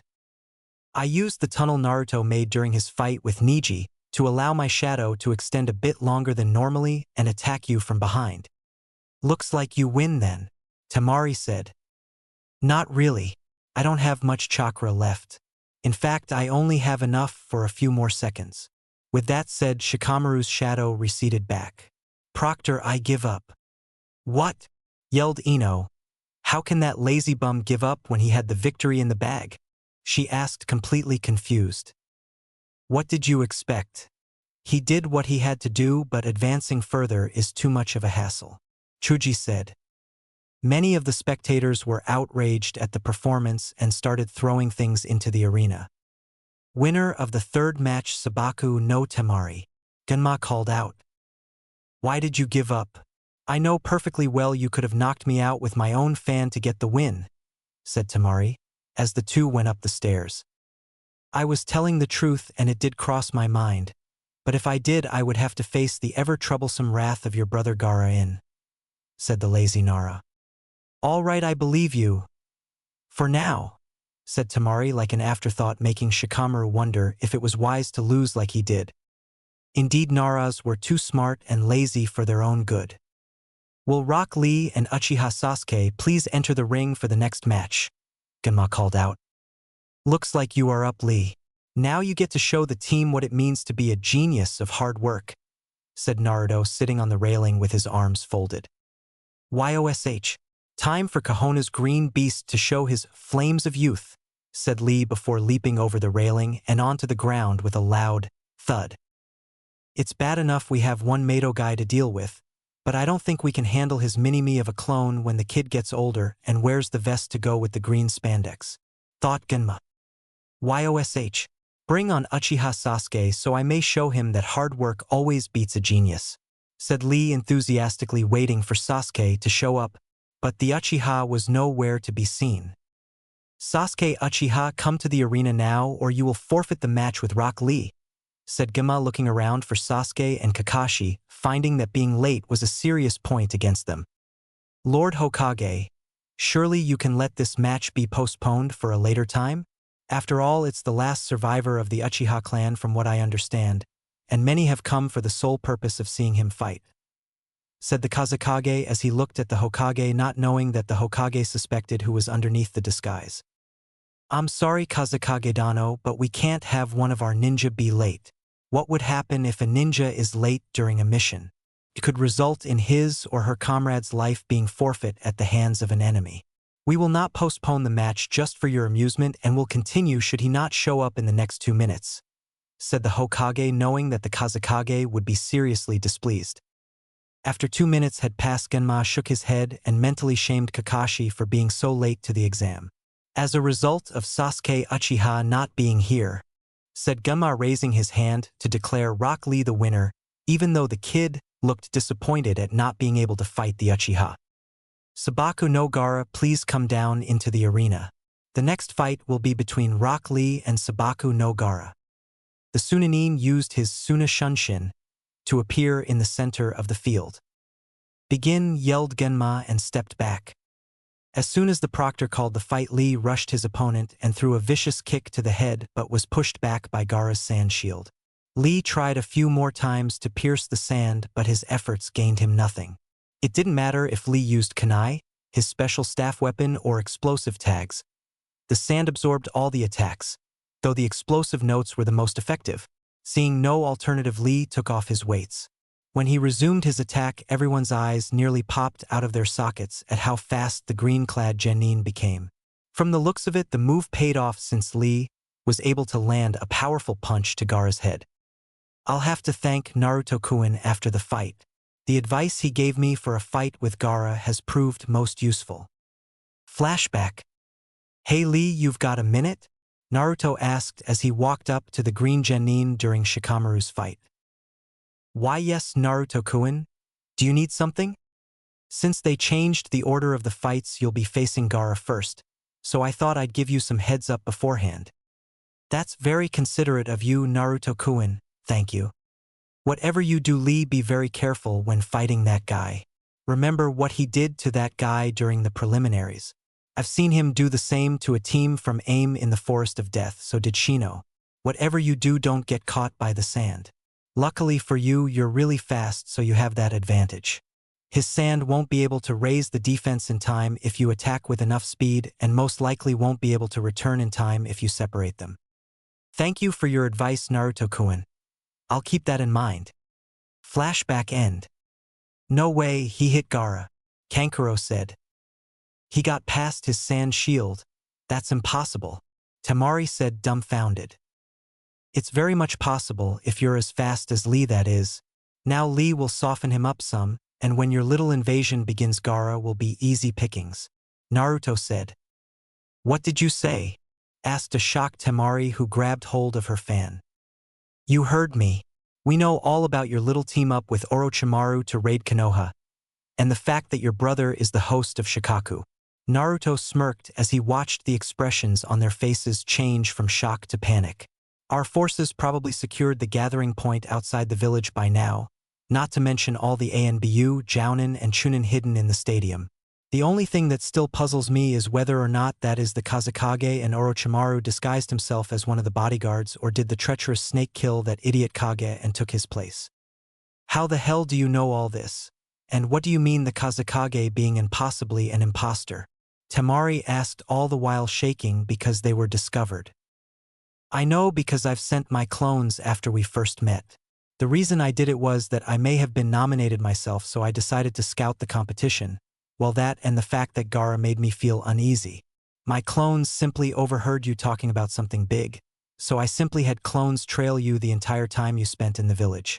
Once Orochimaru showed up in the Forest of Death, and I discovered some of Gaara's abilities. My mind began to piece things together. We weren't certain if there would be an invasion or just an assassination attempt on the Hokage, but we decided to keep our eyes and ears open. Since I discovered the location of your force's rally point, we had our ninja keep guard and attack today at dawn. As for the Kazekage, well, let's just say that Orochimaru likes to screw people over. It wouldn't be that big of a surprise if he decided to kill the Kazekage before or right after your Eric on Konoha. What happens now? Asked Kankuro as he reached for his puppet. Don't bother trying to use your weapons, Naruto told them. Remember how I bumped into you on my way here? He asked. That's when I gave you a special poison that will limit your chakra use and make you pass out within the next half-hour's time. I would advise you to lay down your weapons and surrender. The Sandaime will try to negotiate a new treaty with Suna after this mess is over in order to avoid such things in the future. Temari and Kankuro did what they were told. With what they have seen Naruto do during his fight, an Aburame who could drain their chakra in moments and a Nara who had regained some of his chakra, they were outmatched. Meanwhile, down in the arena, Lee was running circles around Gaara and periodically threw a punch or kick that went past the sand shield. When he softened his opponent sufficiently enough, Lee proceeded to send the sand user into the air with a Kage Bio, and then used the Omoto Renge to crash Gaara into the ground. This didn't have the desired effect, and a large wave of sand was launched at Lee, who dodged it skillfully. Seeing no other way, Lee opened the first gate in his chakra pathways to gain greater strength and speed, with which he pummeled Gaara into the ground. Gaara got back up but felt something wet on his head. When he ran his hand through his hair and looked at it, he could see blood. His blood. Then all of a sudden he grabbed his head and screamed in pain. Unfortunately for everyone, that's when Gaara began undergoing his partial transformation into Shikaku. When everyone looked on with interest at the sight before them, white feathers began falling from the sky, making all the civilians fall asleep, and a smoke bomb went off in the Kage box. Kabuto watched as everyone began to succumb to his technique and smirked behind his stolen ANBU mask at the Kage box where his master was implementing the final phase of his plan. I have waited for this moment, Sarutobi-sensei. Though I would prefer for this to be just a fight between the two of us without anyone interrupting our little reunion, said Orochimaru, as his sound for had created the prison to contain them. That was the Four Flames Formation Jutsu. I have to admit that it has been indeed a long time since we last saw each other face to face, my old student, and there is no denying I have become what you considered old as well. Still, that does not mean I am not strong enough to best you in combat like I did when you were younger, said Sarutobi, removing his Kage robes, revealing he was ready for combat. Up in the stands, the Jounin sensei of the Rookie Nine saw all the civilians fall asleep. Genjutsu? So they made their move. It looks like, Kurenai. Prepare yourselves, they're gonna start coming out any time now, Asuma said. Yo, what did I miss? Said Kakashi as he appeared in the stadium. Kakashi, do you know how late you are? And where the hell is Sasuke? Asked Kurenai. Well, you see, I had to make sure that he's knocked out for the entire day before I could come here. Why is that eternal rival? Guy asked, perplexed at his rival's actions. Surely you would want him to participate in the finals that he worked hard to advance to. Not really, Guy. I talked this over with the Hokage, and he agreed that having Sasuke not show up here and keeping him hidden would be the best course of action, given that he is Orochimaru's target along with Sandaime-sama. I guess that is a good idea, given that Sasuke can be rather impulsive at times, Asuma said. He could have used this situation as a means of testing himself, thereby placing either himself or others in danger. Good thinking, Kakashi. Since you're here, my rival, why don't we test our flames of youth by seeing who can beat the most enemies? Guy proposed. Prepare to lose, Guy, because I seriously need to unwind after having to put up with the Uchiha pride for the entire month. There's that hip attitude of yours again, Kakashi. I'll walk up the Hokage monument 30 times on my hands if I don't win. I hate to break up your conversation, but our guests noticed us and I think they want to play, Asuma said. Naruto had seen what was happening to Gaara and the strange barrier that formed on the roof of the VIP section of the stands. Coming to the decision that Gaara is the larger threat, at the time Naruto jumped over the railing and went to give Lee a hand while two of his clones went to observe the situation behind the barrier. Once he got there, he could see Gaara grabbing his head in pain and a dumbfounded Lee standing a short distance away who was trying to make heads or tails of the situation. Naruto walked up to the taijutsu user and slapped him in the face lightly. Lee snapped out of it. We have to stop him before he causes any damage or hurts the spectators. But Naruto-kun, what's happening to Gaara-san, and what do you mean by stopping him? Asked a confused Lee. Listen, there's no time for explanations now. We must stop him or many innocents will get hurt. Do you understand? When Lee nodded his head in confirmation, the blonde explained his plan. I got these special seal tags from Jiraiya. What we have to do is slap them onto Gaara's forehead and he should return to normal, but we have to be very careful with this. One wrong move and we'll be in big trouble. Got it? Hi. Naruto-kun, I understand. Lee replied. Good, now let's go, we can't waste time. YOSH. With that, they proceeded to assault Gaara at their top speed.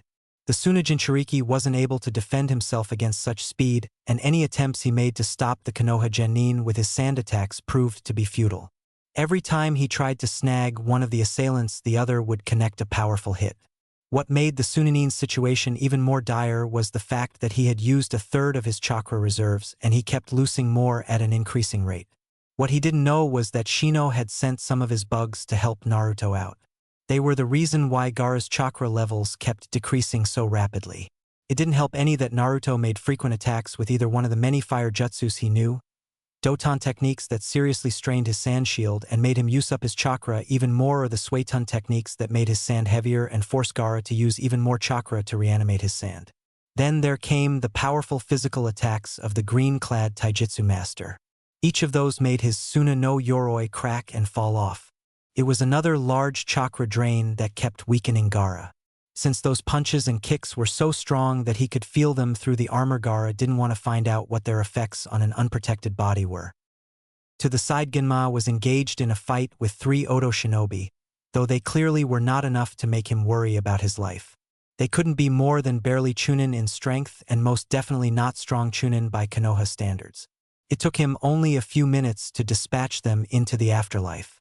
Once that problem was out of the way, he went over to help Naruto and Lee, but they were close to wrapping things up.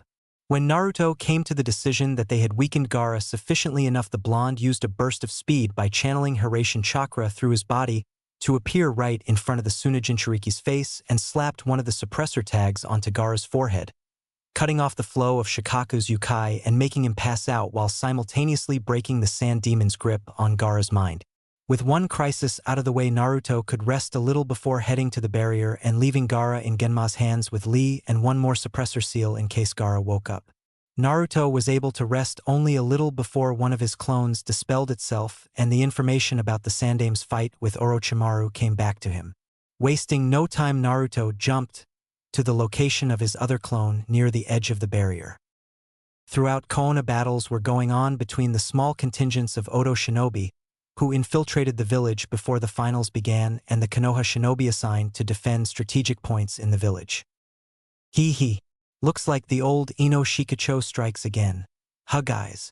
Inoichi Yamanaka said as he made one of the enemy ninja attack his comrades with his mind jutsu. As far as I'm concerned, they could have left us alone instead of ruining our little party in the Korean barbecue. Just think of all the food that got wasted, said Chusa Akimichi. If you ask me, this whole situation is far too troublesome for its own good. Nara Shikaku spoke. Konoha's shinobi were fighting the combined force of sand and sound ninja that managed to sneak in somehow. The work of the snake spies, no doubt, while the rest of their forces evacuated the civilians to the safety of the shelters within the Hokage monument. The students within Konoha's ninja academy were escorted by their chunin teachers, who took the less dangerous route even though it was the longer path taken. Konohamaru was nervous along with the other kids because they had never understood the sounds of the fighting with the explosions and thought it was some festival involving the exams. Such thoughts were stopped when 2 teams of sound ninja surrounded the group ready to annihilate them. What do you want to do with these brats, sir? said a sound ninja to his Jounin squad leader. Kill all those who don't fight back, and those who do I want restrained to take back to Sound Village so Orochimaru-sama can experiment on them, said the Jounin squad leader with the added support of the second group. Konohamaru, I'm scared we can't fight them. We're going to be killed, Moegi said while the Chunin teachers tensed knowing the situation was not looking too good. Just as the Sound Nin were about to advance, they were cut down by a team of Konoha Anbu returning from their raid on the rally point. Throughout the entire village, Konoha shinobi were isolating and killing off the small groups of the invasion army. And they were winning without sustaining many causalities. Koona Stadium Kage stands. Sarutobi engaged his old student in a taijutsu match that lasted barely 3 minutes before they began to use jutsu to gain an advantage over one another. Shuriken Shadow Clone Jutsu, Sarutobi called out, sending a few shuriken at Orochimaru that soon turned into many heading like the original to their intended target. The snake managed to use his flexibility to avoid getting hit before sending a pair of snakes from his sleeve at his old sensei. The aged Hokage performed some hand seals and called out Doton, Doryu Taiga, creating a river of mud that made Orochimaru lose his balance. Afterward, Sarutobi used Katon, Ryuka no Jutsu, to turn the heat up a little for the Rouge Sannin. The robes of the Kazekage that he was currently wearing caught fire, and Orochimaru was forced to discard them before his clothes caught fire as well. That managed to seriously piss off the Snake Sannin, who returned the favor with a Gukakyu no Jutsu toward the old fire shadow. However, it was blocked by a Doton, Doryuhiki. The whole situation was getting on his nerves. Just his luck that he chose to fight one of the men who knew the most jutsu on the planet. While he was making hand signs for a technique that changed all the broken bits around him into snakes, the old man summoned Monkey King Enma to help him out. Seeing his snakes obliterated like they were nothing, Orochimaru summoned his sword Kusanagi the grass cutter and engaged Sarutobi in armed combat. This proved to be a stalemate, since once in his staff form Enma could change size and length and still retain the ability to have his eyes open arms grab the Snake Sannin's arm and bite him, while the Kusanagi could extend and still had the power to injure Enma. And let's not forget the deadly poison that coated the sword. Seeing no other way, Orochimaru turned as many broken roof fragments as he could into snakes and had them attack the Sandaime to overrun the old fool. What he didn't count on was for Sarutobi to take out grenades and throw them at his snake army. Some of them exploded, others froze the targeted area within a few feet, while the last kind sprayed some sort of corrosive liquid that dissolved the snakes. Looks like I broke your toys, my misguided pupil. I hope you have more, Sarutobi taunted. That's it, you old fool. I'm through playing. Prepare to die a painful death. Koona Stadium, spectator stands. 14, 15, 16. Hope you can keep up, eternal rival. Because I just got warmed up. You know who. 16, 17, 18. Huh. Did you say something, guy? Oh, there's that hip attitude again. Hate to spoil your fun, but I just took out no. 20 and we're running out of enemies, Asuma said. With Naruto. Looks like I got here just in time. They seem to be really going at it like there's no tomorrow. Just look at that mess. It looks like a training field after my spar with Enko. Naruto observed the fight from the other side of the barrier, waiting for an opening to jump inside the barrier and make a surprise attack when Orochimaru least expects it. He could see that Sarutobi noticed his arrival and made preparations so that Naruto could hit the Rouge Sannin with a Rasengan and tip the balance of the fight. When Sarutobi blocked another strike from Orochimaru's sword and had Enma hold down his hands, Naruto made his move. He instantly appeared behind the Snake Sannin, and before Orochimaru could react, Naruto slammed his Rasengan in his back. Enma quickly let go and Sarutobi jumped back to avoid getting hit after Naruto released his jutsu and sent Orochimaru flying. The pain he felt from the chakra sphere grinding into his back was enormous, and when it was released he was sent flying into the barrier created by the sound for. The Snake Sannin slowly got up, still feeling great pain that sneak attack was able to inflict upon him. He began to seethe when he saw that annoying blonde rat that foiled his plan of capturing the Uchiha and his Sharingan. That fox-like grin reminded him so much of the blonde bastard that took the title of Konoha's Yondaime that was rightfully his. Then he could conduct his experiments without problems and become even more powerful. Then there was that strange jutsu that held great similarities to the Hiraishin. There has to be some explanation to this. The damn demon brat looks like him and uses techniques that are similar to those used by that bastard Minato, so there has to be some connection. He knew Minato didn't have any kids, and the name indicates that the little rat is the son of that redhead Kushina that annoyed him so much. Even his personality resembles that of that annoying bitch. That's it. He remembered some hints from years ago about how Kushina told Minato that she was already seeing someone. Most likely Minato gave her son his techniques so he could use them and improve them since he was going to die without an heir. It's so like him to give his creations to one of his friends. He did teach that idiot Jiraiya the Rasengan, so he would definitely leave his best jutsu to a trusted friend. Since the technique used by the blonde doesn't need the special kunai, it has to be an improved version or some variation of the Hiraishin no jutsu. I can probably only be used to travel within a certain radius of the user's location. That would explain many of his observations. The blonde used this jutsu only when he was near him, so it has to be it. Probably some new seal Minato invented that allowed the user to perform the jutsu and travel instantly a certain distance. To use it for long-range travel, the kunai still have to be used, but short-range teleportation is only limited by chakra and some factors. I have to congratulate you, Naruto-kun. You certainly have mastered the jutsus. Minato left you quite well.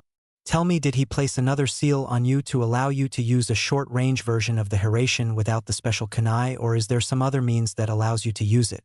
I seriously doubt that you created it since you don't have the required knowledge of seals to do so, even if you are a gifted child.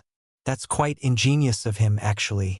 Normally the kunai limit the jutsu since an enemy may try to avoid them or set an ambush, but this new form of it makes it impossible to predict where you'll appear. Care to share, Naruto-kun? Not on your miserable life, snake shit. Well then, it looks like I'll have to rip its secrets from your dead body, Orochimaru said right before he lunged at Naruto. Before they could react, Orochimaru's sword pierced the blonde's right lung.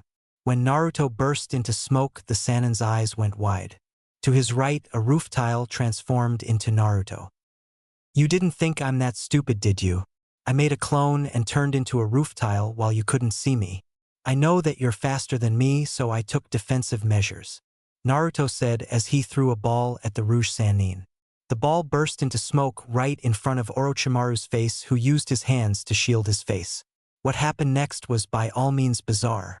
The snake Sannin screamed in pain, and as the smoke cleared, revealing the sight of Orochimaru reeling in pain, and his hands, arms and parts of his torso and face were covered with some kind of jelly substance. How do you like my present, snake team? I hope you like jelly, Naruto said. Let me introduce you to the Cuboza jellyfish, also known as the box jellyfish. It's one of the most lethal sea creatures in existence. Its venom is more complex and toxic than that of any snake or plant. You see, normally venom or toxins have only one effect. They either destroy blood cells and vessels, neurotoxins paralyze the body's muscles and heart, and others just dissolve body tissue, but it is possible to make an antivenom to stop them from killing you. This thing, on the other hand, is a really complex mix of all those toxins the Cuboza makes naturally. The mixture is so complex that it's nearly impossible to create an antidote. I had to travel all the way to Tea Country to get them since they like warm waters. You don't have to thank me, I was glad to get you this going-away gift. Judging from the area of exposure, I'd say that you'll be extremely lucky to survive this. If somehow you manage to pull it off, then you won't be able to use your hands ever again since they were the most affected. The toxin will destroy the muscles and blood vessels in your arms, leaving them useless for the rest of your life. Naruto looked at the snake Sannin with the corner of his eye. If you live that long. I'm sorry it had to come to this, Orochimaru, but your sick ambitions led you to this pathetic end. Sarutobi spoke up. It's time I fixed the mistake I made all those years ago. Sarutobi began making hand seals for a powerful Katan Jutsu to finish off his one-time prize student. Just as the Sandaime finished the long chain of seals, Orochimaru managed to throw an exploding tag with his already stiffening hands between himself and his opponents and called out to his men. Sound for retreat now, he called out. He jumped to them, and Sakan and Jirubu helped him evacuate while Kidomaru stopped the pursuing Anbu with his chakra-enhanced webs.